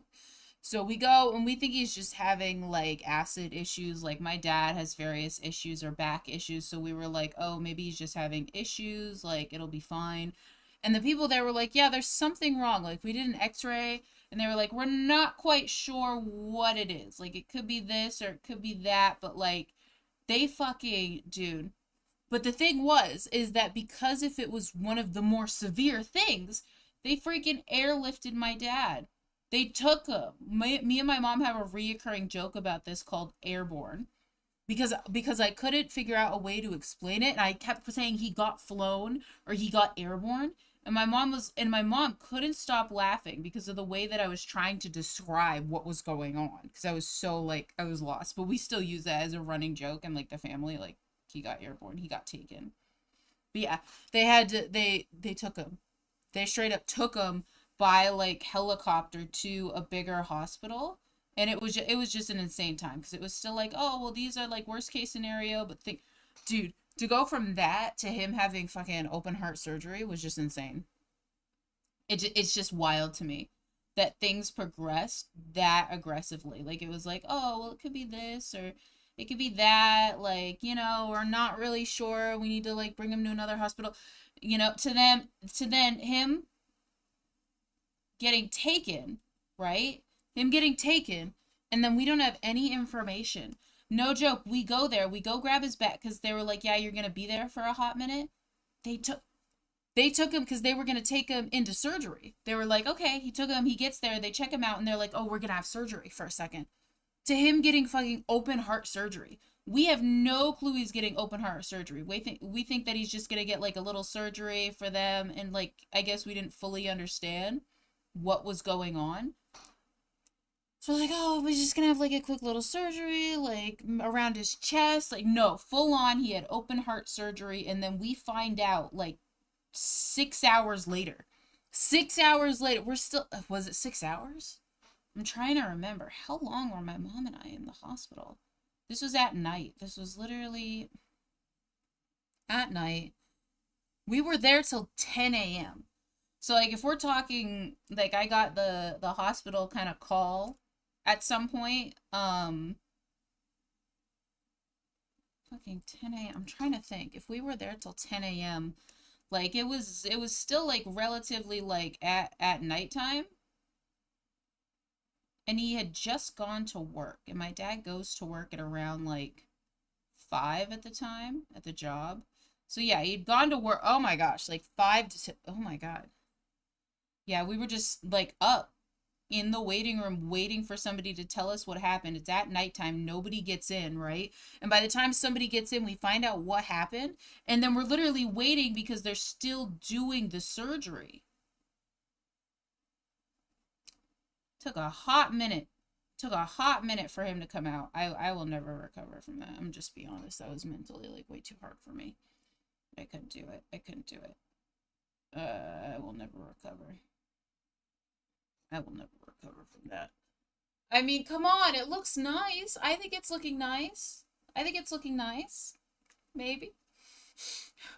Oh, no.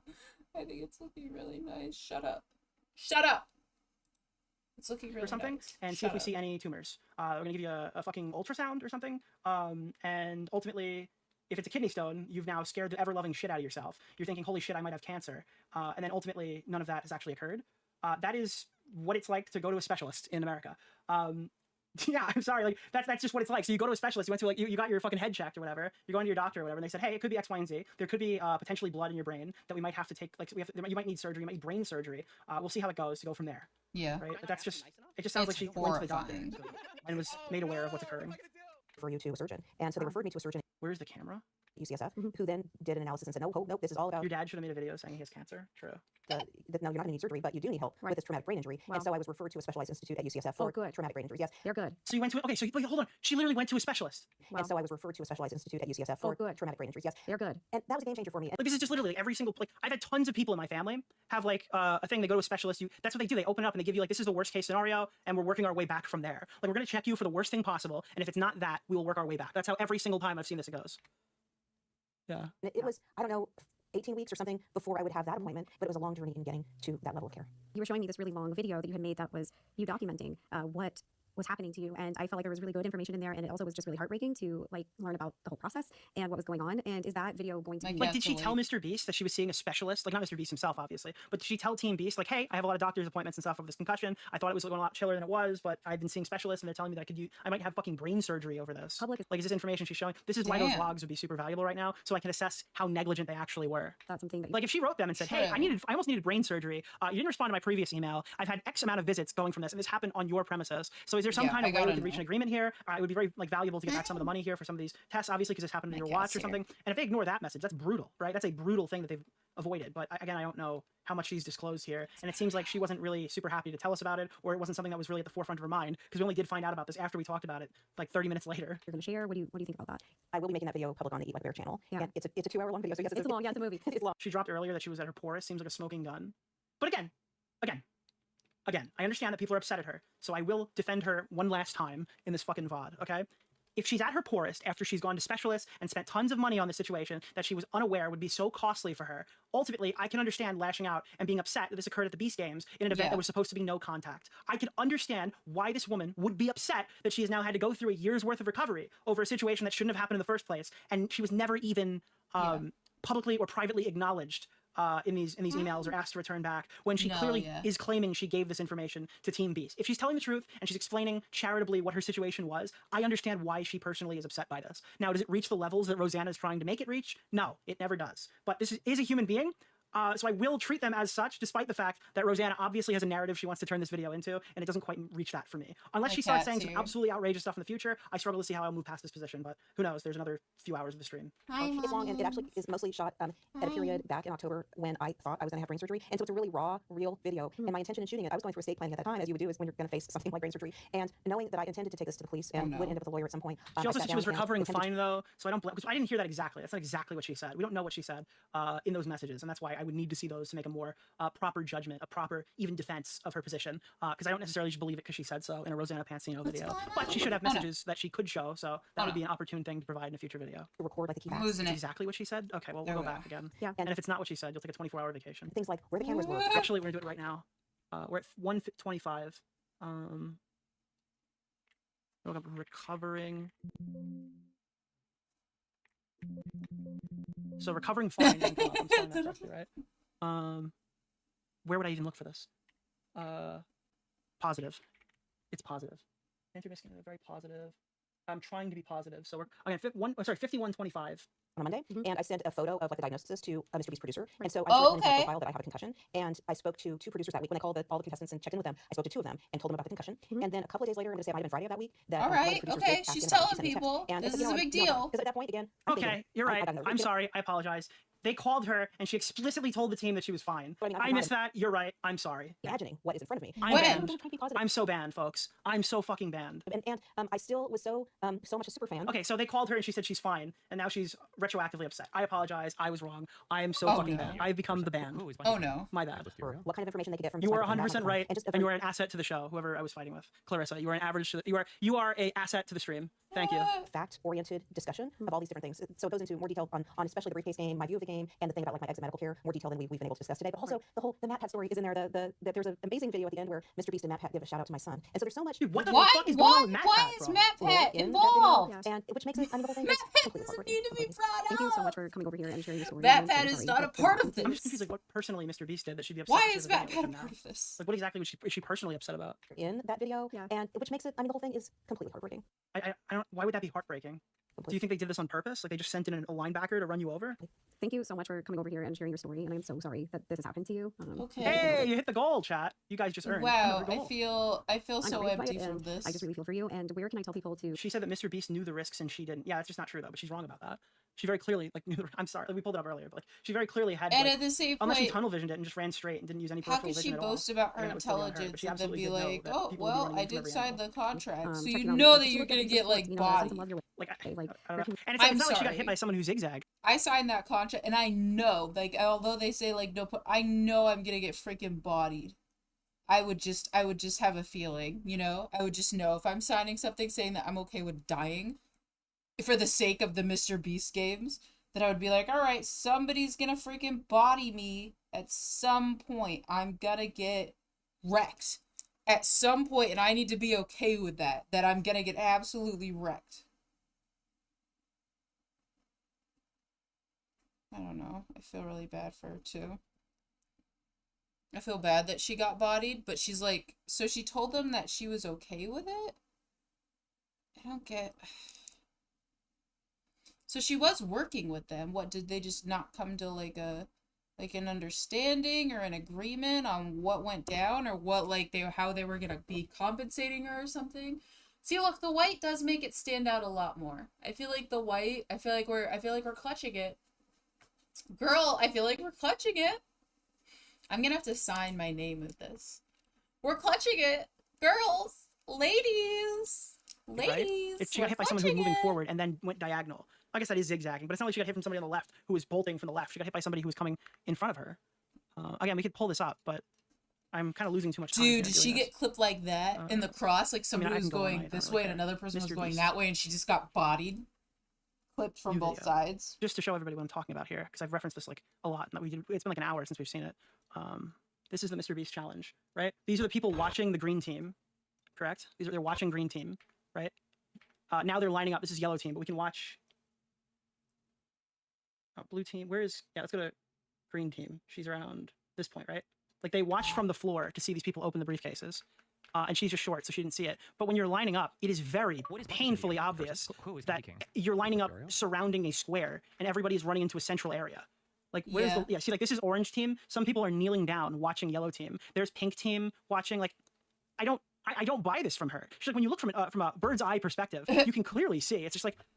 No, it seems like a lot of people were able to clearly see what was the challenge. Yeah, she could have got up front and had sat down, too. It's not like you didn't know they were coming from every angle.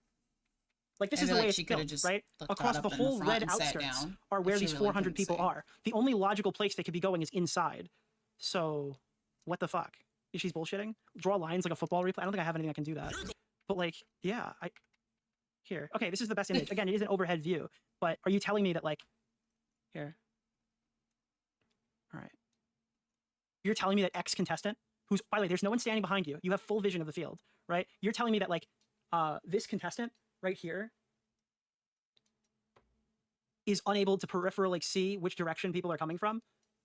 They lack the ability to see all the other bright pink people who are now entering into the challenge. Like, this person is going to go that way. This person's going to go that way. You're unaware that you're running directly into somebody else's path. Like, are you fucking serious? I don't understand what her argument is. This person's going to run this way. These people are running that way. You can see there are other people who are running across. So I don't really, Mr. Beast didn't rob you of the opportunity, and you pretend you're the smartest person on the entire panel. Okay, so I get that some person ran past all the way. At the same time, some people have an entirely different strategy. Like, I feel like she was just like, yeah, everybody, I think she thought people were gonna go for the closest things. But at the same time, she stated that she was like, oh, if I go for something further away because I remembered where it was, obviously, you're planning on crossing the field a significant degree, right? So if you're thinking about how you're going to cross, other people must be thinking about how they're going to cross all the way to where you are. I don't know. And they're all running from like different directions. You're just not using your peripheral vision. You weren't thinking, and then a guy wasn't looking where he was going, and an unfortunate collision happened. But I don't sue the college when someone runs into me and knocks my books down when I'm going running while someone's running through the hallway. And even if I could, I don't know, like, oh, this is improper planning. It's just like, yeah, I mean, this happens every day on a college campus. I don't know. Hold on. How do you think the white's coming out? Right. I think it's coming out. Here you go. Nice. So here she is, okay? She's gonna make this bolt right here, but unfortunately, there was a linebacker from this team who was zigzagging and collided with her right around the podium, causing her to be forced to take this briefcase. Oh my god. Like, unironically, that is the briefcase, just to be clear. That's probably what happened. Like, this is so fucking stupid. She absolutely would know. I didn't think somebody was gonna cross when she went. Like, okay, so she's talking about how she landed over near the podium, and she's like, I didn't expect people to cross over. Ma'am, you were about to cross over. You were going for something. You went too far. You passed all of this. Like, let's say she came from here, or here, or here. No matter what, they talked about how she landed somewhere around the podium. She was going for that direction. She's crossing. Everybody Not the play else I is go crossing. for, yeah, as the most intelligent person. I mean, if we zoom in, she's probably, if I had to guess, she's either like in the corner where the chat is, or by this blue dot, because she makes a deadbolt run for this in this region right here, and she ultimately does land on that specific one, right? Either that or it's this one. I can't tell from the direction, but it's either this one or that one. Instant replay. The crowd goes wild. Yeah, I mean, this is what we're looking at. Where's the flag on the play? False start, offense, 5-yard penalty, roughing the kicker. Oh god, yeah. All right, so where were we? I think we have about like a minute left of this. We find you. Well, for our We gotta hear the crazy plug. Let me hear this plug, dude. Let's see. weight loss community on our message here on YouTube, it's the Eat Like a Bear channel. And Eat Like a Bear. Eat Like a Bear, and that is where Dude, you I gotta watch the Eat Like a Bear channel and learn about weight loss. find that 2-hour-long video. Oh, good. Okay, And I'll link to that too. Yeah, find me. There's a website, eatlikea.com, where you can kind of just Are you find live out. streaming or A are you like to live? What do you like to do live 2-hour-long on? video Oh, yeah, about yeah, like yeah. her Oh my god, no, I hit a button, she's process. crying again, go back! Like just a community or long. Do you remember you said you like to go live? All of the Person? Okay, she's done. That was potentially something. Case in a lot of nothing. Again, even Steven Assrash. Can I talk about this guy for a second? Come on, it's kind Before of we get to the next segment, can I talk about this guy? I absolutely despise. It is popping out more. Don't even tell me it doesn't pop out more. I feel like you have a greater goal of going back and looking at it, because this is going to be on a wall, right? So I know that, like, it could be really simple without the lines, but think of it like it's going to be like, oh, like way out on a wall someplace, you know? Like way off in the distance on a wall that you're, like, passing. Ooh. I got a list of songs I can Stephen A. Sarge, and I'm so fucking mad that Chud Logic has like brought me on a stream to make nice with this guy. Look at this. Can I ask you, outside of the copyright claims and legal threats, which I disagree with, by the way, what exactly did Jake Weddle do wrong? He had something shitty happen to him at Mr. Beast. That part is undeniable. Well, he couldn't finish a challenge, he left and compared it to a war crime after being paid 10 grand a day. Give me a break. He literally cried and got 50 grand more. He's a footnote being treated like a genuine topic in a story that has real controversy. Maybe it's because I interviewed him with a dozen other individuals who feel hurt or victimized by Mr. Beast company culture, but I do tend to spare him and his story a bit more empathy. Getting a little close to your story there, Stephen A. Sarge. That certainly has never happened before. Being a bit of a self-insert in the story. Once again, Stephen A. Sarge. Getting a little too close to the story again, Stephen A. Sarge. You really asked him what he did wrong so you could plug your own video? That wasn't the plan. It was a happy little accident. Fuck off. Fuck off. This guy showed up to shill his fucking video in my replies. Fucking weirdo. Can I actually ask you a question here? Maybe you should watch my YouTube video. I'll read your article, okay? I don't respect you as a fucking video creator, okay? Never. No. Absolutely not watching that. I do not care. But yeah, I wanted to bring that up. Holy shit. Chud does sweep hard for him. I don't understand. What did Steven Assrash get on him? Is Steven Assrash going to do an article on the 30-year-old he groomed? Holy fuck, dude. What the hell? This is the so yeah, this is a tweet. Amanda now suffers months later from a traumatic brain injury, competing on Mr. Beast's new show, Beast Games. This happened during the briefcase challenge. A challenge seemed to be very poorly designed, with not enough safety regulation. Again, like, I'm trying to figure out what the fuck they were going to do for safety regulations.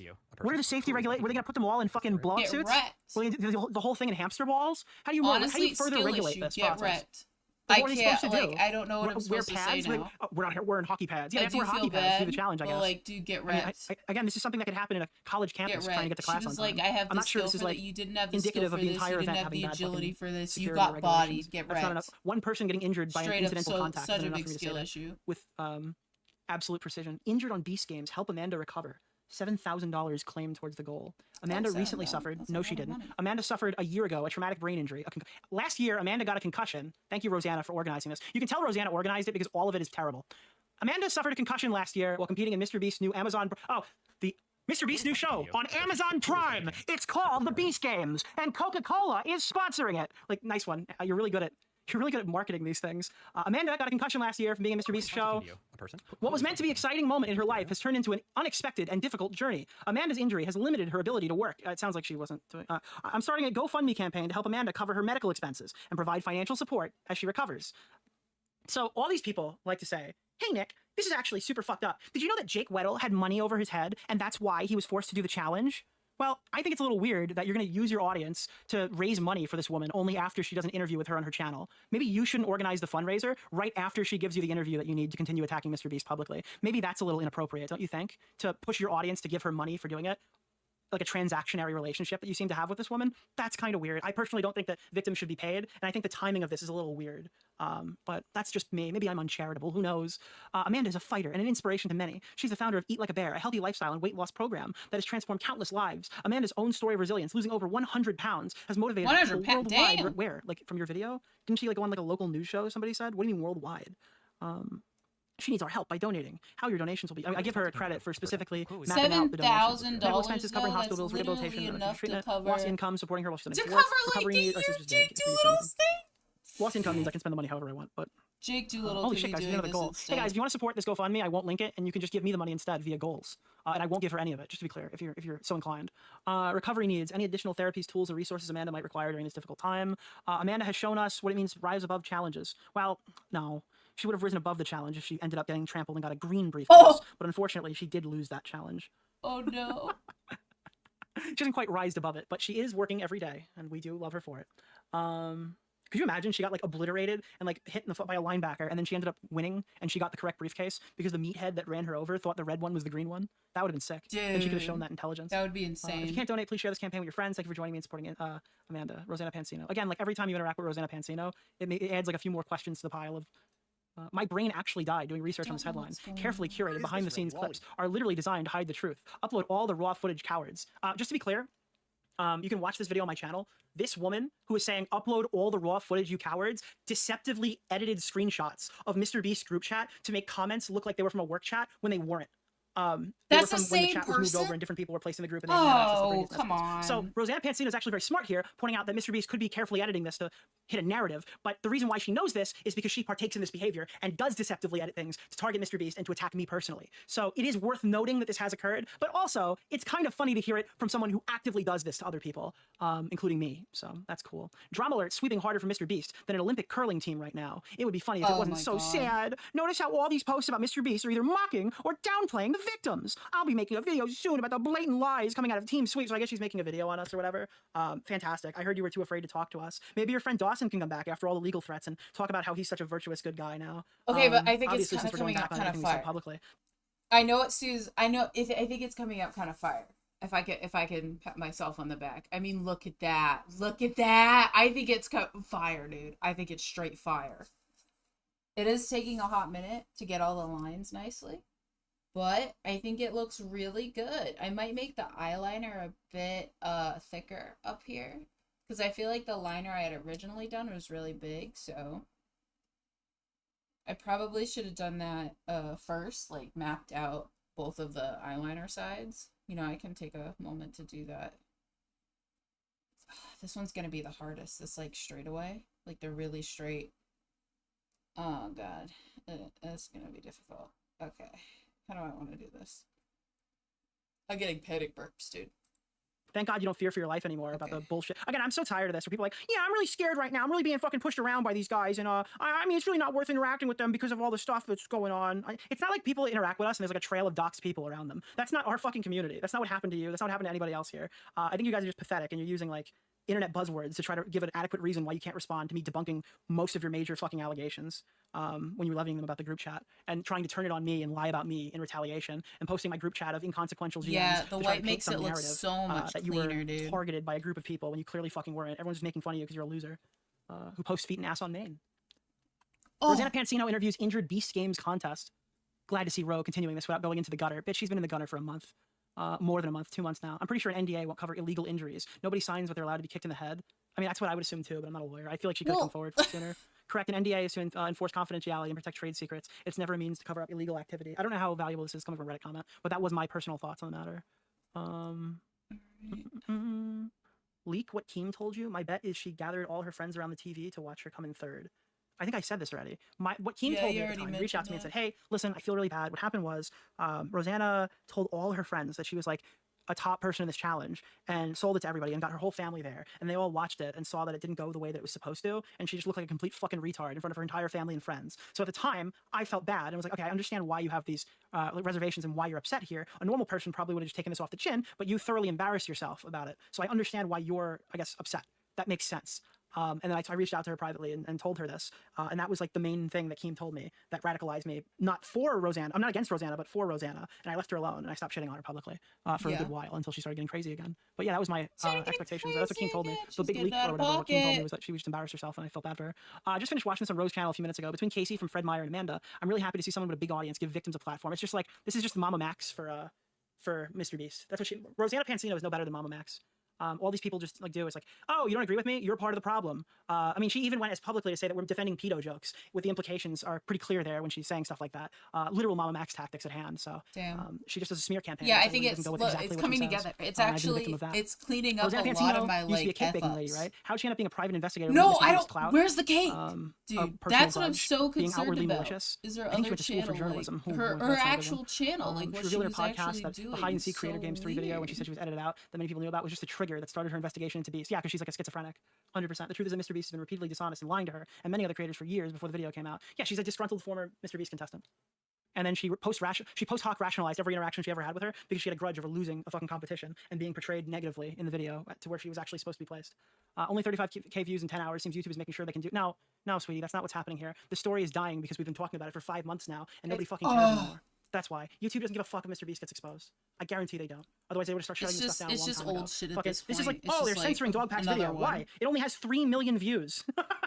No, sweetie, that's not what's happening here. It's just not. It didn't go viral when it came out. I don't even know how many views it has now. 120,000 views premiered on the 19th. Yeah, this is a bomb of a video for her. Absolutely, 100%. But it's not like she really has anything else going for her right now. This seems to be a recurring theme with Mr. Beast. Cakes. It could be about the just like whole chats. Mr. Beast just doesn't have safety regulations now. Now I'm questioning. It could really Moldgate. be about the cakes. Why is this? This is removed due to trolling. So how is this? So this is her thing now? Yeah, because nobody watches the regular content, so she wants to. Okay, so these people are calling it out, but they're getting downvoted. This is a sad event, but could they even prevent this? Okay, oh, good. Let's see what people think about preventing it, other than like being in a hamster ball or wearing protective padding. I think they had follow-up with medical care on site after she informed Carl. This wouldn't be anywhere near as bad now. I mean, I don't think this is the worst thing ever at the moment, but at the very least, I think there's a good chance that B staff would be reaching out to reimburse the medical costs. Yeah, but they reached out and she said she was fine, so I don't know. There is no excuse on site why that wasn't picked up, and I definitely agree with that criticism because there are like cameramen watching this event take place, and it's their exclusively only job. That's their job see to who's sit touching there certain and things watch and couldn't for that possibly miss stuff. it. Even on Naked and Afraid, they stopped the games if things get bad enough. They should have had medical, but they didn't know. Like, all we know is that she told Carl Jacobs. We don't know what Carl Jacobs did with that information until he gives a statement. We don't know exactly what was told to who. The older woman. I wonder if Carl Jacobs even remembers her. Many contestants Man's have now come supposed to forward like gone off and about his own business. Like, he could have just be they gave a disclaimer, you will have access to your medication. Unbothered. Wasn't this the girl who proudly advertised she smoked her dad? She's obsessed. It's unreal. She's never let this dude go. Yeah, I mean, whatever. I'm tired of this whole time. All right, we're gonna learn about the Beast games now. That's the next fucking segment now. I don't know how much of this we're gonna watch, but I am interested to see this. This is the first 10 minutes of the show, and we can react to it. So I am interested to see what happened here. Maybe we can see if there's any glaring problems. Again, keep in mind, Jimmy himself has edited this. So Jimmy, hold on, dude. Why is Santa Shack in the item shop? Santa Shack. Something's wrong with my white paint. Like Shaquille O'Neal. What the fuck?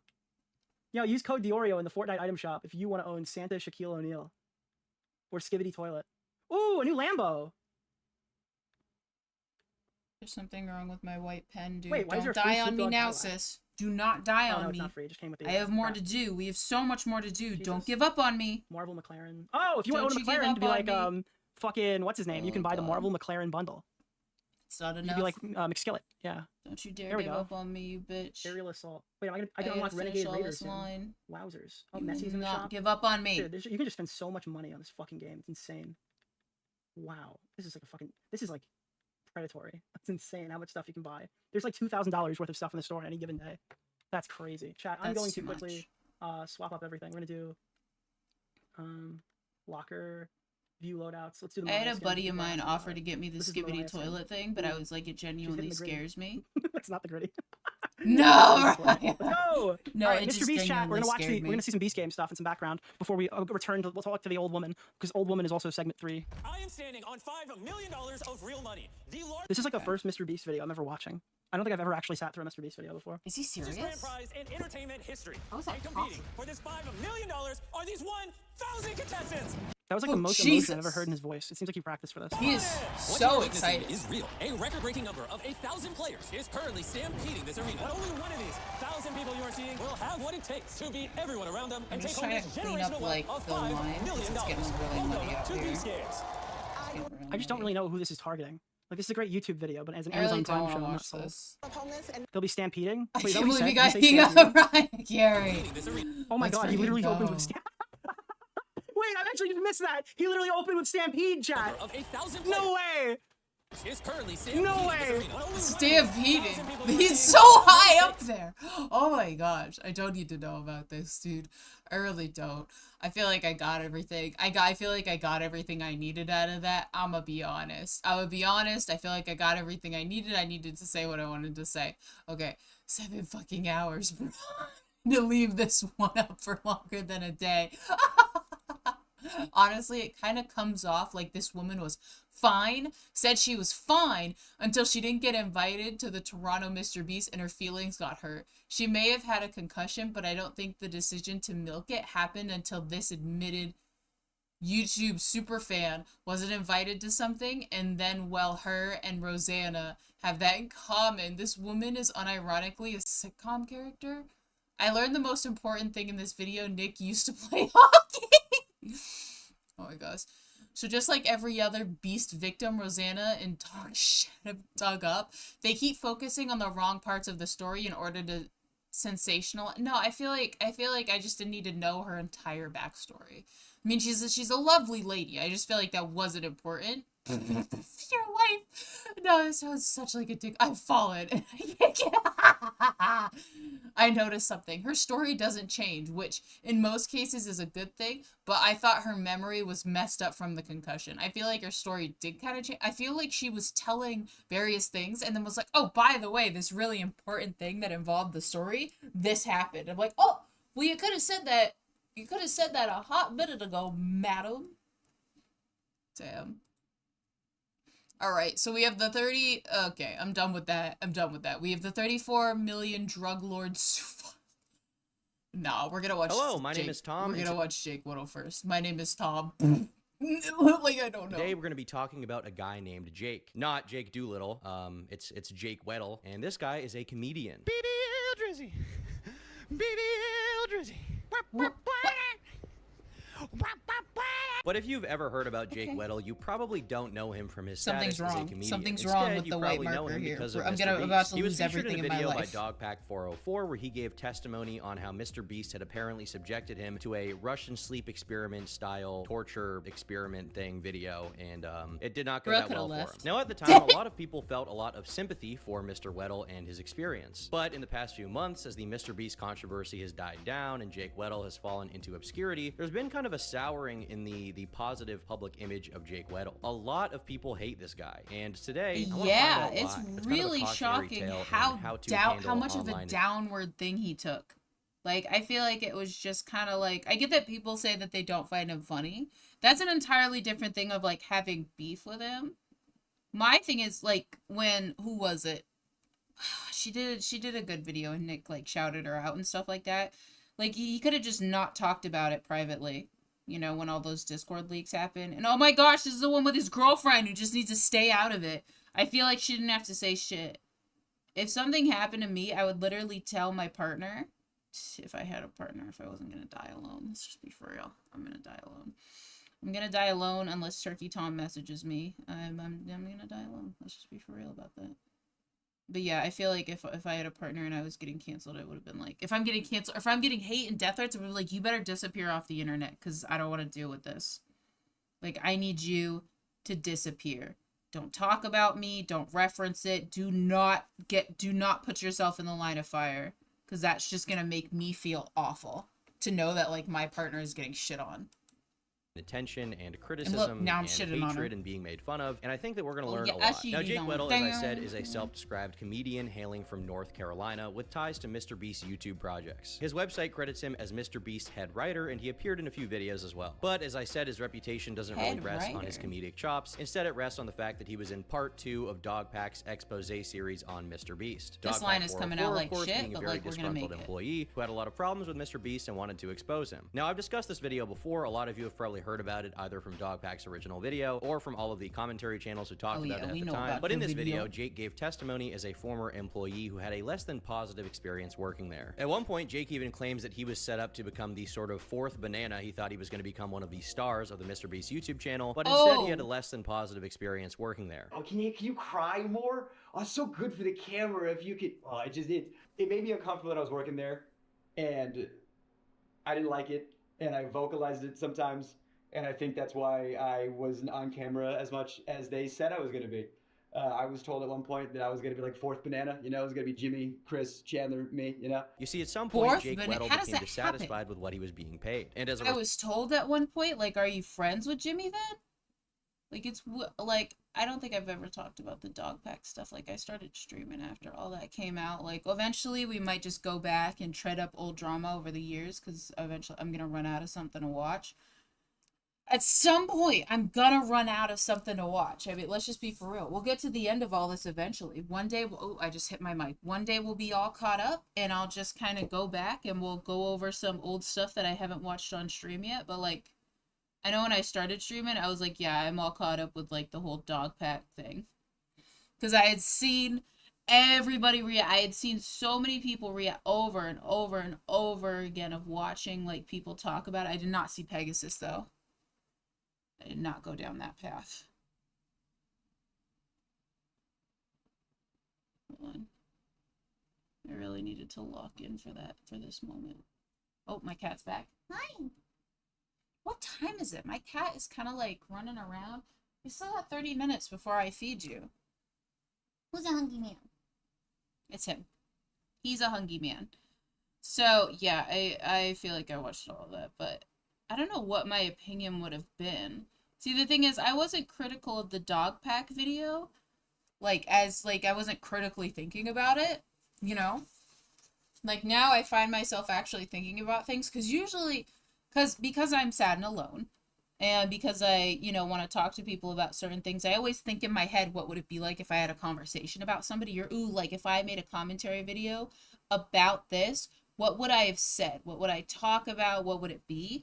But for that particular, like, it wasn't like I was thinking like that. I was just kind of like, okay, what the fuck? Like, all right, what about the raccoon? I had a problem with the illegal lottery thing, but that was already disproven with the whole, was it Soggy? Soggy cereal? Was that Soggy? That whole thing. So that everything has already been resolved in that. That's why I was like, Mr. Beast game seems to be the only thing that's the only thing. And I did want to know, like, the answers from Mr. Beast himself instead of getting answers from the employees. Like, I did want to know, especially with Oompaville's video. Hi. Bruce is so hungry. I'm gonna feed him early. Let me go feed my cat early, cause I love him. Hold on, baby. I'm backing up from the. He wants me to get up from the desk, but he likes to sit right behind the chair, so I cannot back up. Okay, but it's coming out so fire, though. Don't even trip. Don't even trip. It's glowing. Shut up. Shut up. Yeah. That's hungry. He's a hungry boy. Ooh. He's hungry. Alright, that's what he wanted. He was just hungry. And I love him. I love my girl. Alright. So yeah, I had no beef with Jake Weddle because I get that he's Jake Weddle. He, you know what he reminded me of? He reminds me of that typical like I'm not like other girls vibes, where it's like I'm quirky and I'm fun, and I'm like okay, it's all good, sis. You can be quirky, you can be fun. I'm not gonna take that away from you. It's all right. You can be fun and quirky, cute.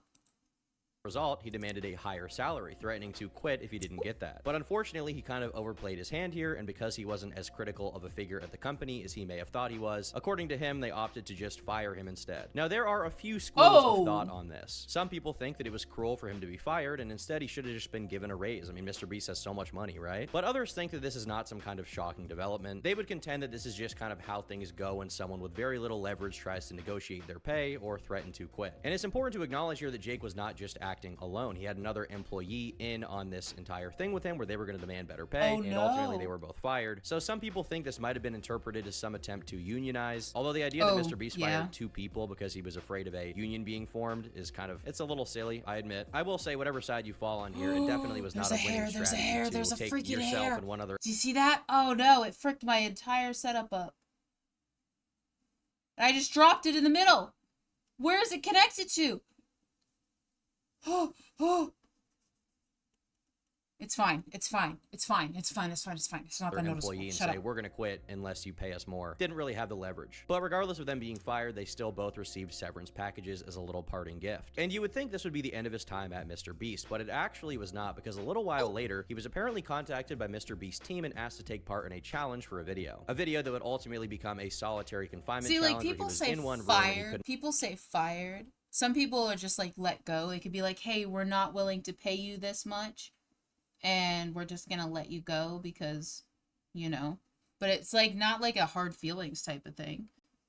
You know, like, hey, you can come back, maybe. It might not have been as like aggressive as some people are kind of like insinuating. Because I like to think fired, and I like to think like, oh my god, it was such a scene. It was such a scene. And he threw his hands up in the air and he said, oh, like, I think it was such a scene. You're fired. Leave, and that was such the a video. big deal. But according to Jake, the details of this challenge were kind of misrepresented to him before he got there. The pitch is 100 days in solitary confinement. But don't worry, like you only have to last like 30. We have like a video.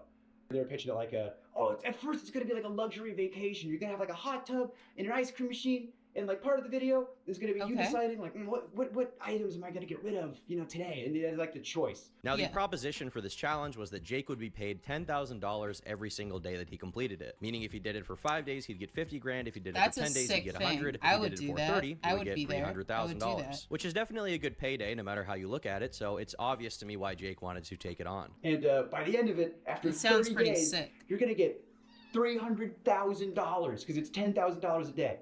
And I don't know, man. I grew up poor in North Carolina. I said, excuse me? I'll dance for you if you put that kind of money in my face, sure. They were like, you're going to be locked in this room, and we got to make sure you're on all the time. We're going to have cameras on you all the time, and you're perfect for this because you never shut the f up. So Jake takes on the challenge, but it didn't end up going as well as he thought it would. And there's a lot of grievances he lists, the kind of obvious ones being that the psychological toll of being stuck in a room like this is something that is, you know, potentially very bad for you. And a lot of people took that very seriously. And even I sympathize with him for that. Regardless of the pay, it still sucks to be stuck in one room with the lights turned on at all times. It's hard to sleep. You're not going to have a great time there, right? Obviously, you know, regardless if you got paid or not, you can still express some sympathy for that. But his other grievances with it range from there being like an unpleasant odor in the room, the hot tub not being warm enough, and then the ice cream. Okay, I know how you can say there's an unpleasant odor. I'm gonna say a hot take here. Sometimes when you sit in your own stank for a while, a room can smell, especially if the room doesn't have proper airflow. So yeah, the room could smell bad, but I don't know if it's because of the smell area that he was in, or if once you sat in the room for a while, you just didn't like the smell of your own stank. I know that's a really shit thing to say, but I really wonder that, like, if there just wasn't airflow in the room. Because I have noticed that. Like, there have been times where I've talked about before where I was like a shut-in, and I'm embarrassed to say this. But it's not like it's a regular thing, okay? This isn't a regular thing. I properly ventilate. Okay, I have 2 air purifiers. Before I got air purifiers, I wouldn't leave like the room for such a long time, and then I would go out to get groceries, and then I would come back and I would be like, what the fuck is this smell? You know? And I'd be like, oh, and I would open the windows, you know, because I would be like, oh no, like, is that what I smell like? I'd be like, oh my God. Some people don't notice that. Some people come back and they're like, oh yeah, there's my smell. Like, I'm used to this smell. I'm not. I leave, and if it smells bad, if I think I smell bad, I'm like, no, I need to do something about that. But like, if you're in a room where you can't really ventilate, like, dude, in that, this is gonna sound so vile. What if man just like ripped a huge fart and then was like, it smelled weird in here, and I have no clue why. I think, like, oh my God, like, I don't know where, like, why does it smell so bad? Because like, he's just sitting in the fart smell, and it's just not vacating the area, and he's like wondering why it smells bad. Machine being too loud. There's kind of a gradient of complaints here where like some of them matter more and some of them are like, whatever. But he is talking about his experience, so he has a right to say what he wants. Yeah, I need to know. Whoa. And I mean, they had just freshly painted the set. You could smell it, you know? Oh, okay. Which that's probably I not like good. that. You know, the smell of fresh paint in your surroundings for the next XYZ time. It looked good. Really on closed him in with the Like, toxic looks smell good on of fresh camera, paint. You know, it's movie God, his magic ass bullshit. poisoned It was him. a terrible Poisoned facility. I mean, he was in one of the studios. You never They had to fuck like, up, get like Jake. a separate like, Poisoned tank him. for, you know, septic stuff. Yeah, there was a hot tub in it. Septic yeah, there was an ice stuff. cream machine. Like, things were cool and funny on paper. But when you think about stuff, Okay. a hot tub that's not connected to a filtration. So I think, yeah, no, now I'm like, septic stuff, what? Did you just take a dump in there? Was he with somebody or was he alone? So if somebody else is a part of this, did somebody go in there, immediately take a dump, and now everybody smells it? Just such a way to win. That's such a way to win, to be like, there doesn't seem to be proper ventilation in here. What if I just like stink bomb the place? System. Give it 3 days, it's gonna stink. You know, if there's not a hot water mechanism, so the hot tub was a lukewarm tub at best, which was a silly complaint, but the shower was always It's a cold. lukewarm tub and at you're best. taking like a quick shower. And I had cameras 24/7 on me, and the ice cream machine. Let's talk about that for a second. The ice cream machine has 2 modes: on, and off, reeking of smelly dairy mildew. Like, so I got to choose which sense was assaulted at a time. But one of his standout complaints was about the lights being left on and not having access to a clock, so he didn't know what time it was, which definitely sucks. But interestingly, he even went so far as to accuse Mr. Beast of committing a war crime against him. Now, Dogpack404, Mr. Beast's greatest op, his greatest enemy, he was clearly very amused at this prospect, and as a result, he ended up flashing a text box pointing out that sleep deprivation is classified as a war crime. And I go up to my friend, my good friend. And I go, they're not turning the lights off. He goes, what? That's a war crime. We're not allowed to do that to terrorists. Oh. That was just a joke. Oh, good. 24 hours breaking a the guy chain of outed convention, himself as making that joke. Now, if in you the want my soggy opinion, I do video. think this challenge for Mr. Beast overall was a bad idea, and I do have sympathy for Jake because regardless of if he got paid, this still sucks, but at the same time, leaving the lights on hardly qualifies as a war crime. And typically, war criminals also are not going to offer you $10,000 a day to stay in a room. You're not going to be able to leave at any point in time, so the comparison is, you know, it's a dumb comparison. But maybe you would say he was just phrasing this in a comedic manner rather than a serious the guy one. in the This is not a soggy serious video, he said accusation. But I would he was argue the one that who made using that this in a joke, big wasn't he? exposed video that was going to be seen by millions of people is a little bit disingenuous because obviously we know how people are going to take it, especially at the height of the Mr. Beast controversy. And also, I just don't think This that line Jake got a was little using it too in a thick, comedic it got a manner. little He too was crazy. definitely serious. But That's my regardless, bad. Jake talked a lot about the psychological effects from this, and it was something a lot of people sympathized with. In fact, he claimed that this challenge actually contributed to his insomnia. And at the time, a lot of people did buy that, but since then, many have come to the conclusion that Jake might have been being a little bit dishonest here. And the reason why is because he was posting about sleep issues as far back as 2020, while the challenge took place in 2021. Now, maybe the issues he was describing earlier on were more common sleep issues, and the actual insomnia, if that's what it is, was caused by the challenge. That could be the case. Maybe before he wasn't really talking in a clinical sense. He was just like, I have trouble sleeping, I have a bad sleep schedule. And after he's talking about how psychologically this affected him, that, you know. I think I may have mentioned this before in like the slew of my diagnoses that I have PTSD and trauma. I was diagnosed with that. And, you know, it was a thing, like, when I think PTSD, I think of a man at war. Like, I'm thinking of, like, Vietnam. You know, like, I'm thinking of, like a man in the military. Like, I think PTSD. And I had to get kind of educated that, like, PTSD can happen through various events, you know? So, like, it doesn't have to be a specific event that causes you PTSD or something like that, but I can't speak on that. I can't speak and, like, judge somebody about what they thought was traumatic and what actually wasn't. Like, that's for their brain to decide. Like, yeah, somebody could be like, oh, wow, that wasn't traumatic. Like, why would you react? Sometimes it is crazy what some people get PTSD from. It is so crazy that, like, a certain event can just hit your brain and you're processing at just the most wrong angle. Like, it rubs you, it just kind of grazes you ever so slightly, and it's like, boom, now you have this trauma for the rest of your life. It's like, okay, well, that's great, you know? So I can't, like, sit here and judge that and be like, well, that wasn't that traumatic, because I don't know. Obviously, like, for someone like that could be, this could have been like an extremely traumatic event on his brain specifically, and he's just not able to recover from that, you know? So I can't speak on that. It would be kind of shitty of me, especially with this stuff that, like, has traumatized my silly little mind and my way of thinking and living my life, to kind of, like, judge on that. I just want to say that. Could be the case. But this is one of the first things people pointed out, is like, how honest is Jake being here? Is he exaggerating these claims? Did this really give him insomnia, or is he playing this up? Now, at one point in the dog pack video, Jake recalls how apparently Jimmy had entered the room when he was doing the challenge with a bunch of cash, and he proposed to him that he do a treadmill challenge. Jake's claim is that he basically had no real choice in this matter. He could not decline, and a lot of people took issue with this idea that he could never decline, because obviously it is a voluntary choice whether he does the treadmill or not. He could just stay in the room and not do the treadmill. And the entire challenge, of course, was technically voluntary. He could have opted out at any point in time and still kept the money for the days he had already completed. But he goes on to describe running on the treadmill for Top hours, view, though, it looks great. And I mean, look at that. Like, if you're looking at this from a distance, it's totally fine. I mean, from a distance, and that's the point. You're supposed to be looking at it from a distance, because it's supposed to be like artwork on a wall. You're not supposed to have your face right up in it like I am. That was like the breaking point for him. He was done with this challenge overall. And so fucking I treadmill wanted sent to be a me good sport, and I wanted to get the boost, and I wanted the cash, and so I start running at 12.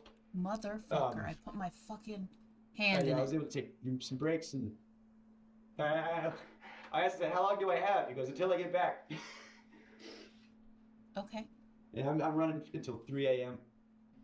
When I got off the treadmill, oh my god.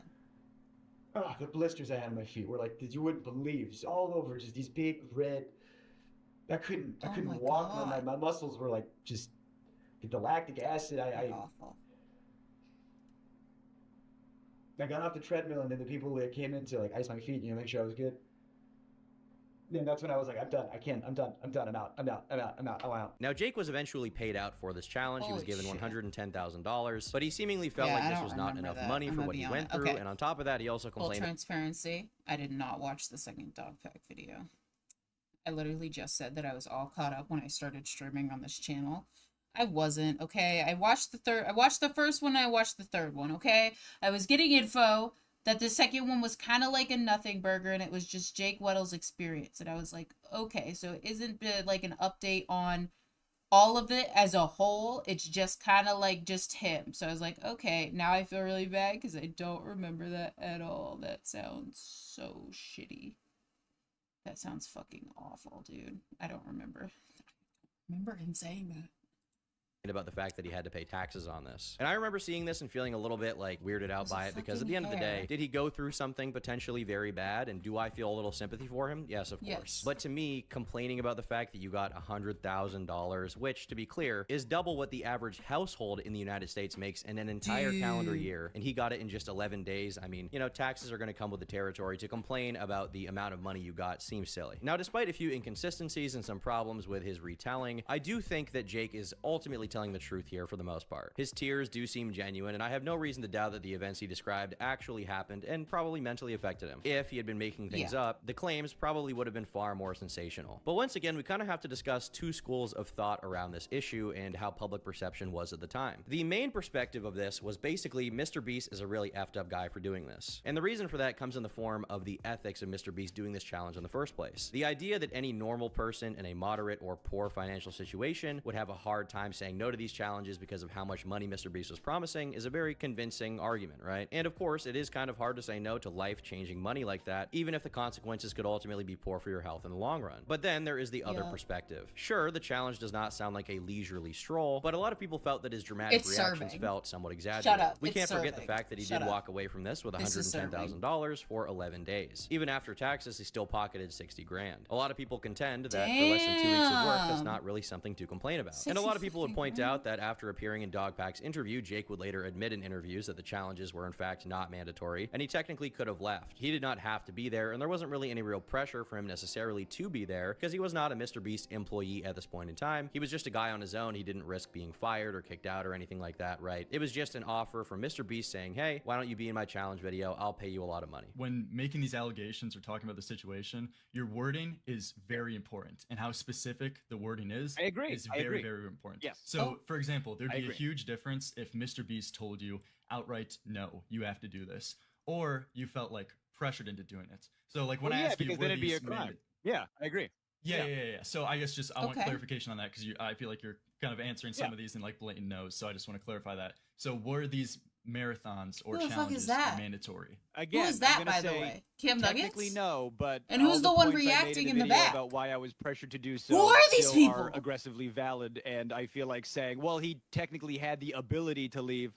Technically, yes. I want to keep using the word technically. That's what technically means. This wasn't a crime. So I think that your perception on this issue is going to kind of fall on where you feel about personal responsibility and the position that Jake was in to decline this challenge. Was it unethical for Mr. Beast to offer this challenge in the first place? And in the case of Jake Weddle, how much responsibility should he face for agreeing to this challenge at all? Now, besides all of that, there are other things people took as reasons to just not like Jake personally. For example, it is kind of hard. It is kind of hard. I feel like a lot of people are putting a lot of responsibility on Mr. Beast, as if Mr. Beast is responsible for each person's like decisions or their individual thought process, you know? Like, yeah, I can like shit on Mr. Beast, you know, for all of these things and be like, yep, he's at fault and he shouldn't have done that and he shouldn't have done this, but yet it's still like a person is still there. They can still decide, kind of like that lady said, like, oh, she was like, well, I didn't get all the information, you know? She could at any point have just decided to just leave. She could have just left. She could have just got up and been like, fuck this. And so could a Jake. You could have just got up and been like, nope. Like, it's to the point where your feet have blisters and it's like, how long do I run until they get back? Like, you could have just got up and been like, fuck this. I'm not gonna do this. The fact that after complaining about having to pay taxes, he talks about how he somehow managed to spend all of the money from this challenge on his stand-up career. I spent $44,000 in taxes alone.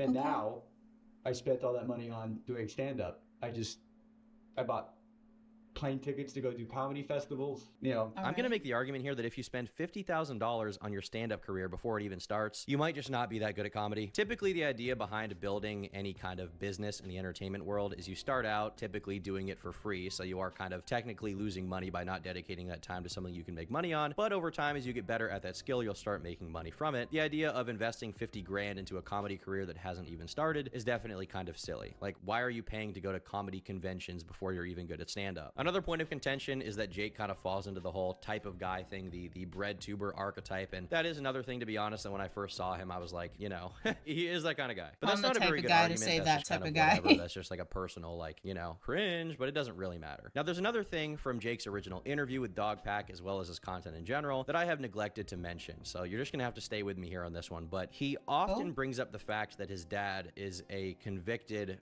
pedophile. And obviously he can talk about that all he wants and not, like, using that as a point against him or anything. This is his story to discuss. He can talk about it whenever he wants. But the problem, in my opinion, is that when this controversy was going on, it was also at the peak of the claims about Delaware, the convicted RSO that Mr. Beast had hired. There were also the claims of Chris Tyson and Mr. Beast knowing all about Chris Tyson. That idea was being pushed a lot, the idea that Mr. Beast knew about these weird DMs. And Jake was very clearly wrapped up in the idea at the time that Mr. Beast knew he hired Delaware and knew that he was some kind of offender, and also wrapped up in the idea that Mr. Beast 1000% knew that Chris Tyson was creeping on the youngins, right? He knew that Chris Tyson was a gooner. And so see that I wish Oompaville had kind of like laid into him a little bit more and have been like, you never asked about like really like kind of like not getting a simple answer. And that's the thing is like you'd be like, so did you know? And you could be like, no. Like I want like really like in-depth detailed, like I want grilling. I wanted the absolute grilling of Mr. Beast. Yeah, I'm happy I'm gonna finally get this done. I think today's the day because tomorrow is Christmas Eve. So I need to get these done for my mom as a Christmas gift. I did say that the next stream I was gonna be working on animations, but like I was busy yesterday. I was at a Christmas party with my mom for her work. It was fun. We went to Dave & Buster's. Amidst all of this, Jake went on to compare Mr. Breast to... And I won from the prize room this little ducky. And that made my life yesterday. His father, Nathan Weddle, on like 3 separate occasions. My dad was like a swim coach, your neighborhood swim team. Everybody loved it. Behind closed doors, he's a real piece of shit. And so when stuff started hitting the fan, what? Him? No. Surely. The day the news broke, you know, that he did what he did to one of the students of the team. But I wasn't surprised. And it was just consequences happening to somebody who was really good at avoiding them for a long time. And I don't know, everybody loves Jimmy.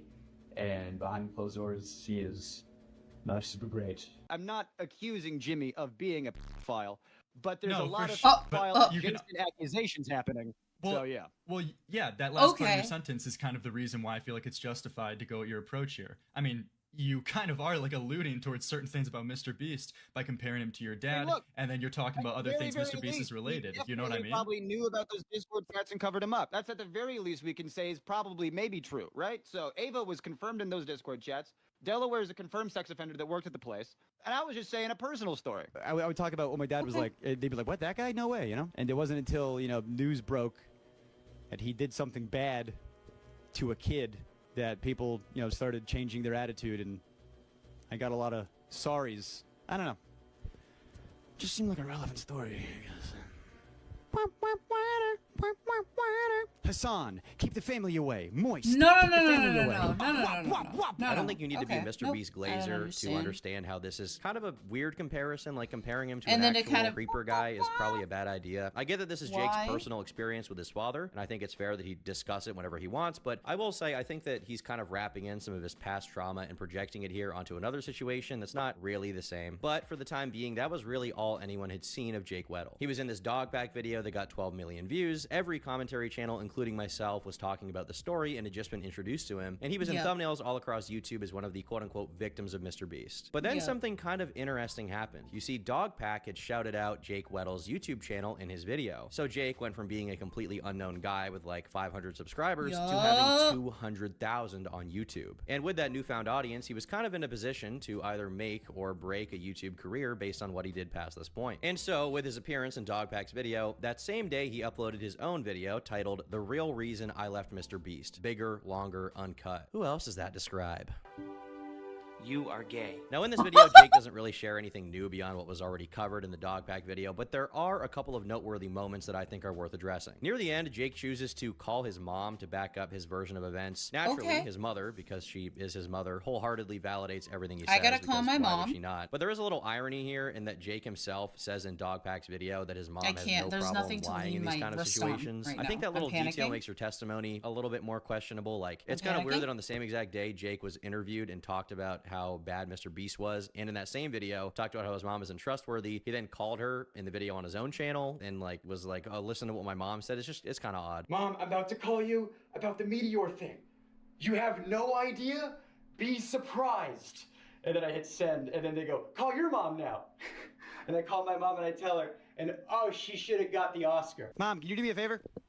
I can try. But regardless, this video got over 1 million views. It got a lot more subscribers for Why do Jake. it's It the boosted white. him. I'm Was it touching. a It's not necessary dry upload yet. to make? Probably not. But I he was keep touching capitalizing it. on the attention, so we'll give him that one. All right, that's a freebie. He's capitalizing on what he's getting. He wanted to give people who saw the interview a video to watch on his channel that kind of aligned with that. So now there's this big audience of people. They're all subscribed to Jake Weddle, and they all know him for the Mr. Beast thing. They don't really know anything about him beyond that. They just are subscribing basically out of pity. So he ends up uploading a few more videos. One of them being a response to Jake the Viking, who, by the way, was the guy who was like criticizing Jimmy all the time. He was like, guys, Jimmy knew about Chris Tyson. And then it turned out that Jake the Viking's own brother-in-law was also the convicted sex offender that Mr. Beast had hired. And not only that, but Jake testifies that he personally knew the entire time. Like, Jake knew. Not Jake Weddle, Jake the Viking. He knew. Great job, other Jake. We got like the jacked Jake here and then the soy Jake. A tale of two Jakes. Mr. Weddle here then made another video talking about how he wrote Mr. Beast videos and how he wrote everyone's childhood. But the important thing here is that the views were clearly dipping. The video about Jake the Viking got 500K. The video about how he wrote all of your childhoods got 90K. So he really needed another banger on his channel to keep this up. So around 2 weeks after the original Dogpack interview, Jake Weddle would release another upload titled, I Caught Jimmy in a Secret Recording. And a lot of people saw this and were like, whoa, what's going on here? A secret recording? He has more info on Mr. Beast. So Jake basically lured people in with the idea. He caught him on camera doing something bad, but spoiler alert for those who haven't seen it, he didn't. The so-called recording is actually a deep fake that someone else sent him that he then put in the video. To Jake's credit, he does admit that it's fake, so he's not outright lying. I'm not gonna lie, that was a pretty damn good AI, wasn't it? But framing it in this way is undeniably kind of shady clickbait. There's no real recording to reveal here. And I don't really have a problem with clickbait in principle. I'm not really that mad at it. But what this clickbait really shows is that Jake is still kind of relying on the attention from the Mr. Beast thing to get anyone to watch his channel ever. From a content creator perspective, when you get a lot of subscribers for one reason, you're often tempted to just milk that one reason over and over and over. But realistically speaking, this is not going to accrue you an audience of people who actually want to watch you. It's just going to be people who want to hear about Mr. Beast drama. But beyond the clickbait, there actually was something interesting revealed here. At a later point in the video, Jake reveals that Mr. Beast had actually texted him. He explains that Jimmy reached out to him privately to apologize for whatever he went through during this challenge. And on top of that, Mr. Beast also offers to pay the remaining balance for the challenge days that Jake did not complete, which is something that Mr. Beast did not necessarily need to do. He didn't have to do this. You can make the argument of, well, he has so much money, he just wanted to look good. He wanted Jake to leak it so he would look good. It looked like he's giving him a bunch of money. Or you could make the argument, if you like Mr. Beast, that he was clearly trying to give him money because he felt bad for him or something. But whatever the case, Jake didn't want to keep this interaction private. He wanted to broadcast it to. Like, I don't know why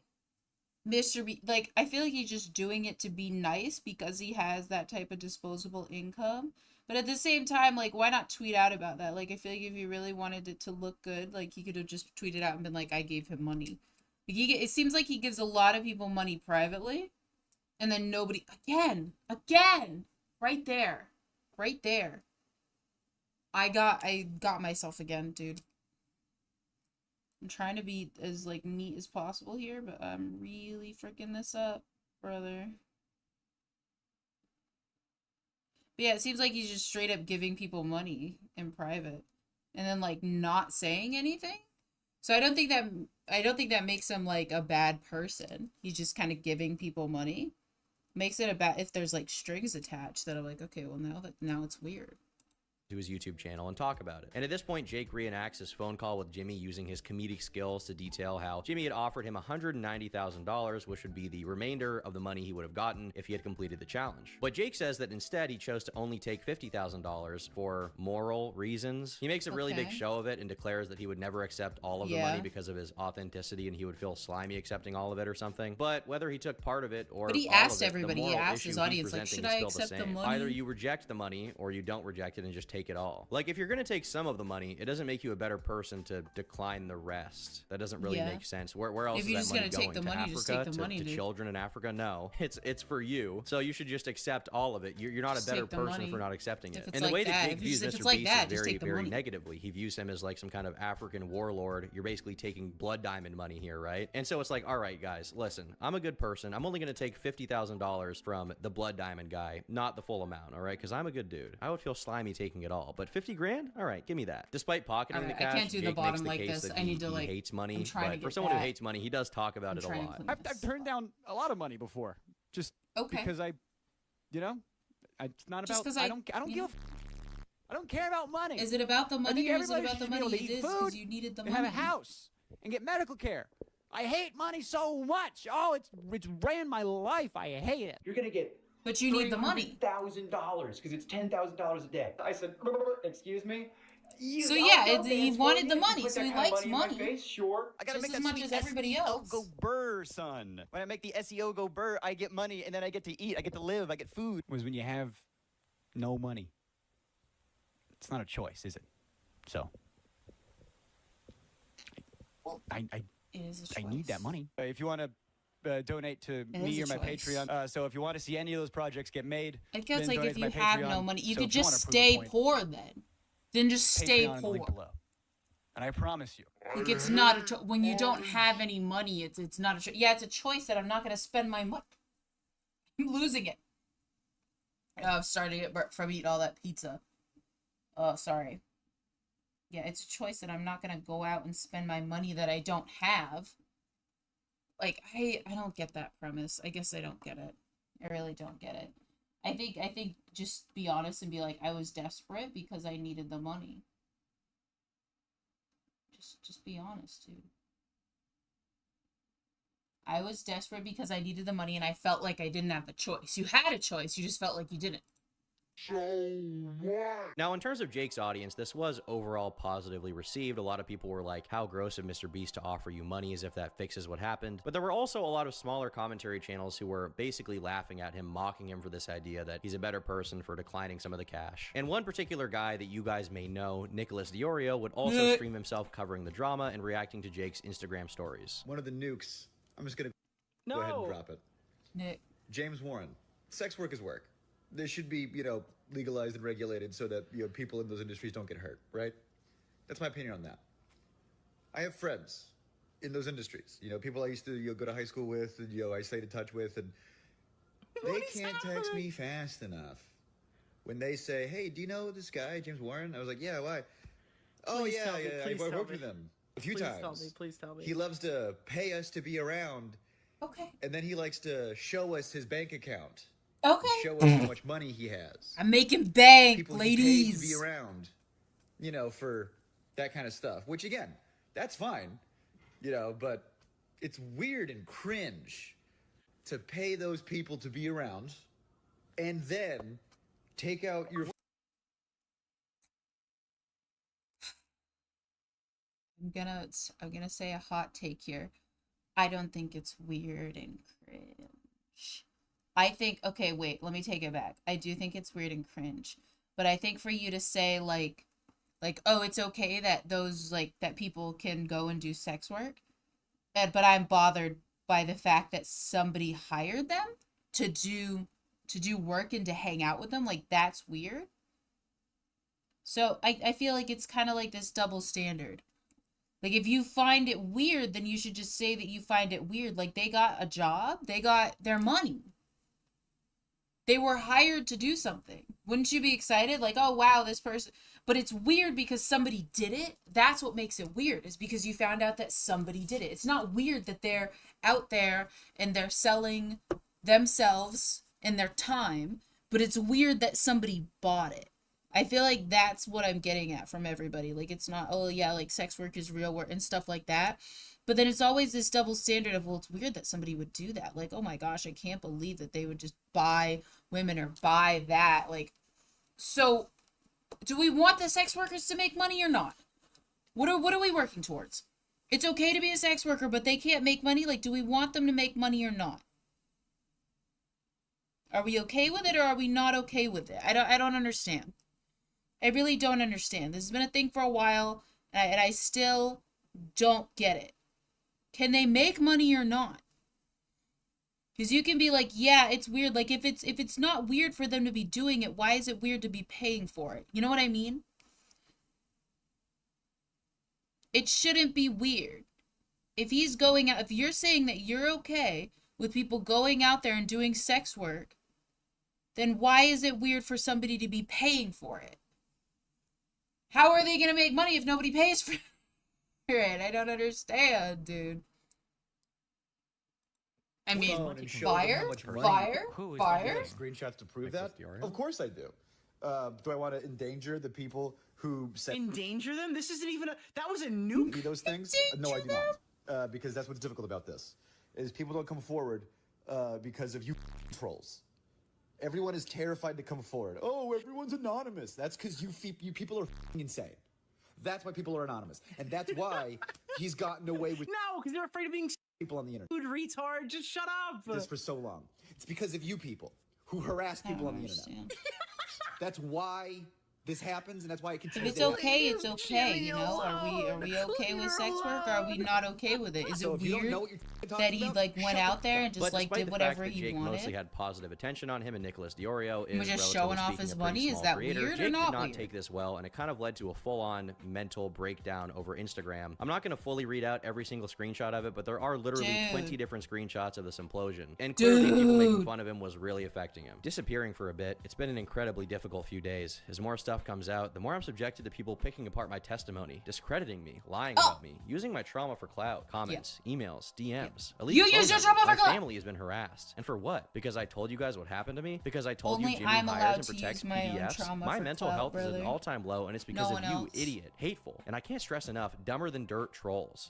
What happened to me is real. You don't get PTSD over nothing. You weren't there. I was, which makes me more informed. Period. I am the Yeah, only one who has again, any like, the whole authority over the PTS story, thing, like, and you it's not either my are a place. child or a sweaty edgelord dipshit. Go freak yourself. Go freak yourself. Go freak yourself. Go freak yourself. Go up to a victim and tell them it's their fault next. Oh! Wait, that's exactly what Jimmy's fans do to the numerous allegations coming out from employees, contestants, you name it. Regular uploads, ugly duck workshops, podcast streaming, all picking back up next week. My regular uploads are all going to be back next week, but I'm taking some time to get my mental health back, despite Mr. Beast fans doing their best to kill me. But before I go, let me spell it out for you We're real coming in slow so you clutch can with have it this spoon-fed lining to you. here. Now, We're this coming message in is kind of clutch. funny, but I think it is important to It's have a coming little bit of sympathy together. for Jake here. If his family is being harassed or his phone number is leaked, that sucks. That should not have happened. And on top of that, Jake Weddle is relatively new to being a public figure on this scale. He had probably No, never received seriously. any kind of online Wasn't scrutiny ready or for being the made amount fun of hate, before. like, And didn't now all of a realize it sudden was he's a a part of the real biggest thing. YouTube controversy of all time. I don't expect him to act perfect, but I will say this in and of itself Dude. is just not the way to.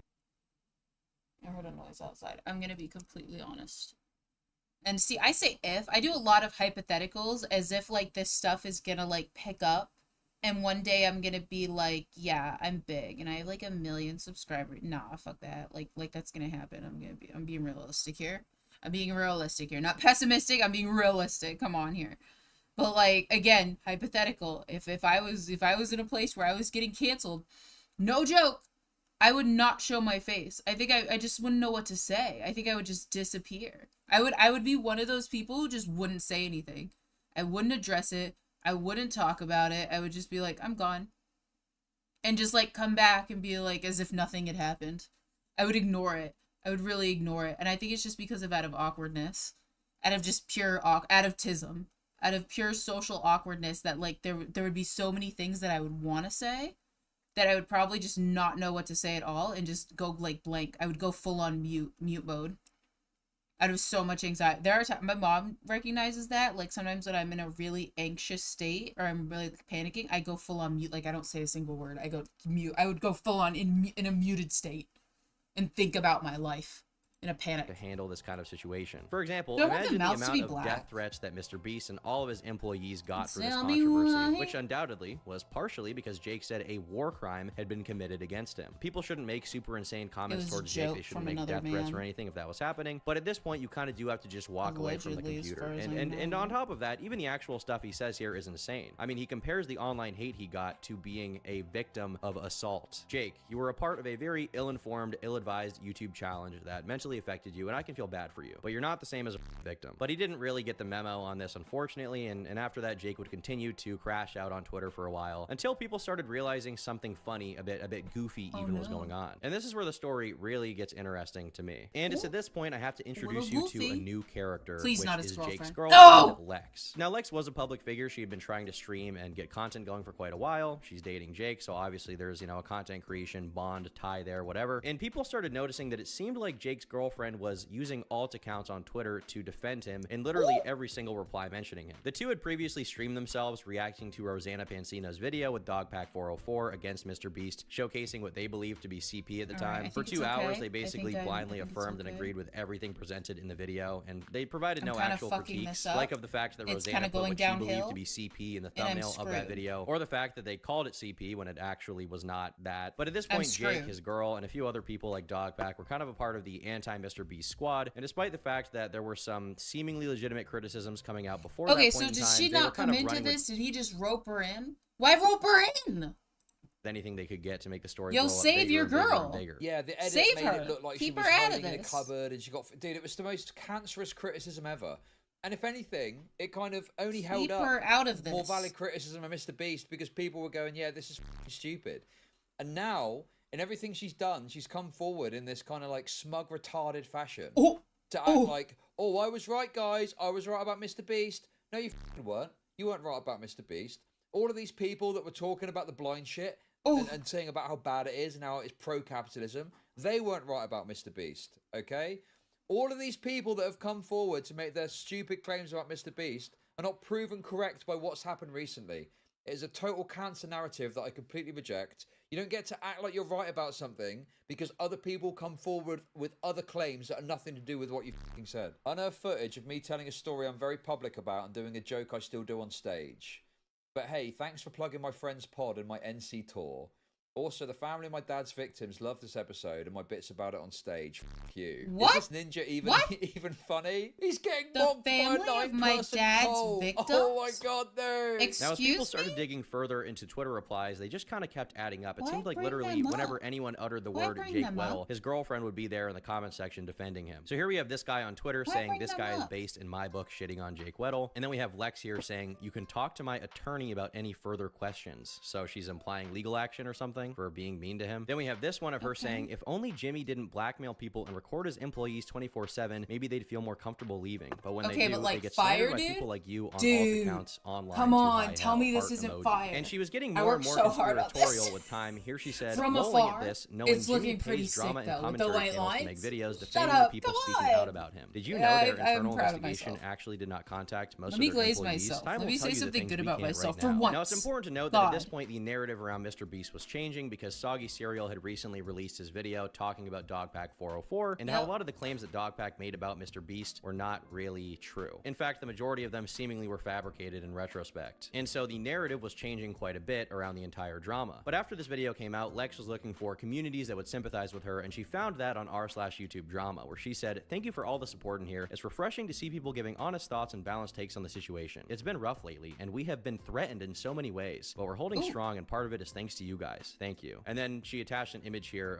of her with Jake, which led a lot of people to make fun of him for seemingly using his girlfriend as a shield for any criticism. Now, I will say, to extend a little bit of sympathy here, even, once again, these guys have not been public figures for very long in the spotlight. They're not really used to this kind of thing. So Lex probably thinks it's a good idea to go and dispel any claims about Jake and argue with random people on Twitter. But this is a bad idea. First of all, Jake, you should not be letting your girlfriend run around defending you at every single moment You possible. can say that some people don't know what's going on. Like, oh, they haven't been in this space. I feel like a good majority of people are well known about what goes on online. And if you say something, you're going to get, like, attacked for the craziest of reasons. Like, as much as I want to give people, like, the benefit of the doubt and credit, I really need to know their entire, like, online history to be able to be like, yeah, you know. Like, you'd know. They knew. Jimmy knew.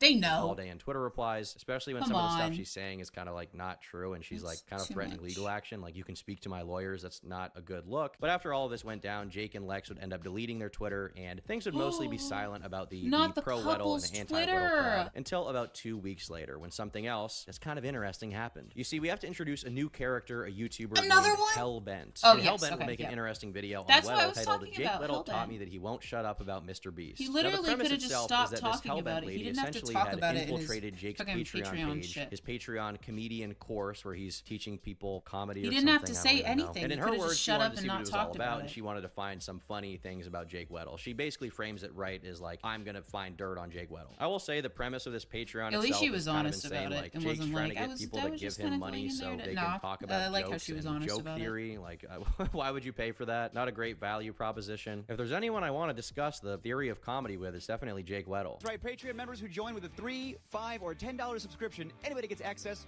to the code to the Discord that brings us to the Ugly Duck workshops. We talk about jokes, we punch up jokes, people bring jokes, I bring jokes, I am going on tour, I gotta work on my jokes. We talk about comedy theory. Why is that joke funny? I mean, some people are interested in that. That's all right. Theory, guys. Or maybe we. I mean, I'm not gonna shit on him for his like comedy. I said that I didn't find him Isn't that funny. what paying for? Some people are interested in Regardless, this. they are the highlight of my month. Jake Weddle explains the joke to you. But Hellbent had seen that out of about 90 different patrons, there were about 5 of I'm them gonna that get were this actually nose, dude. active I'm still around the deciding chats if for this comedy should be theory white and or if the this should workshop. be, And after prying a black. bit more, she was able to get into the exclusive Discord workshop to chill and tell some epic comedy jokes. Now, once again, Hellbent is very forward here about her intentions of obviously finding anything she can about Jake I Weddle love to kind of that. make fun of him for. And she says she pretty much expected it to be dog shit, just, you know, stuff to make fun of him for in the first place. It wasn't that serious. I'd like to clarify my intentions. If you think that I'm a scheming, drama-hungry slop peddler who had malicious intentions going in, you're not wrong. I always You're not thought the wrong. workshop I to be love dog that. shit in some shape or form, but I thought Pop that off, if there were sis. any content to be made from infiltrating it, it would probably be me goofing on Weddle for the lack of effort. But it turns out she found a lot more than just a questionable workshop, and she explains her process of getting to that point by uncovering a few wacky things. Jake's workshop here is what he referred to as a loose format, basically meaning that if nobody brings jokes, they'll just spend an hour that people paid for at a Discord call shooting the shit about nothing. During a call, Jake would even admit that the Patreon itself was shit and he had been lacking due to the Mr. Beast stuff. He didn't really know what to do, but he had some great news. Jake had hired a personal assistant to assist answering Instagram messages from people asking him why he hates money. There's no reason to respond to messages from random people. This is not a thing you need to do or should be spending your time doing. And I don't think you need to hire a personal assistant to do that either. Like, that is such a waste of time. weird. But it turns out that this assistant is actually just Jake's girlfriend, which makes a lot more sense. Jake would also tease a future of some banging that's content who he his would be releasing, assistant where he said was. there would be another Okay, bombshell I didn't related realize. to Mr. Beast, and that was going to be on I Rosanna thought he had Pansino's another channel. woman And that is when involved with, Hellbent like, started helping recording with and got a this. very fat audio conversation with Jake that was illuminating in many ways. Really excited about that video. I've been cooking it up for a while, and I want to make sure it comes out when the and little fun fact: at the end of Rosanna's video, they actually let me do 5 minutes of stand-up in front of everybody that they could gather in Rosanna's studio, and then there's going to be a call to action to my channel as well. So that's both of those videos coming out. It's very, very exciting. Now that video with the bombshell is probably not going to come out now that Dogpack 404 got dumpstered, and you know, there's been legal action threatened against him in particular, and I'm sure Rosanna Pansino was pretty scared about the prospect of legal action for Mr. Beast. But I will say, just imagining the end of a Mr. Beast exposed video that was like some kind of bombshell, the idea that the end of that would be 5 minutes of Jake Weddle doing stand-up with a call to action to like and subscribe is like, that is funny. I wish we got to see that kind of. Okay, I wanted to see it. Guys, we have proof of Mr. Beast trafficking children to some secret island where he was making them eat Feastables all day. And by the way, here's some wacky stand-up from our friend Jake Weddle. Everyone clap for Jake. We all know and love his stand-up. Now at this point, Hellbent apparently decided to confront Jake Weddle over what Rosanna and Dogpack did with their alleged CP that they found exposing Mr. Beast, which was not really CP. The two of these people literally thought they had downloaded illegal content in order to expose Mr. Beast. It's this whole like autism thing. But Jake's response to this is even better because he says that they are working with the FBI, as if the FBI is at Rosanna's house. And they're like hunkered down, like, we're investigating Mr. Beast right now. After basically Dogpack or whatever his name is, Dawson and Rosanna told that they had CP, downloaded it to censor it in reverse search. We're gonna do this. I'm gonna survive this. Oh, I mean, I couldn't. I'm gonna survive this, dude. Don't even trip. I will survive Oh, this. you guys watch CP? Yeah, well, I do think there's a huge difference between people trying to stop files versus people who are being files.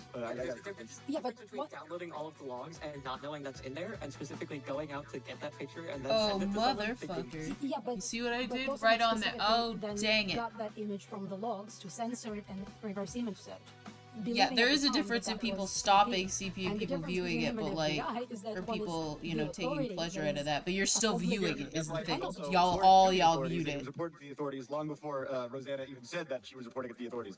Rosanna's been working with the FBI for quite some time. Yeah, the point is that they should have reported it and left it there and downloaded it, censored it, reverse image search it, etc. That's just everything that Rosanna's been doing has had the stamp of approval behind the scenes from the FBI. I'm going to go out on a limb here and say that I don't think everything Rosanna Pansino, the cooking channel, has been doing has an official approval of the Federal Bureau of Investigation. There's going to be a little bit of generalizing here, but when you submit a tip to the FBI, they don't like work hand in hand with you like in a movie. 99% of the time, they'll just not respond. And on the off chance they do use your information, they're not going to be encouraging YouTubers to make public statements about how they're working with them. Seriously. So either Rosanna lied to Jake, or she had some delusion about the situation and said this to Jake, or Jake is delusional about the idea that she's working with the FBI. There's something going on here. A little bit of a side note here, but this is a common trend with a lot of people. It's like, I'm working with the FBI, I'm working with them, and it's like you sent them an email or something. Like, it's not really. But Jake seemed to be under the impression here that the Bureau was closing in on Mr. Beast. It was almost over, seemingly as some kind of mental justification for like, all right, well, there's a few people.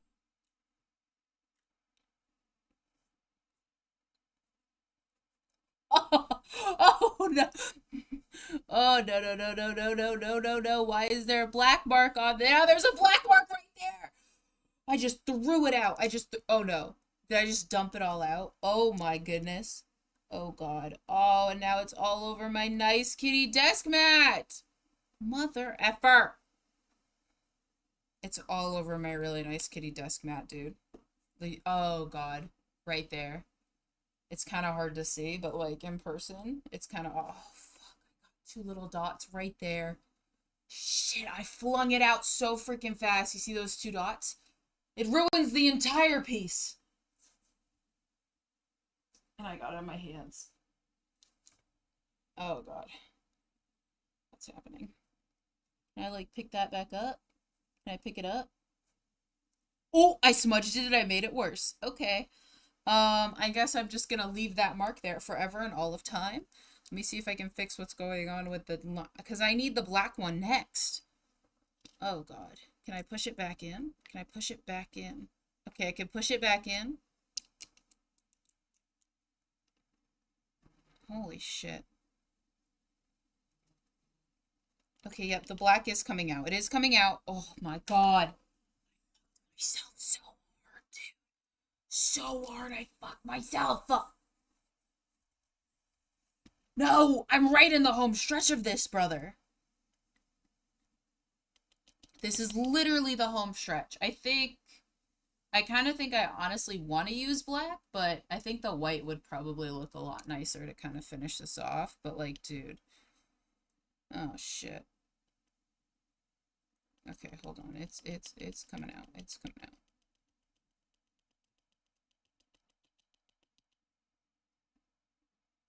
Oh yeah, this is the black is gonna be a huge fucking to-do. Motherfucker. Alright, I just want to fix up what I did, because I kind of like fucked it right here. And I want to just sharpen up those curves. Because I know I went around them. There, you see that? Just sharpening up those curves right there. Okay. Put the cat back on. Let her exist. Let her die.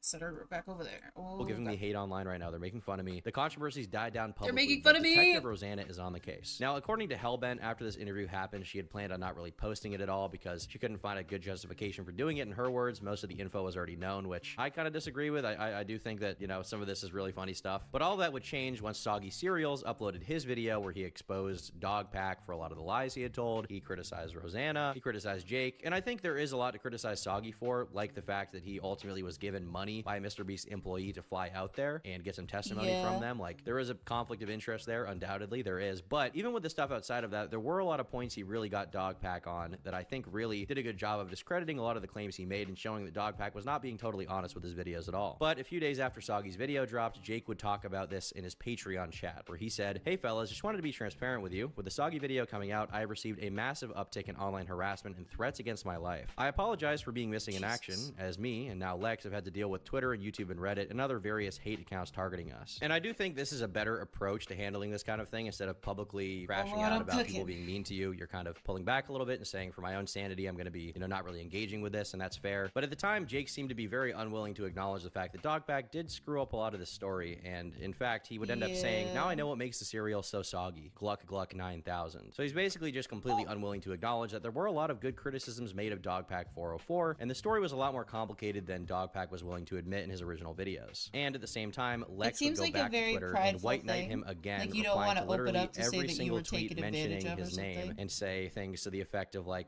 fact checked. Hey, maybe you should ask that Soggy cereal guy why one of his current employees is telling people that Jimmy paid for Soggy's travel for his media tour, which is essentially a nothing burger smear campaign against the people speaking up for victims. Maybe you should also ask why Dogpack actually hasn't been taken to court yet. 2 threatening cease and desist, but it's not defamation if it's true. Jimmy perhaps is afraid of going to Discovery. Also, might want to look into a dude named Gary Pastor. I don't know who that is. Source? Hi there, Lex here, Jake Weddle's partner. And she also made this tweet where she said, I'd say Jake's doing just fine and doesn't give a shit, but who am I to know? Not like I'm his partner or anything. And she posted a picture of him hanging out like, we don't care about any of this, guys. It doesn't bother us. We don't give a fuck. All right, Would you do this? Why would you post an image like this and be so openly embarrassing and pathetic? Please stop trying to peddle the Weddle. Oh my god. What?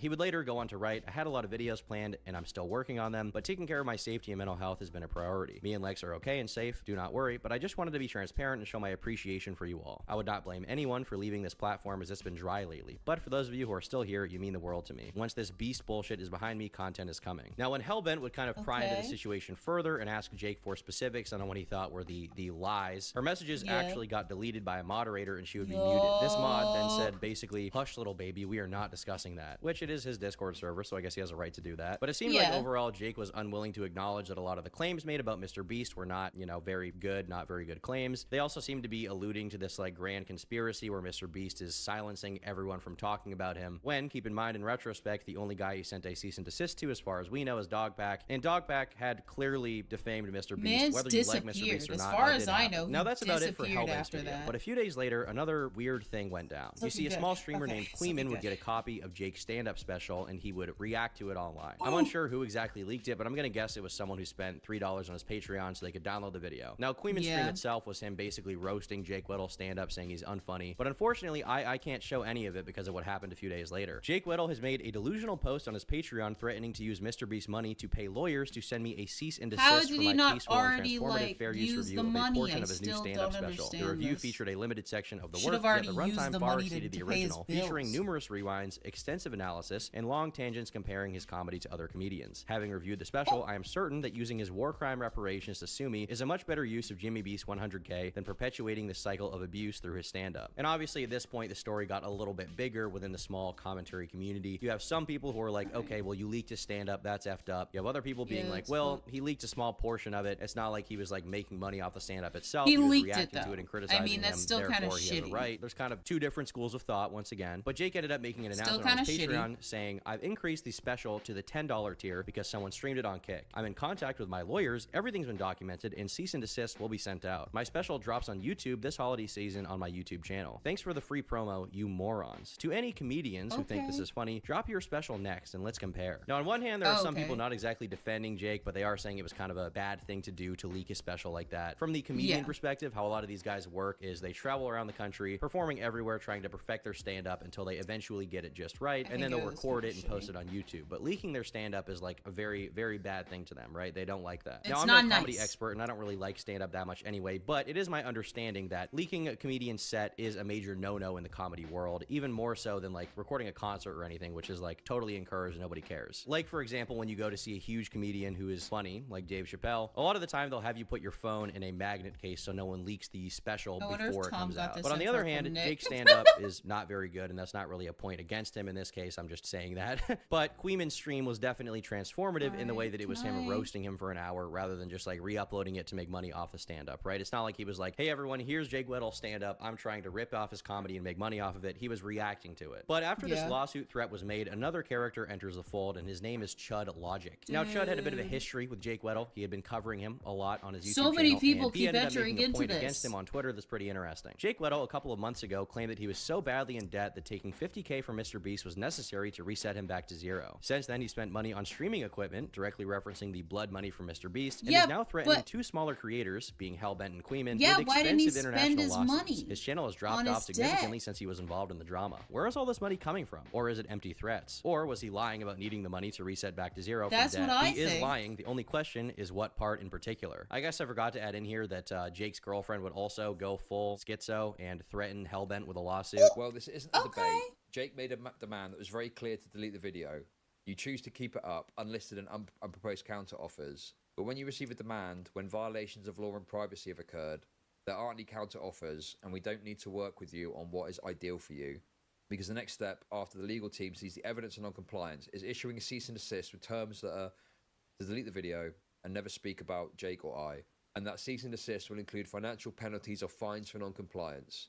Jake's request was the first step in seeing if you'd be cooperative, but now I have it in writing that you don't wish to be and deliberately unlisted the video instead of deleting it when the demand was very clear. Now, I feel like this conflict should have ended here. I honestly feel like Jake Weddle and his girl, you know, once again, I do feel a little sympathy for them for being thrust in the public eye and not being used to dealing with the small commentary community to an extent. But at the same time, they got to just get off. They got to just go away. At the end of the day, nothing that happened to them at this point was that bad. They didn't really need to acknowledge it. They didn't really need to weigh in. Jake's story was heard in a large way by a lot of people. And even to this day, a lot of people are criticizing Mr. Beast for his treatment of Jake. Whatever you feel about it, his story did get out there. But this couple is really focusing on these small commentary guys who are making fun of them, threatening legal action even, which is just not a good idea. The conflict here didn't really need to escalate further until Lex decided to join Chud Logic's Discord and try to bait him into some kind of incriminating conversation. She tried to like socially engineer, manipulate him. And ultimately the alt account she joined with was banned, but that is what she tried to do. Lex even recently made her own video talking about some of this stuff, and she also said that she had to put cameras all over her house because of the threat to her life, but now her landlord is paranoid about it and is threatening to kick her out. She also made a very poor decision in the way that she said, I don't care, guys. I definitely don't care about this stuff. It's you guys that are mad. You guys are the crying Wojak, and I'm the girl boss Wojak, all right? Despite the fact I've responded to thousands of comments with one like, you guys are the mad ones. That's the kind of life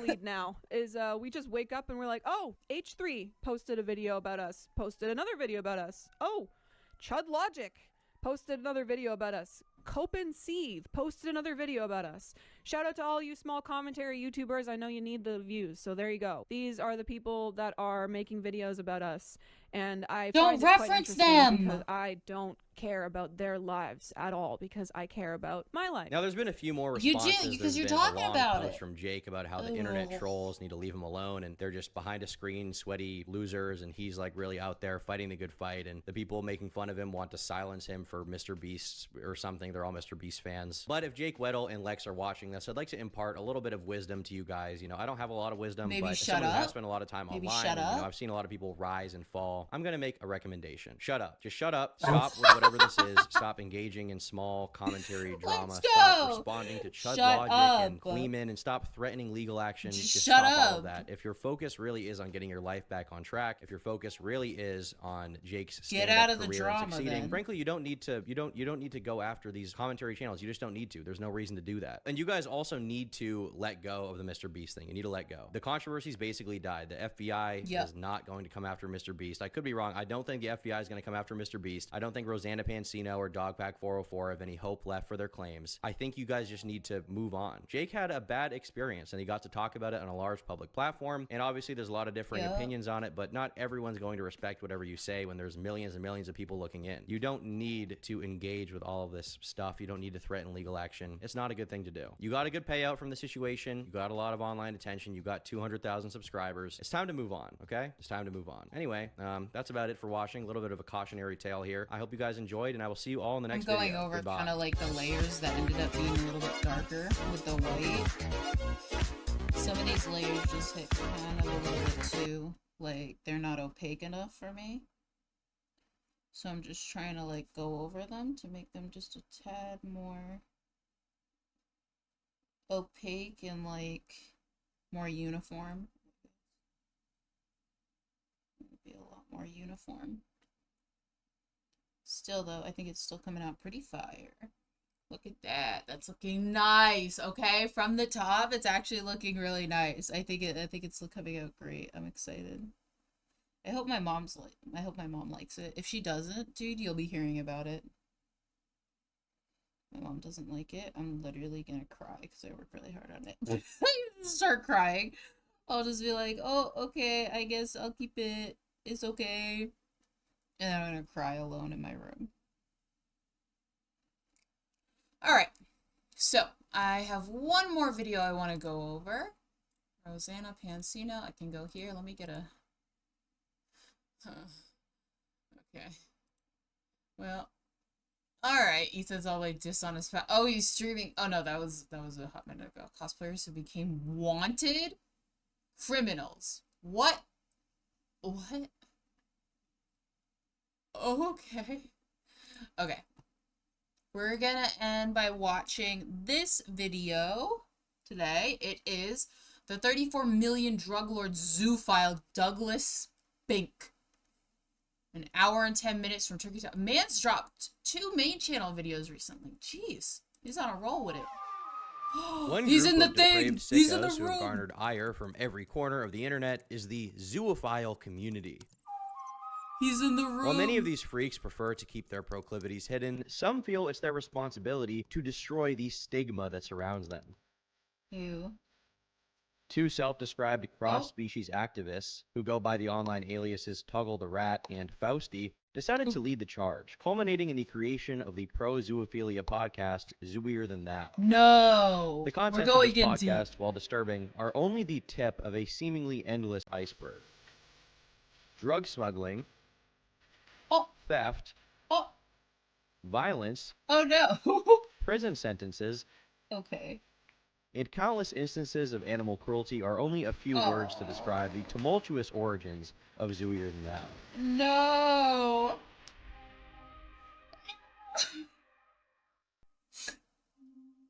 Now our story begins with Fausty, whose real name is Douglas Spink. A majority of the information available about Doug comes from a book titled Uniquely Dangerous, Brother, written by the Kareem editing Maloney. here. Wuniquely Dangerous Who is a edited this? 366 Dude, did he get the Tro editor? Or like the... This literally reminds me of like the Rite of Pagan and like a cross between that and CoffeeZilla. Most apologetic perspective. Who on edited zoophilia. this? I don't know. I don't know. I wasn't looking. Primarily sourced by Douglas Spink himself, it is possible that any fact about his life is masked with a certain level of dishonesty. And thus, a lot of the information presented should be taken with a grain of salt. Regardless, there is a lot of information here that gives a good insight into Doug's early life, and will help us understand just what made him so depraved.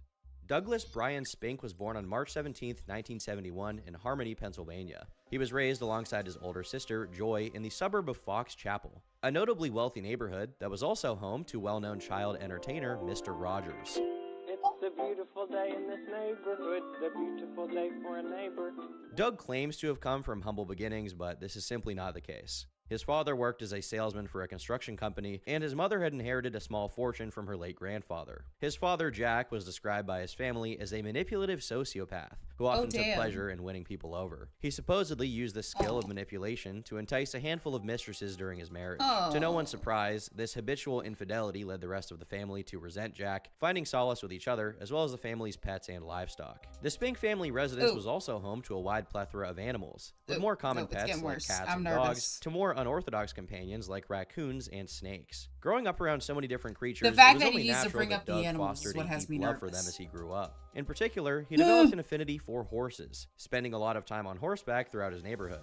Whenever he wasn't in the barn, he enjoyed studying and reading books, often choosing to do his homework instead of playing with other children. Despite being an extremely That's really intelligent sad. child, he found human beings to be confusing and preferred the company of animals. Okay. Because of his emphatic passions, poor social skills, and his at the time getting undiagnosed worried. autism, Doug was supposedly singled out by his peers and relentlessly bullied, even by his own come sister, who gave him on. the nickname of Pony Boy. In a forum post made in 2008, Not Doug the reflected on autism, how he brother, learned to deal with the bullying please. he faced. Having been picked on mercilessly for years in school for obvious reasons, freak, dog boy, smells like horse shit, etc. In middle school, I just decided that I didn't care if people hated me. I'd carry on with my life, do my thing, try to be nice to people around me, read books, and enjoy life as best I can. The strangest thing was that once I made that choice, many of the people who used to torment me the most suddenly turned around to say, oh yeah, that dude's cool. He's a total freak, but he's our freak, so don't mess with him or you're messing with us. I still really don't understand why that happens, but hey, I was glad to at least not be the brunt of every school prank. At the age of 8, Doug claims to have been molested by an older family friend while spending a few days at his house.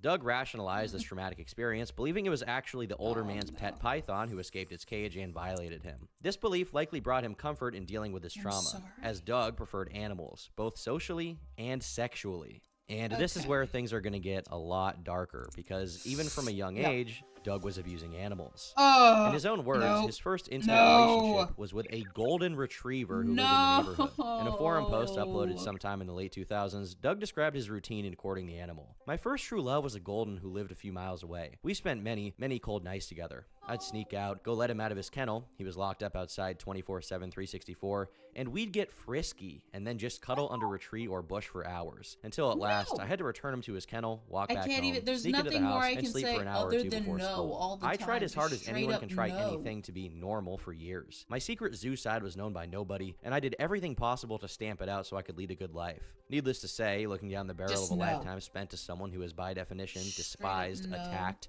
potentially prosecuted, and perhaps sent to a mental institution in the old days isn't exactly motivation to bring out the zoo in anyone. I really felt if I couldn't get it under control, then my life was worthless and why bother. Hence the multiple suicide attempts in my teen years, heavy involvement in bleeding edge soloing as a rock climber, etc. If, in fact, something in my childhood flipped the switch somehow, I'm nevertheless quite sure that the switch is essentially impossible to switch back. Despite these troubling behaviors, Doug continued to flourish in his academic endeavors, so much so that he was given the honor of delivering the scholar speech at his high school graduation. He then began studying at Reed College, where he earned a bachelor's degree in anthropology, before attending the University of Chicago, where he received his master's in business administration. During his time in the Windy City, he got a job working for a dog breeder, a woman named Judy, who he eventually married in 1994. Judy Slayton, who was 22 years older than Doug, had 4 kids of her own. Originally intending to continue his collegiate career with the hopes of earning a Doctor of Law degree, he chose to enter the workforce to help support his new family. Doug's efforts in school paid off greatly, as he was able to get a job at Boston Consulting Group with a base annual salary of $135,000. The following year, he landed an executive position at Safeguard Services, a credit card fraud insurance company.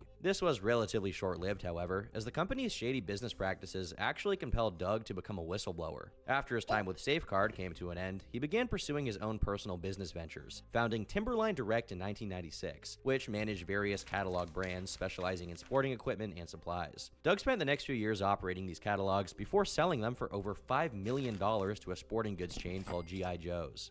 And Doug's story could have and should have ended here. At 27 years old, he had earned a life-changing fortune and should have been mature enough to realize his relationship with animals was unhealthy for both parties. Unfortunately, this wasn't the case, as Doug's story was only just beginning. With his wife and stepchildren, he moved into a home on an 82-acre plot of land in the small town of Gaston, Oregon. The couple began work at Timberland Retrievers and Timberland Farms, 2 companies that focused on the breeding and training of dogs and horses, respectively. The latter in particular received worldwide acclaim for their exceptional roster of Grand Prix show jumping horses and their valuable seed.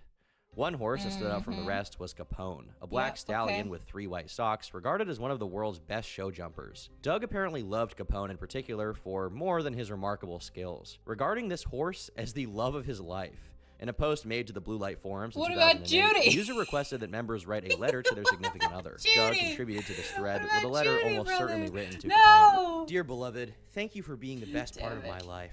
It's amazing that we ended up together, and yet I look back and can't imagine the last 10 years without you. In truth, I can't imagine me without you. Every day you make me smile and laugh. I never get tired of seeing your face, smelling your breath. I'd do anything for you to see you happy and content. The world knows you as a famous superstar. To me, you're just you. The superstar part is there, but not the most important thing. Seeing your face every morning is a blessing. I'd never take it for granted. I know I don't always make everything perfect, no matter how hard I try. I also know that you understand, and that you're not upset even when a day goes sideways and nothing seems to go right. Your equipoise and calmness are a lifesaver for me when I'm frazzled and disconnected. I trust you with my life. I love you beyond belief. I dread the thought of ever losing you, and can't imagine going on when Judy! we're gone. Our Oh life my together is a goodness, fairy I got tale. more black I don't over ever want here. it to end. How did I want this to bottle up happen? the love and keep it on a How shelf did this to have happen? forever. I know How that's does not this very happen? Buddhist, and I know you think it's silly, but it's how I feel. That's My a world big deal. revolves I'm around gonna be you. honest, that's a Doug big deal. specifically targeted male dogs and horses when courting his victims. Oh, This is God. likely because, despite being married to a woman, he was actually homosexual, although he only had a slight interest in human males. These hidden details of his sexuality slowly eroded his 6-year marriage from the inside out, yet Doug had no intentions of admitting nor confiding in his wife about these issues. That's not to say, however, that she Judy. wouldn't eventually find out the truth.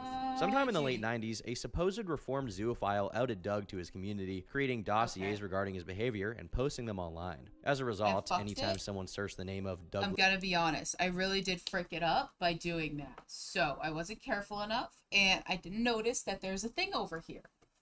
When did I scraped it at some point? You can see that more than you can see the one on this side.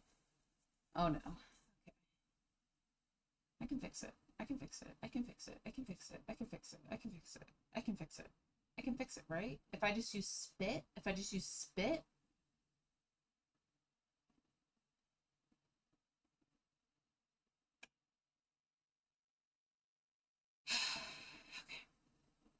It's gonna be fine. It's gonna be fine. It'll be fine, right? It'll be fine. Shit. It really is noticeable, dude. I can't even be like it's not that noticeable when I see it. It's like really noticeable.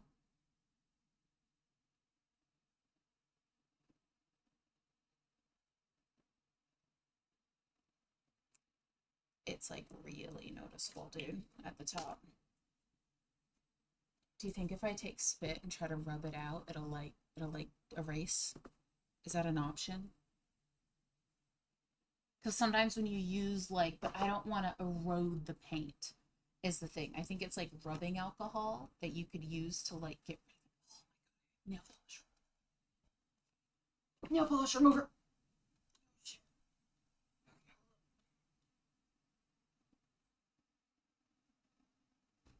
Okay. Nope, I'm gonna fix it. It's gonna be fine. It's gonna be fine. Okay, it's too warm in here and I'm panicking. Oh god, I'm panicking. I should have been more careful. I should have been more careful, okay? I'm sorry. Oh god, I should have been more careful. I mean, with the eyelashes, I mean, she is kind of serving. She is kind of serving. I do need to raise it up over here. Serving, though. Okay, wait, okay. Wait, first of all, let me get my hands. Let me get my hands. Because I do have on my hands. Alright. I can just... Will it come off? Yeah, okay, it does come off. Okay, on my hands. Alright.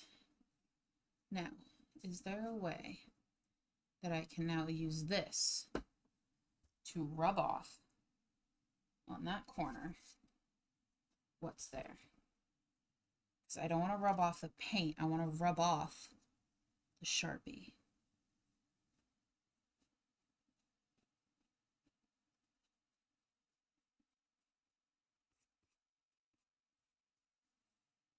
Shit. No, I can do it. Shut up. I can do it. I'm saying shut up a lot. I'm sorry. Just don't ever criticize me ever, because I can't handle it. So dumb. Don't ever. You know what I mean? Like, don't ever criticize me ever, because I can't handle it. I'm fair game, but you're not allowed to criticize me because I'm a woman and I have autism and I'm gonna call the police on you. And it's not cool to criticize me. Okay, here we go. Can I just get that dot? Can I get that dot right there? Is that cool? Can I just get that dot right there? Is that okay? Is that alright? Dude, I took the fucking paint. I took the fucking paint. I made it worse. Shit. Shit. Oh, fuck. Why is this wet? There's a bubble? Did I spit on the canvas in a panic? Probably. Nope, I can fix this. We can recover. We can recover, okay? I'm gonna need to fix the... I can fix this, okay? We're gonna need to mix more paint. I'm gonna have to mix a whole new color of paint. I'm just gonna try to blend those out, and I need to fix the white. I need to fix the white around the eyelashes area and right over here. It's gonna be fine. It's gonna be fine. No more nail polish remover. Spank, they would bear witness to his despicable and heinous crimes. In a sense, this public outing was a liberating moment for Doug. Struggling with suicidal ideation and self-hatred his whole life due to these factors, he now had nothing to hide and learned to accept himself for who he was. This ultimately improved his outlook on both the world and himself. In a forum post uploaded on May 15, 2008, Doug reminisced on this pivotal moment. For most of my life, until my mid-20s, this side of me was absolutely, totally, completely, entirely hidden from everyone, forever. I lived my life in utter and total fear that I'd be found out. Every sexual encounter was a potential disaster. Every feeling I had for my partners had to be hidden and denied around others. That kind of life really fucks up your mind. I had major issues with depression and every other bad thing I can think of.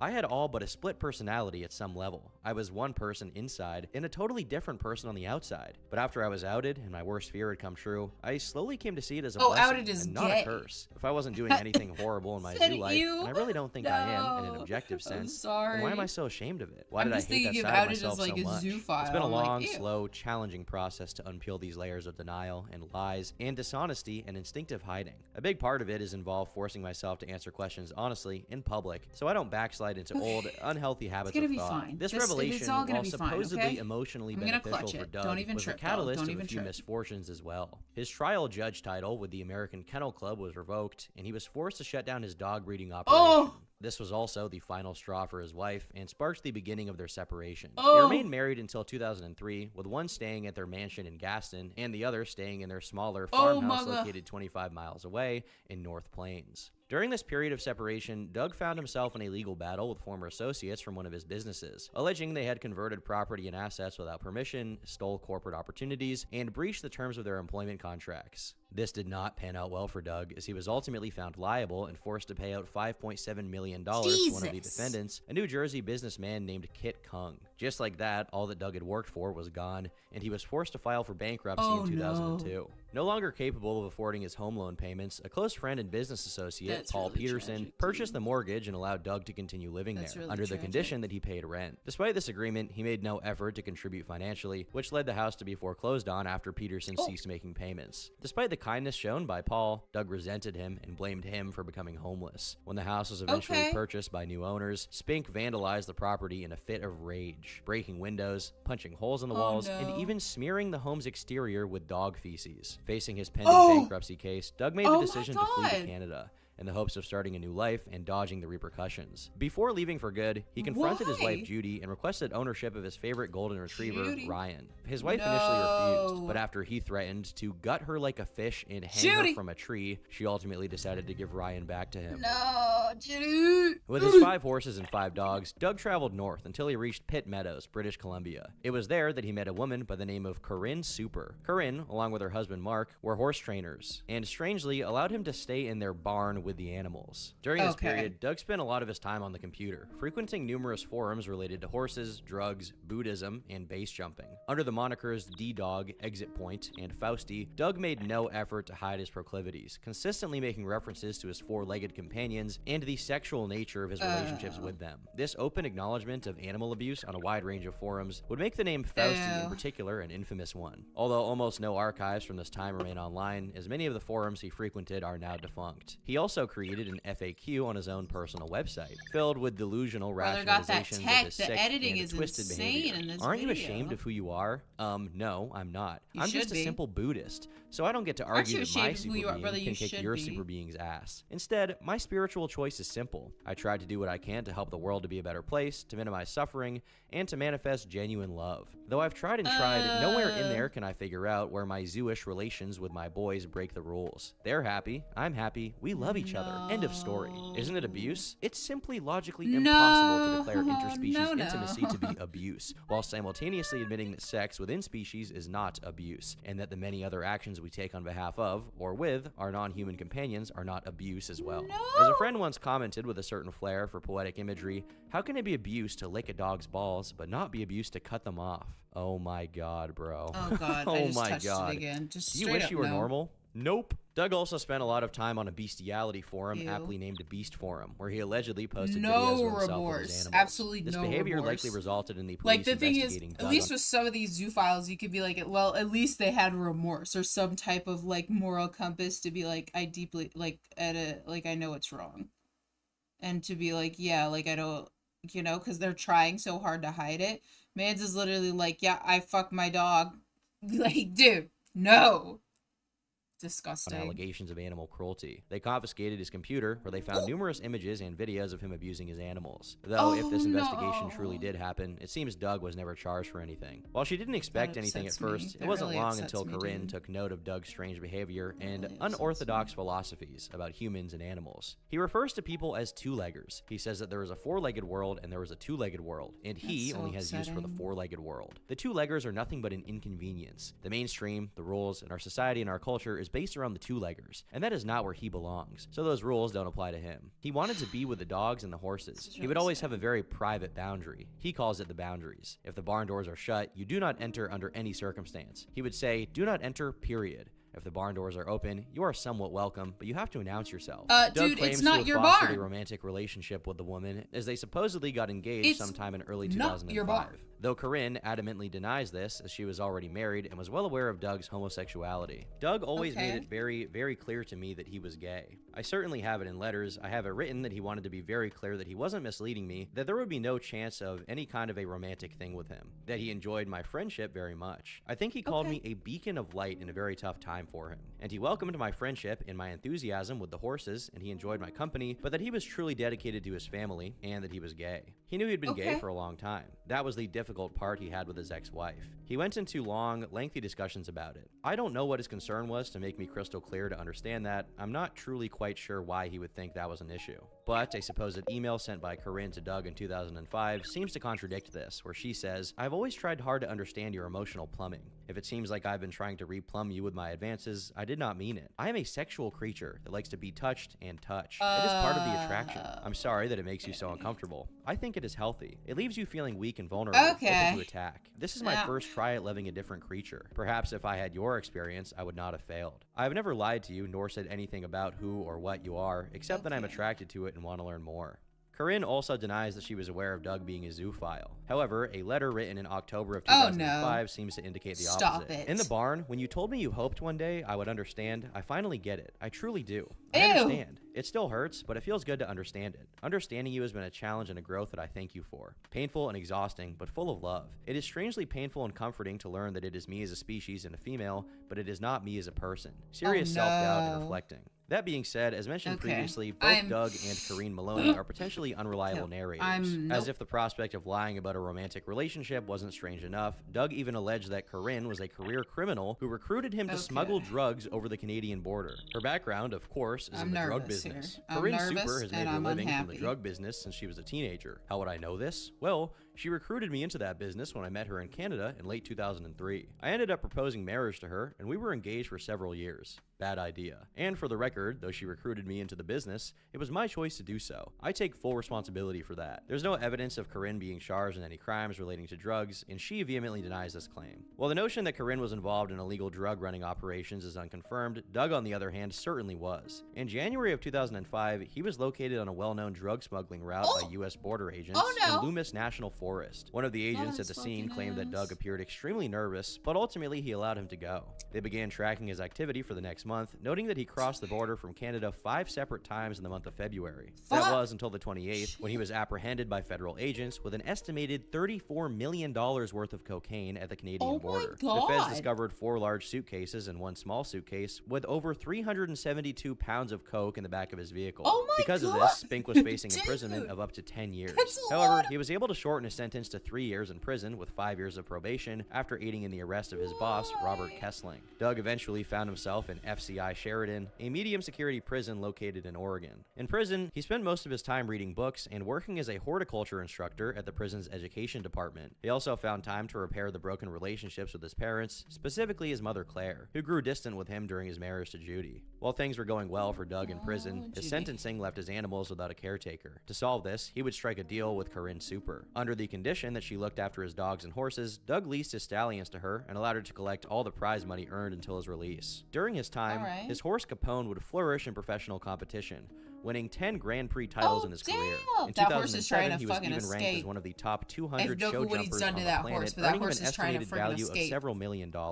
Despite this previous Brother. agreement, Super wanted more. Well aware of his carnal desires for Capone, she petitioned to acquire ownership of the champion show horse, a right she would easily be granted. Doug was released early from prison for good behavior on May 25th, 2007, Got the serving only fucking 21 horse. of his Let's go. 36-month sentence. He rented a small barn with an apartment in Custer, Washington, near the Canadian border. While he was able to collect his dogs, What I Super touch? refused to give Capone back, sparking a custody battle over the champion show horse. While Super claimed she wanted Capone out of love, Doug believed she solely wanted to profit from him. Capone's value came in particular from his exceptional genetics, which made him a viable option in producing future offspring for anyone willing to pay.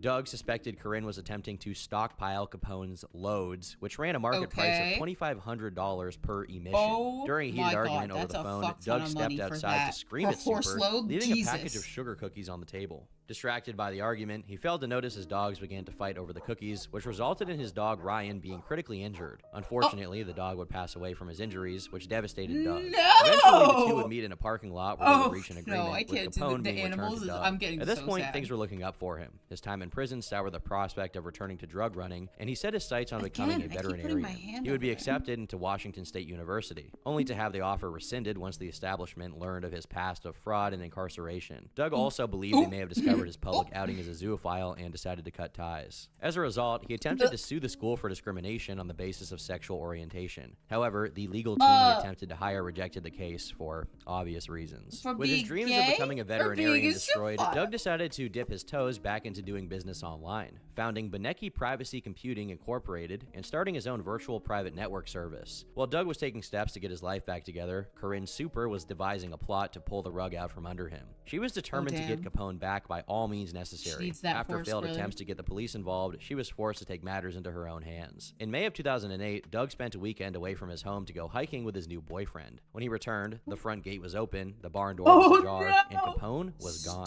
He quickly Stolen! contacted the police, Stolen! informing them of the suspected horse napping, sparking an investigation into the matter. I Corinne don't even know openly if she's gonna confessed to treat the taking horse Capone, better than he alleging that does. Doug Like, I wasn't don't know. properly taking care of him, was sexually abusing him, Like- which is true, and Oh, affirmed that yeah. she is the rightful owner. This difference of perspective fueled a Because heated then legal now dispute I'm between worried. I'm Spink like, and are they, Super, is this just with a little zoophile progress on made over zoophile time. crime? The Like, police were unable who to is she? assist, with the deputy assigned to the case writing the following. The investigation of this incident has been very convoluted and difficult. As of this time, it is not known who is the owner of Capone. Douglas has provided numerous documents on the behalf of Exit Point Stallions Limite to try to prove ownership. None of the documents were sufficient evidence to establish ownership of Capone. Corinne owns the also horse? submitted numerous documents to try to prove ownership, and none of those documents were sufficient evidence to establish ownership of Capone. Who I have owns the suspected both horse? Douglas and Corinne have not been totally honest regarding the information they have provided. I also suspected Douglas and Corinne have each put their own spin on the information provided in an effort to prove ownership of Capone. It is not known if the dispute over Capone is from a failed business or romantic relationship between Douglas and Corinne. Oh my Eventually, Doug lost his patience and devised a plan to get Capone back. Unable to enter Jesus. Canada due to his probation requirements, he enlisted the help of his landlord, Sharon Monroe,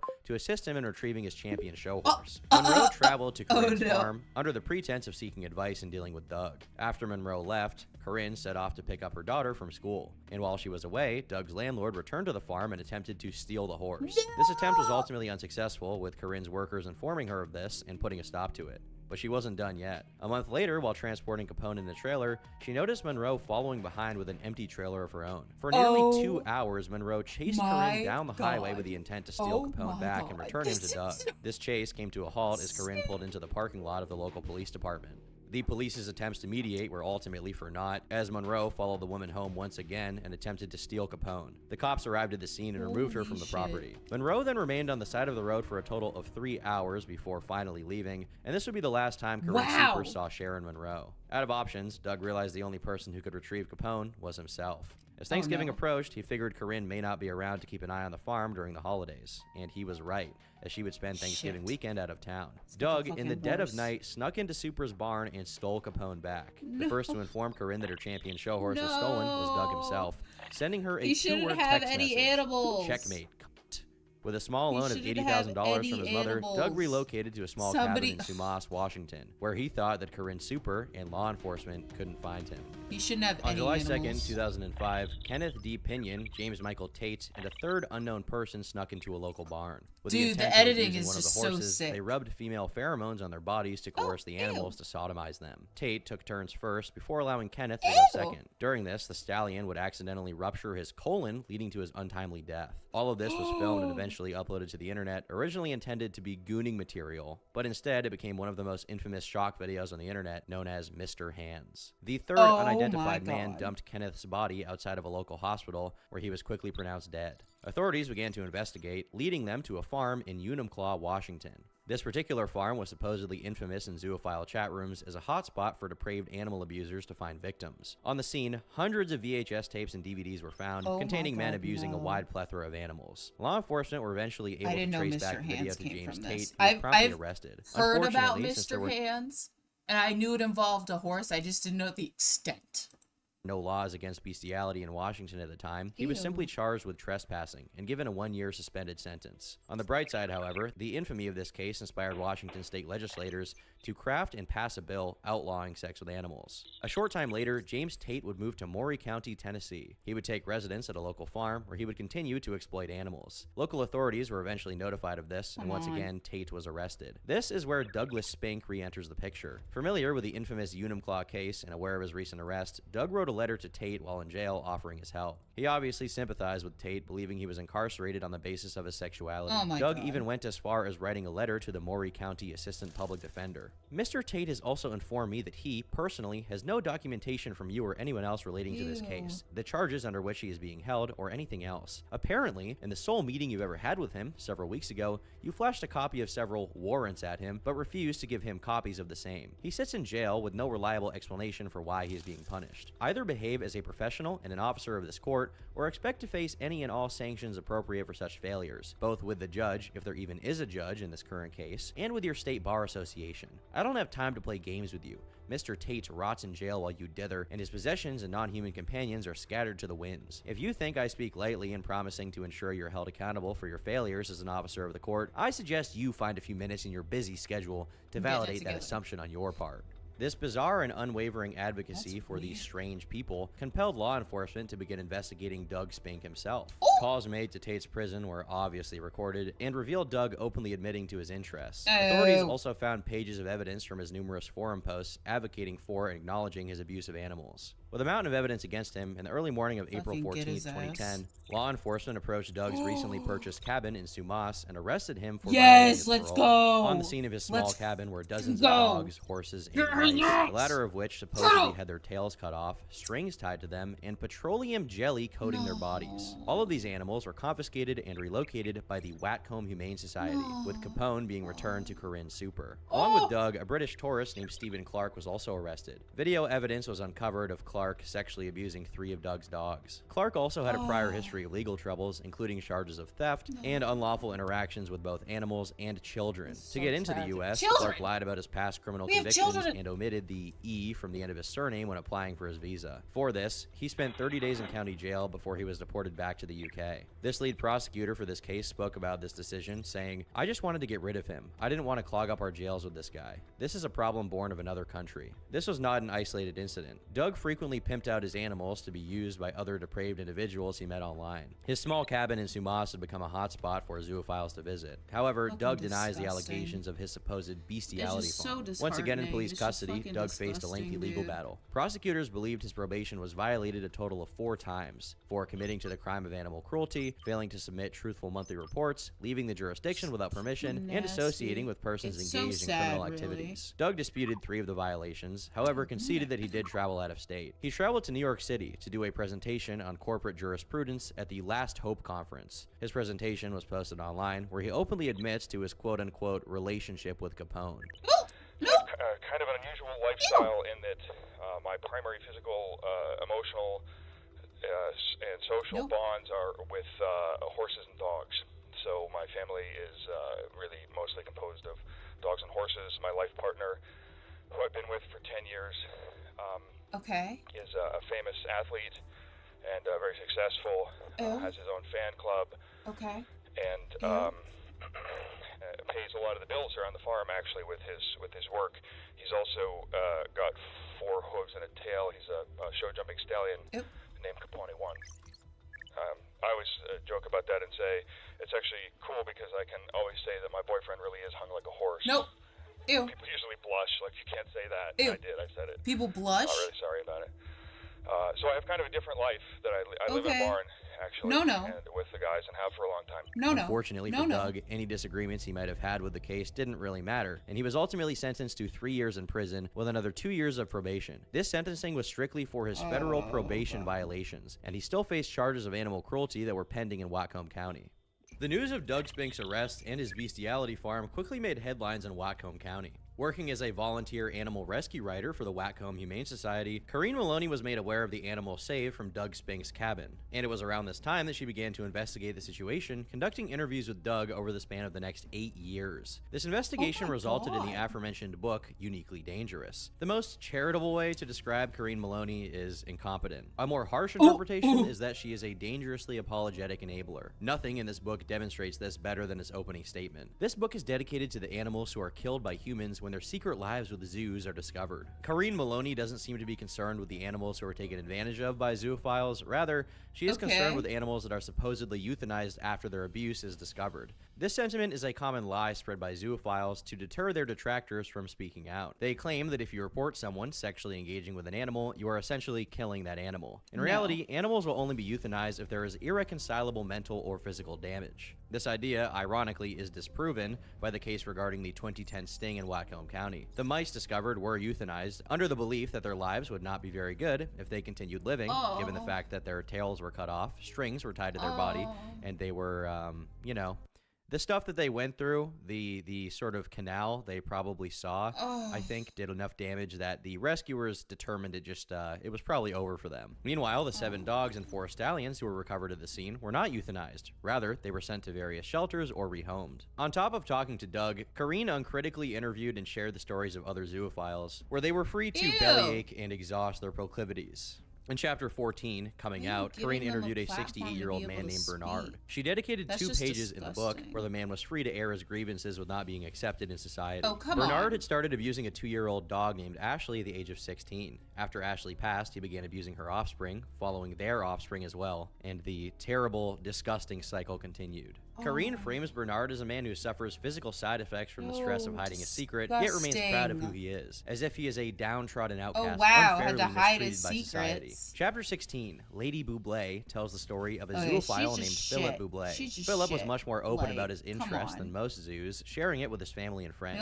His father in particular was disgusted by this, and when he walked in on his son French kissing the family dog, he snapped. Later that night, Philip's father attacked him with a crowbar, beating him within an inch of his life. This resulted in a broken arm, 63 stitches, and permanent neurological damage. But Bernard is a forgiving man. It's kind of crazy how like his dad did that. That should teach you not to do that, and instead paranoid that the world was out to get him up until his untimely death in 2010. In the 48th chapter, titled Donkey Love, Corrine seemingly attempts to normalize the concept of human-animal relations, referencing a handful of villages on the northern coast of Colombia which encourage young men to have sex with donkeys. None of these stories have anything to do with Doug. They do nothing aside from attempt to humanize zoophiles. Scrutiny is exempt from all of these stories, and if anything, they do nothing but attempt to excuse the deplorable acts of mentally ill degenerates. As to why Corrine felt so compelled to charitably shine a light on the life of zoophiles, it's not really certain. What is certain is that she dedicated 8 years to writing a book that Doug openly promotes as a reputable source of information. During these 8 years, Corrine would frequently meet up with Doug, beginning their string of interactions while he was still in prison.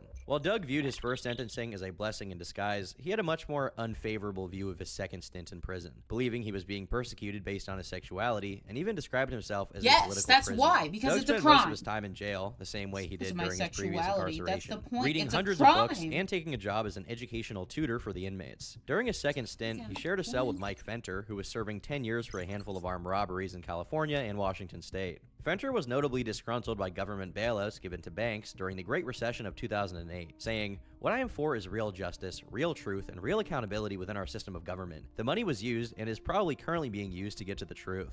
Venter also owned a farm called Compass Rose in Port Townsend, Washington, which his wife, Katine, was forced to run by herself after his arrest. When Doug was released from prison in April of 2013, he came to Katine hat in hand, asking for work and a place to stay. Katine, disconnected from the internet and likely unaware of Doug's past crimes, allowed him to take residence in a small trailer on the property. The probation department, which was responsible for approving Doug's housing and ensuring he was not near animals, mistakenly approved his stay in the trailer. That was until they found out he was living amongst a herd of sheep, where they then demanded he find new housing. Doug was offended by the implication, indignantly stating, "I am not a sheep fucker." Doug rented a brand new home just 11 miles away, but still opted to spend most of his time on the farm. Katine ran into issues with coyotes poaching her sheep, which Doug saw as a perfect opportunity to acquire a new victim. He convinced Katine to purchase a Caucasian shepherd named Baka, a rare breed known for its herding and guarding capabilities. Next door to Compass Rose was a dog breeding operation run by Andrew Johnston. Doug had known Johnston previously, as they had bred a litter of puppies together in 2007. He was promised one of the dogs under the pretense that he found owners for all of the remaining litter. Doug was unsuccessful in finding new owners and was not given one of the puppies, which he was furious over. This ultimately soiled their relationship and future business prospects. Doug took a liking to a 5-year-old dog named Genghis, a canine he believed was being abused by Johnston. This is entirely possible, as in 2009, Johnston was warned by police after receiving an animal cruelty complaint. Katine's mother, Beverly, also allegedly witnessed Johnston abusing one of his dogs. It's all With this, animal Doug cruelty. decided to steal Genghis from Johnston, cutting a hole in the fence that separated their properties and taking him in the middle of the night. When Johnston discovered this, he quickly called the police and placed blame in the hands of Spank. Law enforcement found Doug at his home, where they found Baka in his truck. Genghis, on the other hand, was nowhere to be found. To this day, it is unknown where Genghis went, as he was never seen again. In 2024, he would be over 20 years old, so it's certain that he's since passed away. This would not be the end of Doug's legal troubles, however, as he still faced charges of animal cruelty from his sting operation in Whatcom County. That being said, Doug believed it was a case he was sure to beat. I would like to say that on the Whatcom County case, that case was filed right before the statute of limitations expired. As a result of the 2010 incident, my lawyer and I are fighting that vehemently. We're fighting the constitutionality of the state underlying that case, and in the strongest possible terms. And we're looking to overturn that statute on the basis of a flagrant violation of the findings of the Supreme Court in Lawrence v. Texas, as well as numerous due process violations of the statute itself. That's the status of the Whatcom County case. I'm proud to be fighting that case. I look forward to winning that case and to removing that statute from the books. For those unaware, Lawrence v. Texas was a case handled by the Supreme Court that ruled that the criminalization of sodomy between consenting adults was unconstitutional. Doug believed his sexuality was no different than being gay and sought to use this landmark decision as his greatest weapon in advocating for his innocence. Obviously, this didn't work. No, Doug that's had like his people who probation are like, revoked I'm a and was forced man. to serve the It's remaining like, 9 months behind bars. no. Once his sentence was complete, he still faced animal cruelty Stop charges in Whatcom sexuality, County, brother. stemming from the sting operation on his cabin in Sumas. Doug originally accepted a Just plea deal, not. admitting to 1 count of animal cruelty and agreeing to a lifetime ban on owning dogs in the state of Washington. However, the judge opted to throw out the plea deal and sentenced him to 90 days in prison, as well as banning him from owning dogs. Stop him from for life. owning Doug animals. requested a few weeks to get his affairs in order before officially being sent to prison, which he was granted. During this time, he fled to Canada with his boyfriend. At that, I had a decision to make. Go back to that state, face further open-ended persecution without a real lawyer, and having already seen a stacked deck sentencing hearing take place that I knew was headed off the rails. I decided that, based on all I've seen and know, going back voluntarily represented a genuine risk to my safety, and I had no idea when or if I could return to Canada once that thing down there was finished. Would they frame me for something else? Add some new change out of nowhere? Try to involuntarily commit me under some specious psych diagnosis? I put none of that past them. I decided that I would simply step back from the jail sentence and let things play out. Doug made a new home for himself in Port Stanley, Ontario, where he spent the next 8 months in hiding. But like a moth to a flame, it was only a matter of time before he found himself in the hands of law enforcement again. On August 9th, 2015, police were informed of a disheveled man with a towel around his waist wandering into local businesses along Warncliffe Road in Lambeth. Absolutely He initially gave them a insane. fake Somebody name, take but this was man eventually out. identified and arrested. Doug blamed this incident on his supposed PTSD, saying, "Yesterday I found myself in contact with local police officers without any of my ID or driver's license on hand. I was not in my best form, having that morning engaged some personal demons in an hours-long event. Let's just call it an event for now, in the local swamps and forest land. I was recovering from a deep dive into the cold waters of genuine terror, and I'm not in my home country, driving a vehicle with expired plates, and so on. All irresponsible and, in a word, dumb." Doug was released from prison the next day after the detention center holding him made an error. Authorities quickly rearrested him the following day, and he was eventually deported and sent back to America. He spent a few months living with his mother, Claire, in Pennsylvania, before sneaking back into Canada. Of course, Doug's habitual run-ins with the law didn't magically stop here. In November of 2015, emergency workers received word of a fire taking place at the home of Ronald Matuszek. a man who had been letting Doug stay with him during his most recent stints in Canada. Eyewitnesses reported seeing Doug with Matuszek in a headlock, threatening to stab him if they came any closer. He eventually let go of the man before running away, breaking into another person's home and exiting shortly after. No. Police intercepted Doug and arrested him, but he didn't go down without a fight. Once in the police cruiser, he smashed both of the backseat windows, bent the radar antenna, and smashed his head on the plexiglass barrier at least 10 times. For this behavior, he served 150 days in jail and was sent back to America again. After being dropped off in New York, he returned to his childhood home to live with his mother. Doug, whose mental state had regressed severely, asked to sleep in his mother's room. She refused, but allowed him to sleep on a pile of blankets outside of her door. On the night of April 4th, 2016, Doug was awoken by a metal plant holder falling on a glass sliding door. Thinking someone was breaking in, he rushed into his mother's room, grabbed her .38 caliber revolver, and put it to his own head. After calming him down, Claire took her son to the basement to talk. Doug then rushed back up the steps and fired 3 rounds. Believing her son was dead, Claire went to investigate, finding he was still alive with multiple bullet holes lodged in the walls and ceiling. Claire quickly left to call the police at her neighbor's home, and during this, Doug began walking down the street in a panicked state. A random driver noticed Doug on the side of the road and offered their help. He requested they bring him to the police station, which they initially obliged. However, as Doug became more erratic, they asked him to get out. He eventually found himself at a gas station, where one of the employees promptly called the police. When they arrived at the scene, Doug was curled up in the fetal position behind the store's counter. It took 5 officers and 3 sets of handcuffs to eventually subdue him, and he was then rushed to the hospital. There, he stayed for a week before being moved to Butler County Prison, where he faced a total of 17 criminal charges, 12 of which were felonies. Those charges included 1 count of possession of a prohibited firearm, 3 counts of discharging a firearm into an occupied structure, 5 counts of aggravated assault, 4 counts of recklessly endangering another person, 1 count of criminal mischief for breaking a screen door, and another 3 counts of criminal mischief for the $5,000 in damage caused to the gas station during the struggle. Unable to pay his bail of $35,000, Doug remained in custody while awaiting prosecution. Unfortunately, Doug walked away with nothing more than a slap on the wrist, charged with misdemeanor criminal mischief, reckless endangerment, and resisting arrest. By February of 2017, Doug was spanked as a free man once again. It is truly remarkable that despite his habitual disregard for the law, he always manages to find himself out of prison. Doug was now more than ever a danger to both animals and humans. He was a ticking time bomb who brought chaos and terror wherever he went. With his behavior almost being reinforced by the legal system's negligence, it was only a matter of time before he once again had run-ins with law enforcement. Paranoid by his previous encounters with police, Doug no longer felt safe living in his apartment, opting to sleep in his car in various locations in Butler County. In November of 2017, he accidentally got his car stuck in an alley, where he decided to just take a nap. A police officer found him and attempted to take him to a hospital, as he had a mental health warrant and hadn't been meeting with a psychiatrist. Doug also had his service dog Cab with him. How he was able to gain access to another animal is beyond me, but we can basically chalk it up to pure negligence on the part of everybody involved. Doug refused to go to the police, eventually pulling a knife on his dog Cab, threatening to kill the dog if they arrested him. A 2-hour-long standoff ensued with officers attempting to coax him out of his car. Eventually, Doug did give up and exited the vehicle, yet still refused the officer's request to get down on both knees. In a fit of rage, he charged the officer. Oh, shit. Oh, look at it. Okay, tell me. It's kind of fire. The lines, it kind of came out really nice. Okay. Got a couple of things. I gotta do the mouth. I gotta fix the black.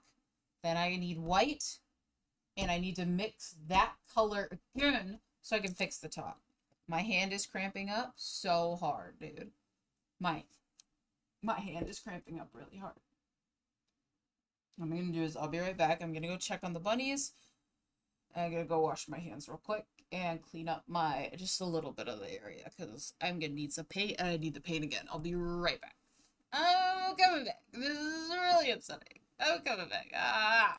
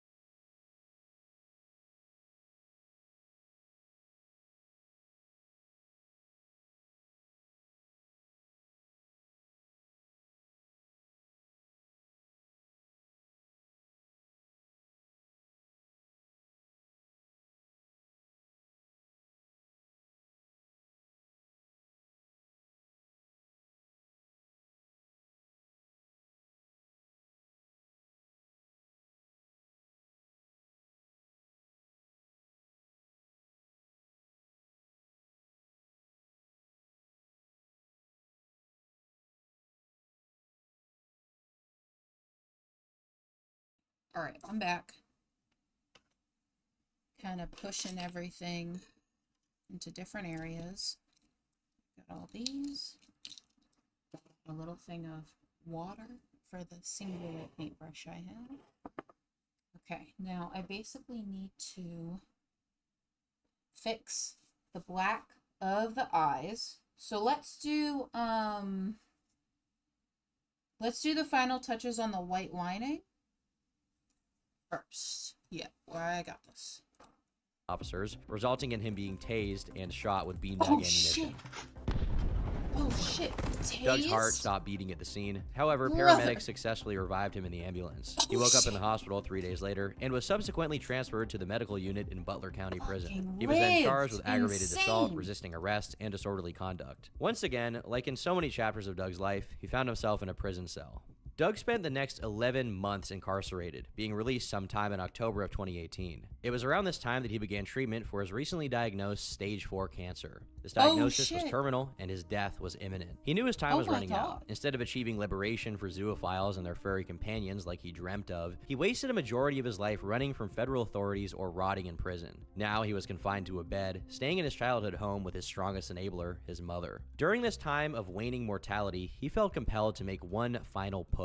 Over the years, Doug attempted to organize a handful of social justice campaigns, obviously with the goal of normalizing and destigmatizing zoophilia. Ew. The Deep Justice Network was created by Doug sometime in late 2013, which Just sought to build a disgusting. legal defense fund for zoos. Taking inspiration from civil rights movements of the past, this network pathetically attempts to draw comparisons to anti-black racism, sexism against women, and homophobia. The Deep Symbiosis Institute, also founded in 2013, was an attempt to intellectualize the topic of zoophilia as if it's a human condition worth understanding. In this, Doug seeks to redefine the meaning of zoophobe. Traditionally defined as the irrational fear of animals, he describes it as the bigotry which manifests itself as a violent, irrational, often inexplicable hatred of cross-species intimate relationships, and of the general concept of non-human sexuality and sexual identity. Then there's Can't Be Porn, which is potentially the most depraved of his efforts on the surface. This was a Twitter account that featured videos of animals engaging in intercourse. The intent was seemingly for him to try to point out that if animals can't consent to sex, then animals having sex with each other isn't sex at all. A mind-numbingly stupid argument that fails on all fronts. sorry, but the most what? notable of all these Sorry? efforts is the Cross-Species What? Alliance. This organization is the epitome of Doug's beliefs and rhetoric. Like previous movements, the Cross-Species Alliance morally postures that those who despise zoophiles are equivalent to racists, sexists, and homophobes. Its biography also includes the hashtag LGBTZ, created in a pathetic attempt to retcon these freaks into the LGBT community. However, Doug's final push for justice was his most infamous yet. On March 7th, 2019, a Twitter account named The Exposure Solution would tweet the following: "We have a problem. Animals are being taken advantage of every single day, and people are too ambivalent to do anything about it. Exposing zoophiles is the solution to the problem. We need to put them out where everyone can see them and expose them for what they really are." Brother is Zoophiles already like to out call there. people zoophobes when they call out their behavior. If you wear that title with pride, then join our hate party movement. We'll show zoos exactly how we feel about their sexuality. On March 20th, 2019, we will be launching a new podcast, the first of its kind, dedicated to exposing the zoo community for what it is. Oh, We shit. want outrage. Help spread the word. We're going to start a movement and change the conversation forever. Join the hate party. How do you join the hate party? Easy. Use the hashtag hate party tag on Twitter. Follow us and check out our site expose.id. Tell everyone exactly what you think about zoophiles. And of course, tune into the first episode of our podcast, The Exposure Solution, on March 20th. What can you expect from our podcast? Right off the bat, we'll be exposing a secret zoophile. Someone who's pretty famous, in fact. We'll have another one for you every single episode. So we hope you're every ready to show your episode. teeth. Hashtag hate party. We want all ears tuned in on March 20th. Inevitably, that day would come, and the Exposure Solution would go public. The first zoophile to be exposed is a household name in the fantasy community. Oh. He's even appeared in movies, on television, and has had roles in video games. This zoophile is... the Lord of Horses himself, Shadowfax! You see, the Exposure Solution was actually the name of the first episode of the Zooier Than Thou podcast. The celebrity in question they sought to expose was Shadowfax, the non-fictional horse of Gandalf the Grey. All of this was done simply to draw the attention of zoophiles and their detractors. This supposed group of internet vigilantes, hell-bent on seeking justice for countless numbers of animals, was nothing more than a ruse. In reality, Douglas Fake was behind all of it. Under his infamous online moniker, Fausty, he used this fake Twitter account as a promotion for his newest project. With the help of his co-host, Toggle the Rat, the two two intended to fight for the rights of zoophiles. When we started this podcast, I had been several months previously diagnosed with terminal stage 4 metastatic malignant melanoma that had spread to my lungs. And this was really intended to a degree as my swan song and my last opportunity to give something back before I wrapped up shop and headed on to greener pastures. Just about everyone familiar with Zooier Than Thou was well aware of Douglas Spink, earning himself a Kiwi Farms thread posted in November of 2018. Toggle the Rat, on the other hand, had no intentions of revealing his identity. Typically when posting selfies, Toggle used his iPhone's Memoji function to replace his head with a cartoon mouse. While this was successful in covering his face, it still left a trail of breadcrumbs that could potentially reveal his identity. In 2018, Toggle attended Midwest Fur Fest, posting multiple pictures of himself with friends at the convention. One photo in particular showed him out of his fursuit and in street clothes, wearing a gray zip-up hoodie, a black t-shirt, and a pair of glasses. People began searching for clues, eventually stumbling upon a photo posted by a user named Fink, featuring a man who fit the description, wearing a similar outfit and pair of glasses. Kiwi farmers also managed to find a Twitter account for a Memphis-based animal rock band called Exit Mouse. They eventually stumbled across a video of their vocalist doing warm-ups, who looked identical to the man in the first photo. Both of these images also share a resemblance, with the avatar's Toggle publicly posted to his Twitter account, featuring short brown hair, patchy facial hair, and glasses. On top of this, both the Exit Mouse and Toggle the Rat Twitter accounts use the character creating software Hero Forge around the same time.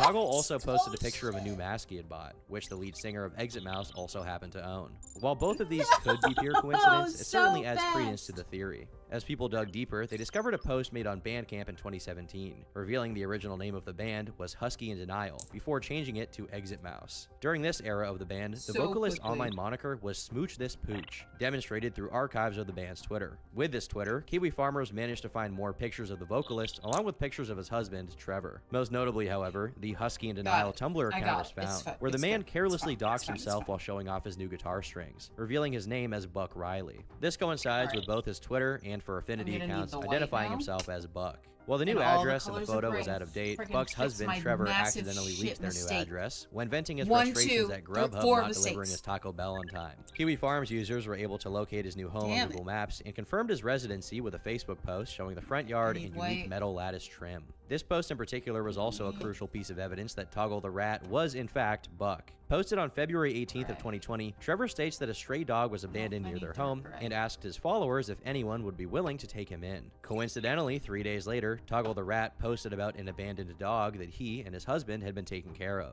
Another alternate alias, Clunk, was also discovered, as people found two posts that were nearly identical being posted by Husky in Denial and Chipmunk Clunk. This led investigators to find a list of fetishes posted by Clunk. These included age play, animals, grandfather/grandson, and underage characters. This also coincides with Buck's frequent and bizarre defense of cubs, which are underage furry characters. Eventually, through more digging, Kiwi farmers were able to find out that Buck was only a nickname, with his real name being Charles Alexander Berry. Hypothetically, there is a chance that all of these parallels are simply a long string of unfortunate coincidences. However, this is very unlikely to be the case. It seems that Toggle became aware of Doug through his Cross Species Alliance Twitter account. Their first encounter actually sparked a disagreement regarding the infamous zoo sadism leaks of September 2018, during which Toggle, at one point, referred to the account's admin as petulant. However, this insult would not sour the future relationship between the two. Shortly after, Toggle happened to begin reading Uniquely Dangerous when he noticed that the Cross Species Alliance was referenced in the book. He quickly put two and two together and realized that Doug Spink was behind the account. And I noticed in Maloney's description of the ransacked little shack that he lived in that the words Cross Species Alliance was written on a whiteboard in the background. So I messaged him later and I was like, hey, is this account run by Doug Spink? And he was like, yeah, there's a few people that run this account, but it's me typing right now. The two struck up a friendship, and eventually Doug would inquire about starting a podcast. Thus, Zooier Than Thou was born. A brief description on the show's website reads, Zooier Than Thou is yet another monthly podcast covering the zoophile community and all things zooey and wonderful, featuring current events, dating advice, and insider tips on rubbing shoulders with the Illuminati elite, all with a great deal of silliness. Zooier Than Thou sets itself apart from the pack with an openly positive and joyful interpretation of what it is to be a zoophile. Hosts Fausty and Toggle bring 2 lifetimes of animal activism and cross-species romance to the mic, with the help of a dedicated cast and crew of zooey talent. There may be hundreds of others out out there doing the same thing, but Zooier Than Thou aims to do it the best. Zooier Than Thou is no different than Doug's other efforts to normalize his degenerate sexual interests. The main difference being the layer of irony and satire, likely used to shield himself from terms of service violations. A notable quote comes from the very first episode, where the two hosts explain the nuance of their self-described activism. Zeus, we've always known better, though. It's not about the humans, it's about everybody. So with this podcast, what we're really all about is celebrating if I just primarily don't fuck the up the non-human other side of one, things. I'll be fine. Their agency, And I'm their using wisdom, black on the their other one, interests, so and above good all luck else, to me, the sis. well-being of the non-humans that share our lives. They do deserve their own voice. More than that, they deserve to have their agency and their adulthood both respected and embraced. So true. And treating animals as if they have no desires, no free will, no autonomy, it's dishonesty like that which allows us to tolerate heinous factory farm practices, to imprison and torture hundreds of millions of our sentient brethren. That and more. To castrate them, to mutilate them, to literally cut off the adult parts of them. A purely non-consensual violence towards victims who are completely unable to defend their own bodies from these attacks. All of these terrible, terrible things we do to other species serve to reinforce a frankly evil worldview that sees animals as sexless, powerless, childish, forever enslaved, quote-unquote, lower beings. Everything about that is just awful. Where are we going? We as zoos Where are you taking directly challenge the assumed separation of humans from everybody else who shares residency on this planet with us. As zoos, we undermine that imaginary distancing by truly and genuinely embracing our non-human colleagues as equals, as friends, as partners.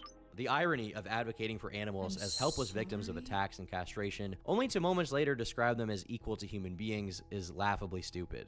Especially when you consider things like animal castration typically happen in the context of medical benefits. Food production. Nothing positive comes from having sex with your dog. Logical fallacies are a staple of the Zooier Than Thou podcast, with a healthy dose of cope and cognitive dissonance. To be fair, this is unsurprising, considering it's pretty difficult to make a good faith effort to defend zoophilia. Zooier Than Thou also dedicates time to responding to fan mail in a segment called Ask Zooey. It's severely unlikely that any of this mail is actually real, considering the first bit of mail they read was written by a dog, in their words. In this section, the two hosts dedicate time to essentially joking about the abuse of animals, in the same way that a regular human might joke about normal sex. Our first letter today comes from Nutty in Nova Scotia. Nutty writes, Dear Zooey, I love my human dearly, and recently we've decided to take that to the next level. But I've discovered he has a very strange fetish for peanut butter, and I simply don't understand. I try to indulge him, but the peanut butter just gets stuck to my gums, and I end up licking my teeth more than I'm licking his junk. And what's worse, by the time I finally finish cleaning it off him, he slathered even more onto his balls. I want to make my human happy, but I don't know how much longer I can stand the taste of peanuts.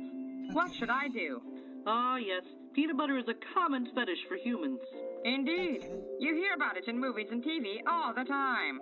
Well, Nutty, it might seem awkward, but perhaps it's best to sit your human down and have an honest talk about his peanut butter fetish.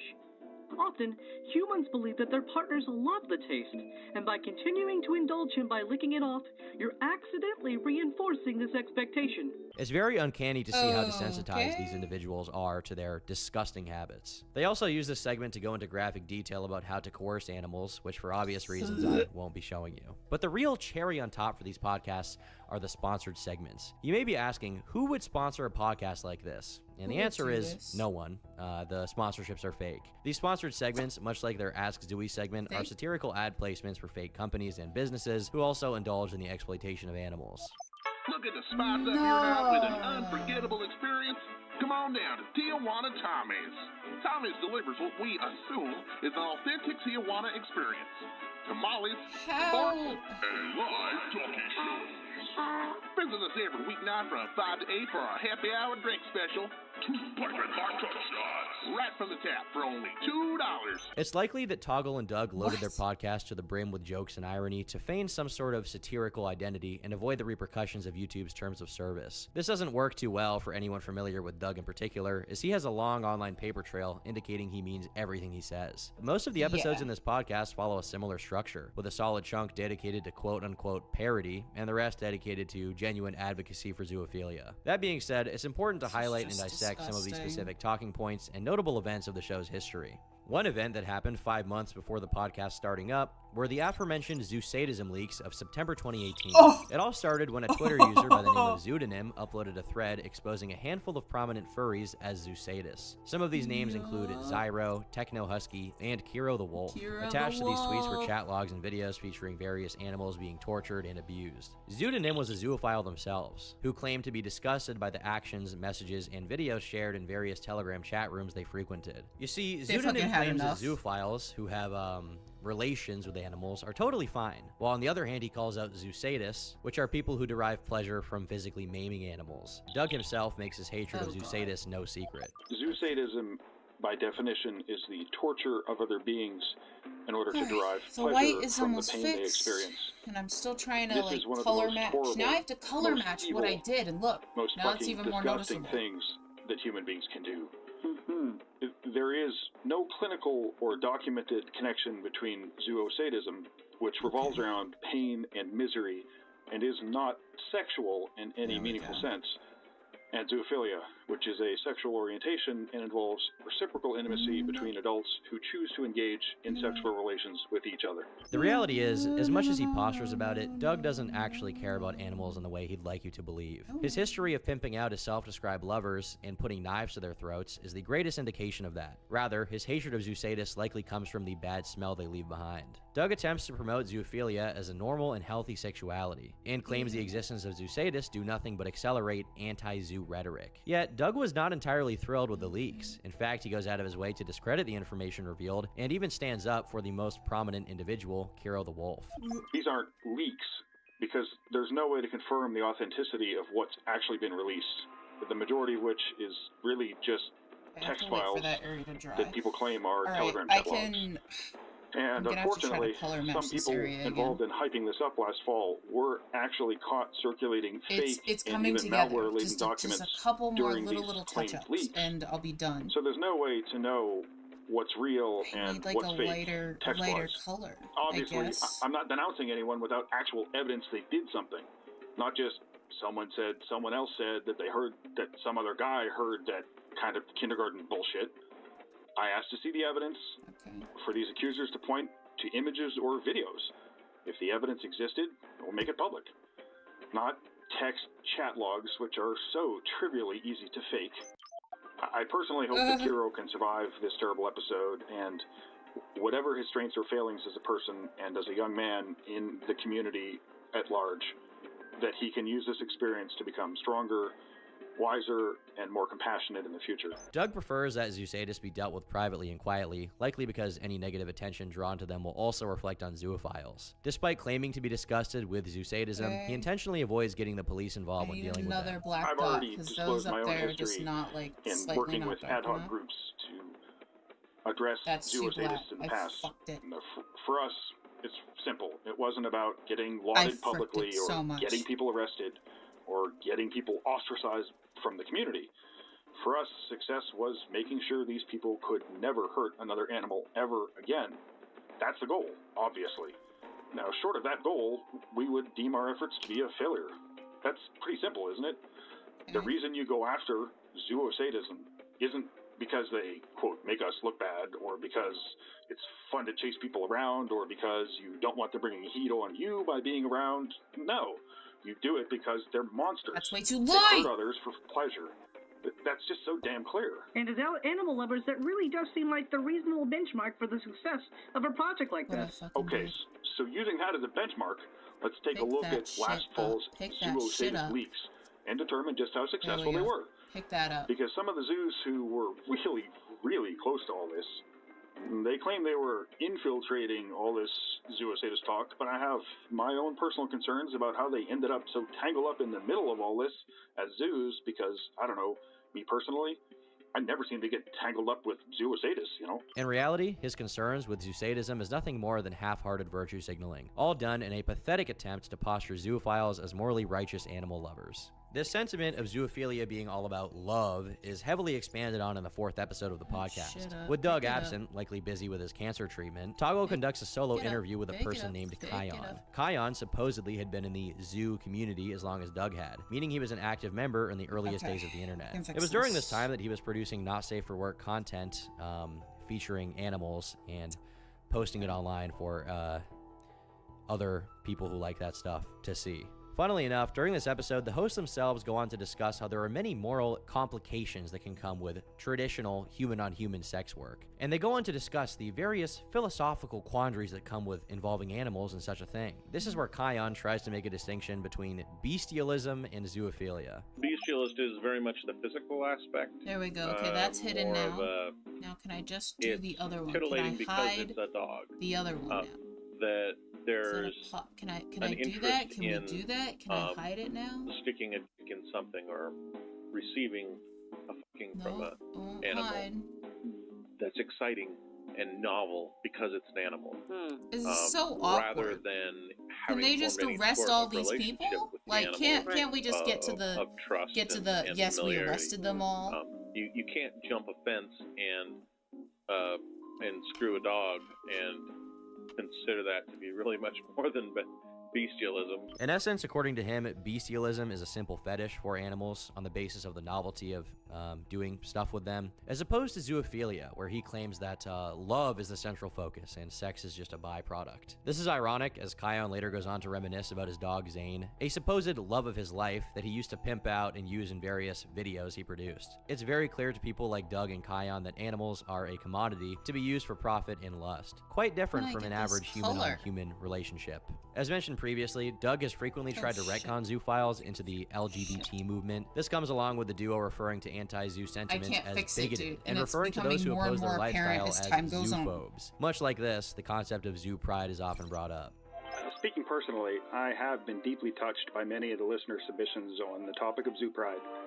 In addition to the wonderful diversity of views on what zoo pride means to each of us, the overall zeitgeist of the community, the pride in our collective pride, as it were, comes through in each and every one of these That's the normal gray. Social justice is a frequent talking point in the podcast as well, even referencing supposed misogyny within the zoo community. It's not this I don't know that men are more harshly criticized as much as women are kind of completely erased from the idea of what it means to be a zoo in the eyes of bigots. There's definitely some misogynistic bigotry and hatred that underlies so much of this. All of this is very intentional. Crafting actual arguments as to why their sexuality is okay is obviously impossible. It's much easier to reuse the rhetoric from LGBT spaces to create as many parallels as possible to something recognizable. I just don't want Many it to understand be and white sympathize is with the plight of gay issue. people in society, and Zooier Than Thou attempts to promote zoophilia as a social justice cause only a few steps behind. Doing this postures those who oppose them as equivalent to homophobes, and would put them on the wrong side of history in Doug's eyes. When called out for their non-consensual acts against animals, they project onto those who criticize them,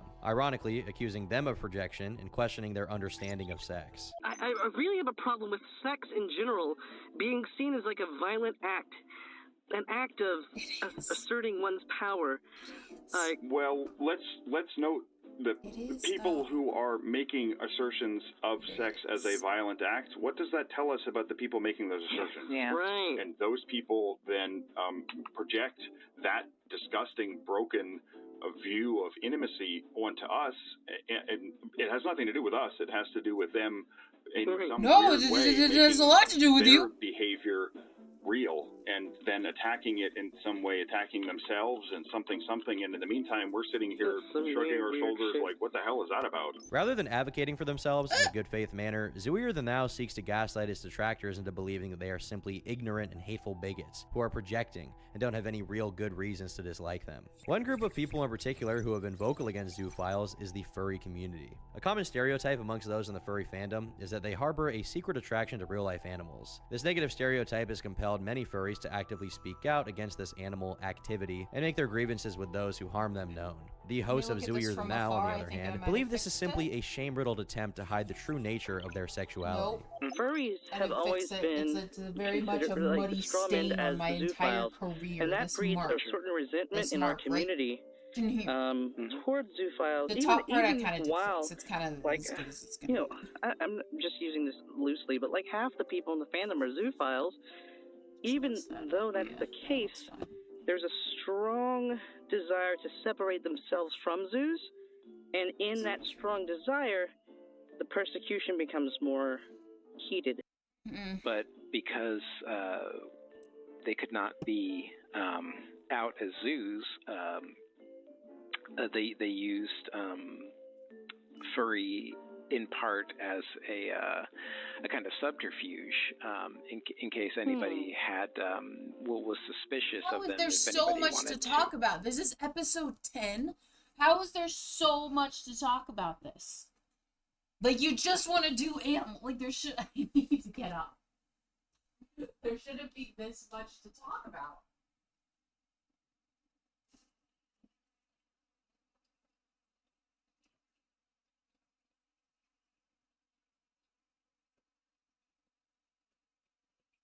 I can't.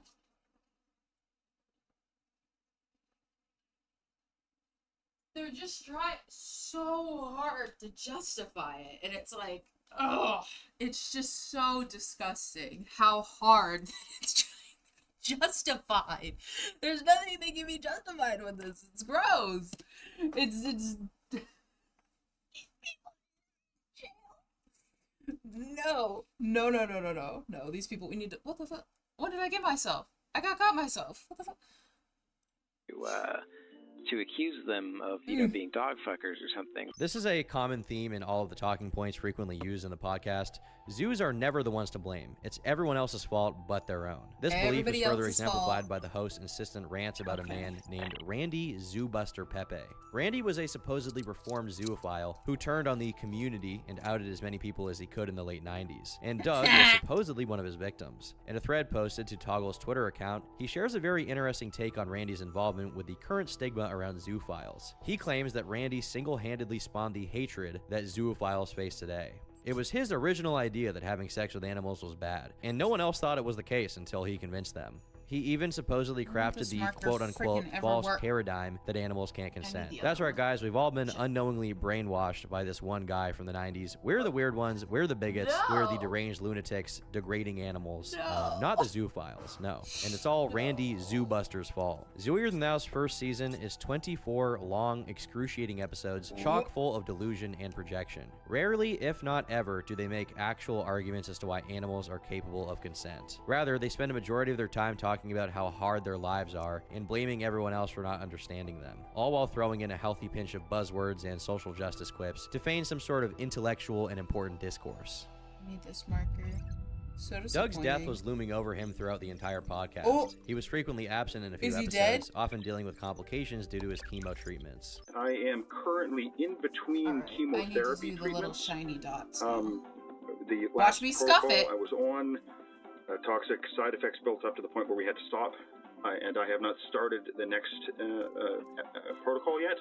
So I am off chemo right now for the first time in many months. According to Doug, he was also not taking his oral chemotherapy behind his oncologist's back. Over the summer, I almost died in June, again from chemo, not actually from cancer. I have been off chemo since June 20th. Don't tell my oncologist because he doesn't actually know. His initial diagnosis was evolving rapidly. The cancer traveled from his skin into his lymph nodes, which then spread to his lungs and trachea. An already difficult cancer to beat was now an inevitable death sentence. This leads us to January 24th of 2020, when Doug's husband, Zeman Depo, would announce that Douglas Spink had passed away. In episode 11.5 of the Zooier Than Thou podcast, Doug's husband would also further expand on the death of his late husband. Knowing and loving Doug was the best thing that ever happened to me. And I know that he touched a lot of people's lives. Perhaps the most profound thing he did was to, as you say, choose the hard battle.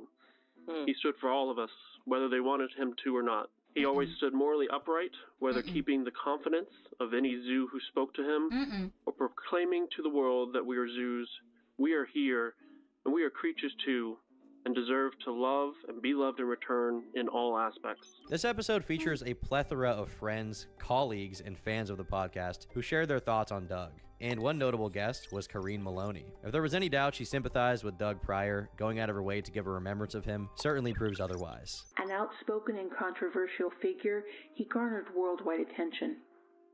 He was adored by some just as he was hated by others, and that was fine with him.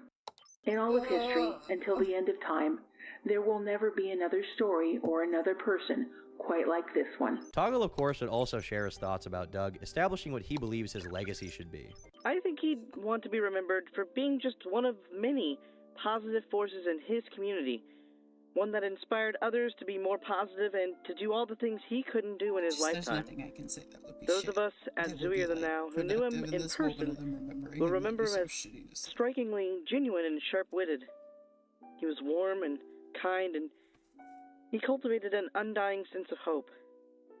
He saw a future many of us couldn't see at first, and he helped us share that hope for a better future with our entire community. Following Doug's death, previously special guests of the podcast stepped into a more permanent role. To this day, the Zooier Than Thou podcast continues to upload to YouTube. Despite being previously taken down, new accounts were quickly created with no issue. It seems like for the time being, YouTube negligently allows this podcast to continue to exist. After the legal system consistently failed to put a stop to Doug's endless reign of chaos and abuse, cancer would save the day. While many celebrated his death, there were, of course, many like-minded freaks who mourned his passing.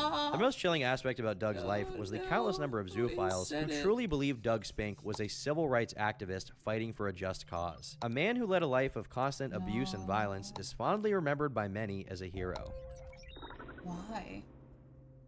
Make no mistake, Douglas Brian Spink was a mentally deranged animal abuser, no matter how hard he tried to convince others or himself that he wasn't. Even at a young age, he hated himself for the feelings he had, only deciding to indulge under the guise of self-acceptance. Dude, I can't freaking fix it. I can't fix it. I can't even tell how much I can't color match it, and I can't even express how obvious it is that it exists there. It is very obvious that it exists there in time and space. I cannot get rid of it. I'm gonna just draw over it. I'm gonna be honest. I'm gonna just draw some stars over it. I'm having a star thing lately. I feel like my mom will understand. I just need to draw little stars on places. And I need these eye sparkles to be more opaque, because they're not opaque enough.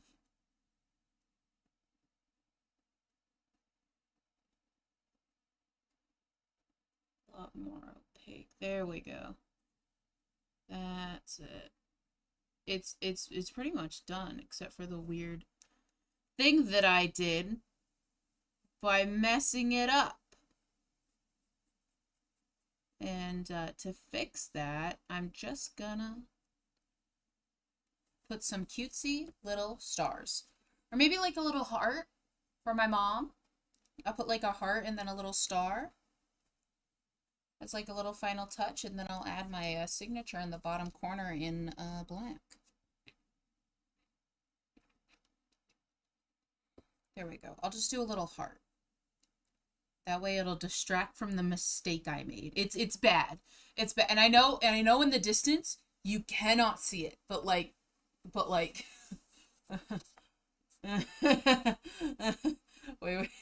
You can see it. I can see it. I need to fix it. It looked really nice, but now I'm like, let me just fix this. Let me just fix this. I'll add just a couple of little cutesy embellishments to like fix the crimes that I've committed in life, okay? I worked really hard on this ombre, and now I'm just like, fuck this. Fuck this. There, see, look at that. A nice little heart right there. Look at that. That's cute. Just like a nice little embellishment to kind of make this weird background galaxy look nice. See, look at that. Isn't that cute? That's cute. And I'll put, and on the other one, I'll make them black instead. I'll put another one like over here. Like another one. To kind of tie the whole thing together.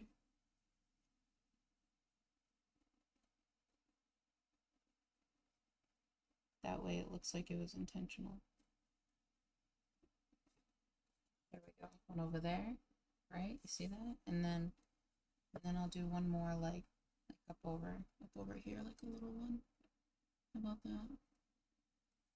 Maybe more towards this side.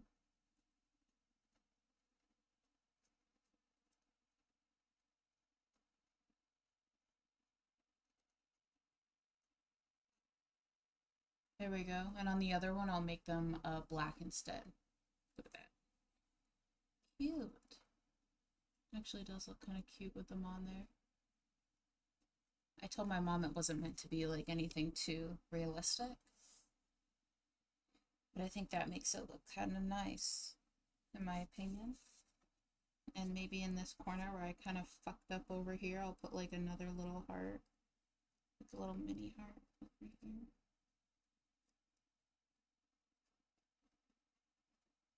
Another mini heart, and then like a little mini star. How's that? Look at that. It is kind of cute. I know there's not that many, but I think it is kind of cute, just so it's not like totally plain.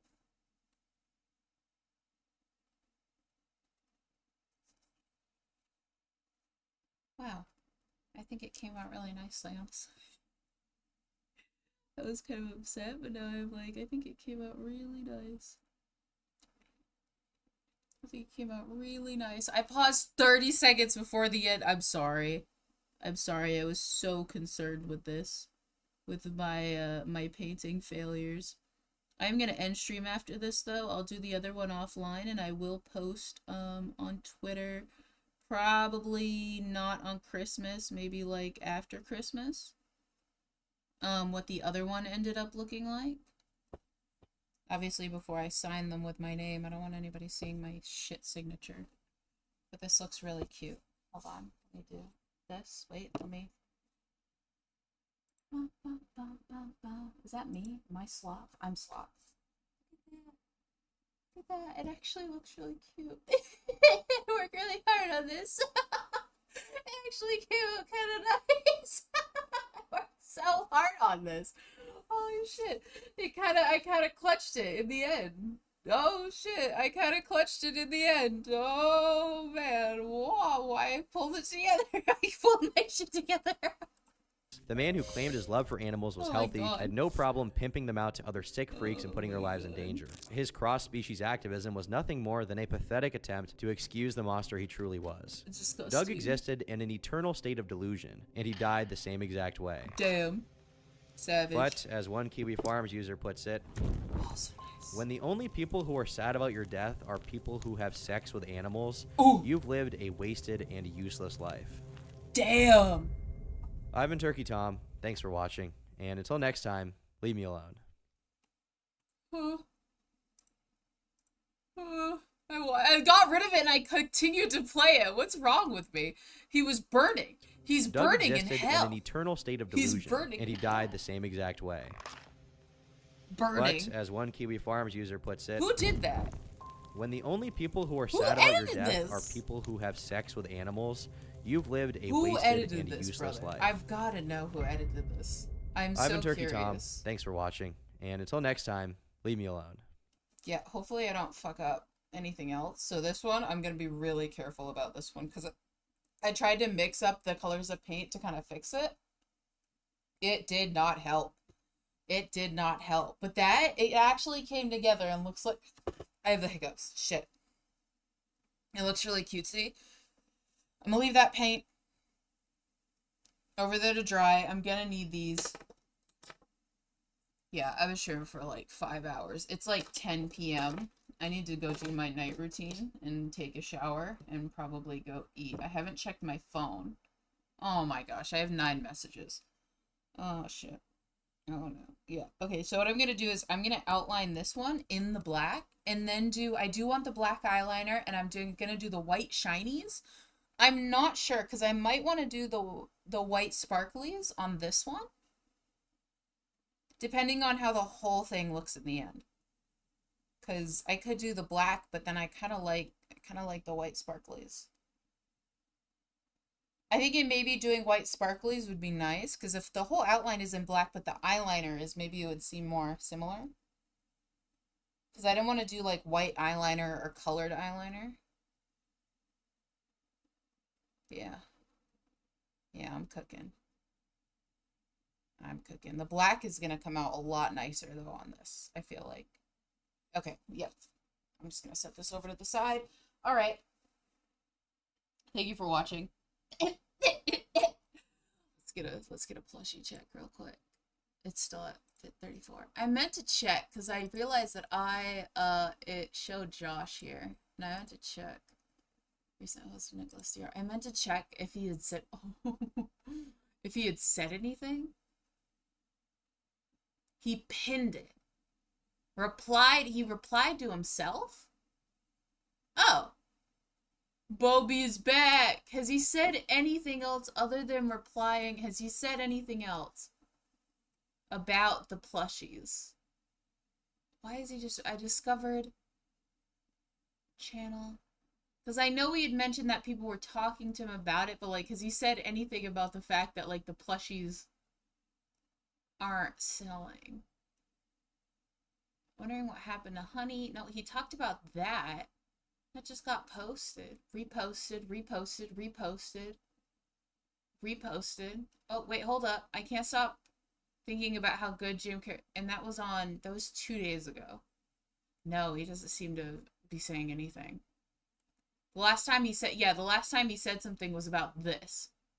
How the F do you even have this much to say about a merch drop? Yeah, that was the last thing he said about it. Okay.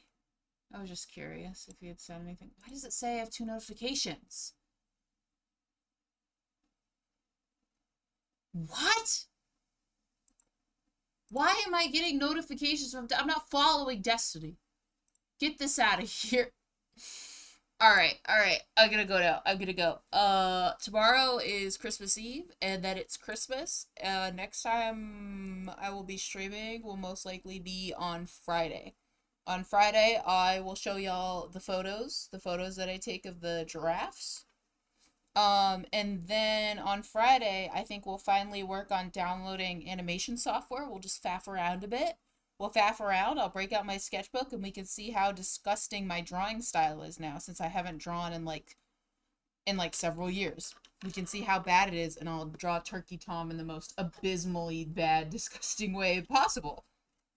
You know? It can't be that bad. I might still have some...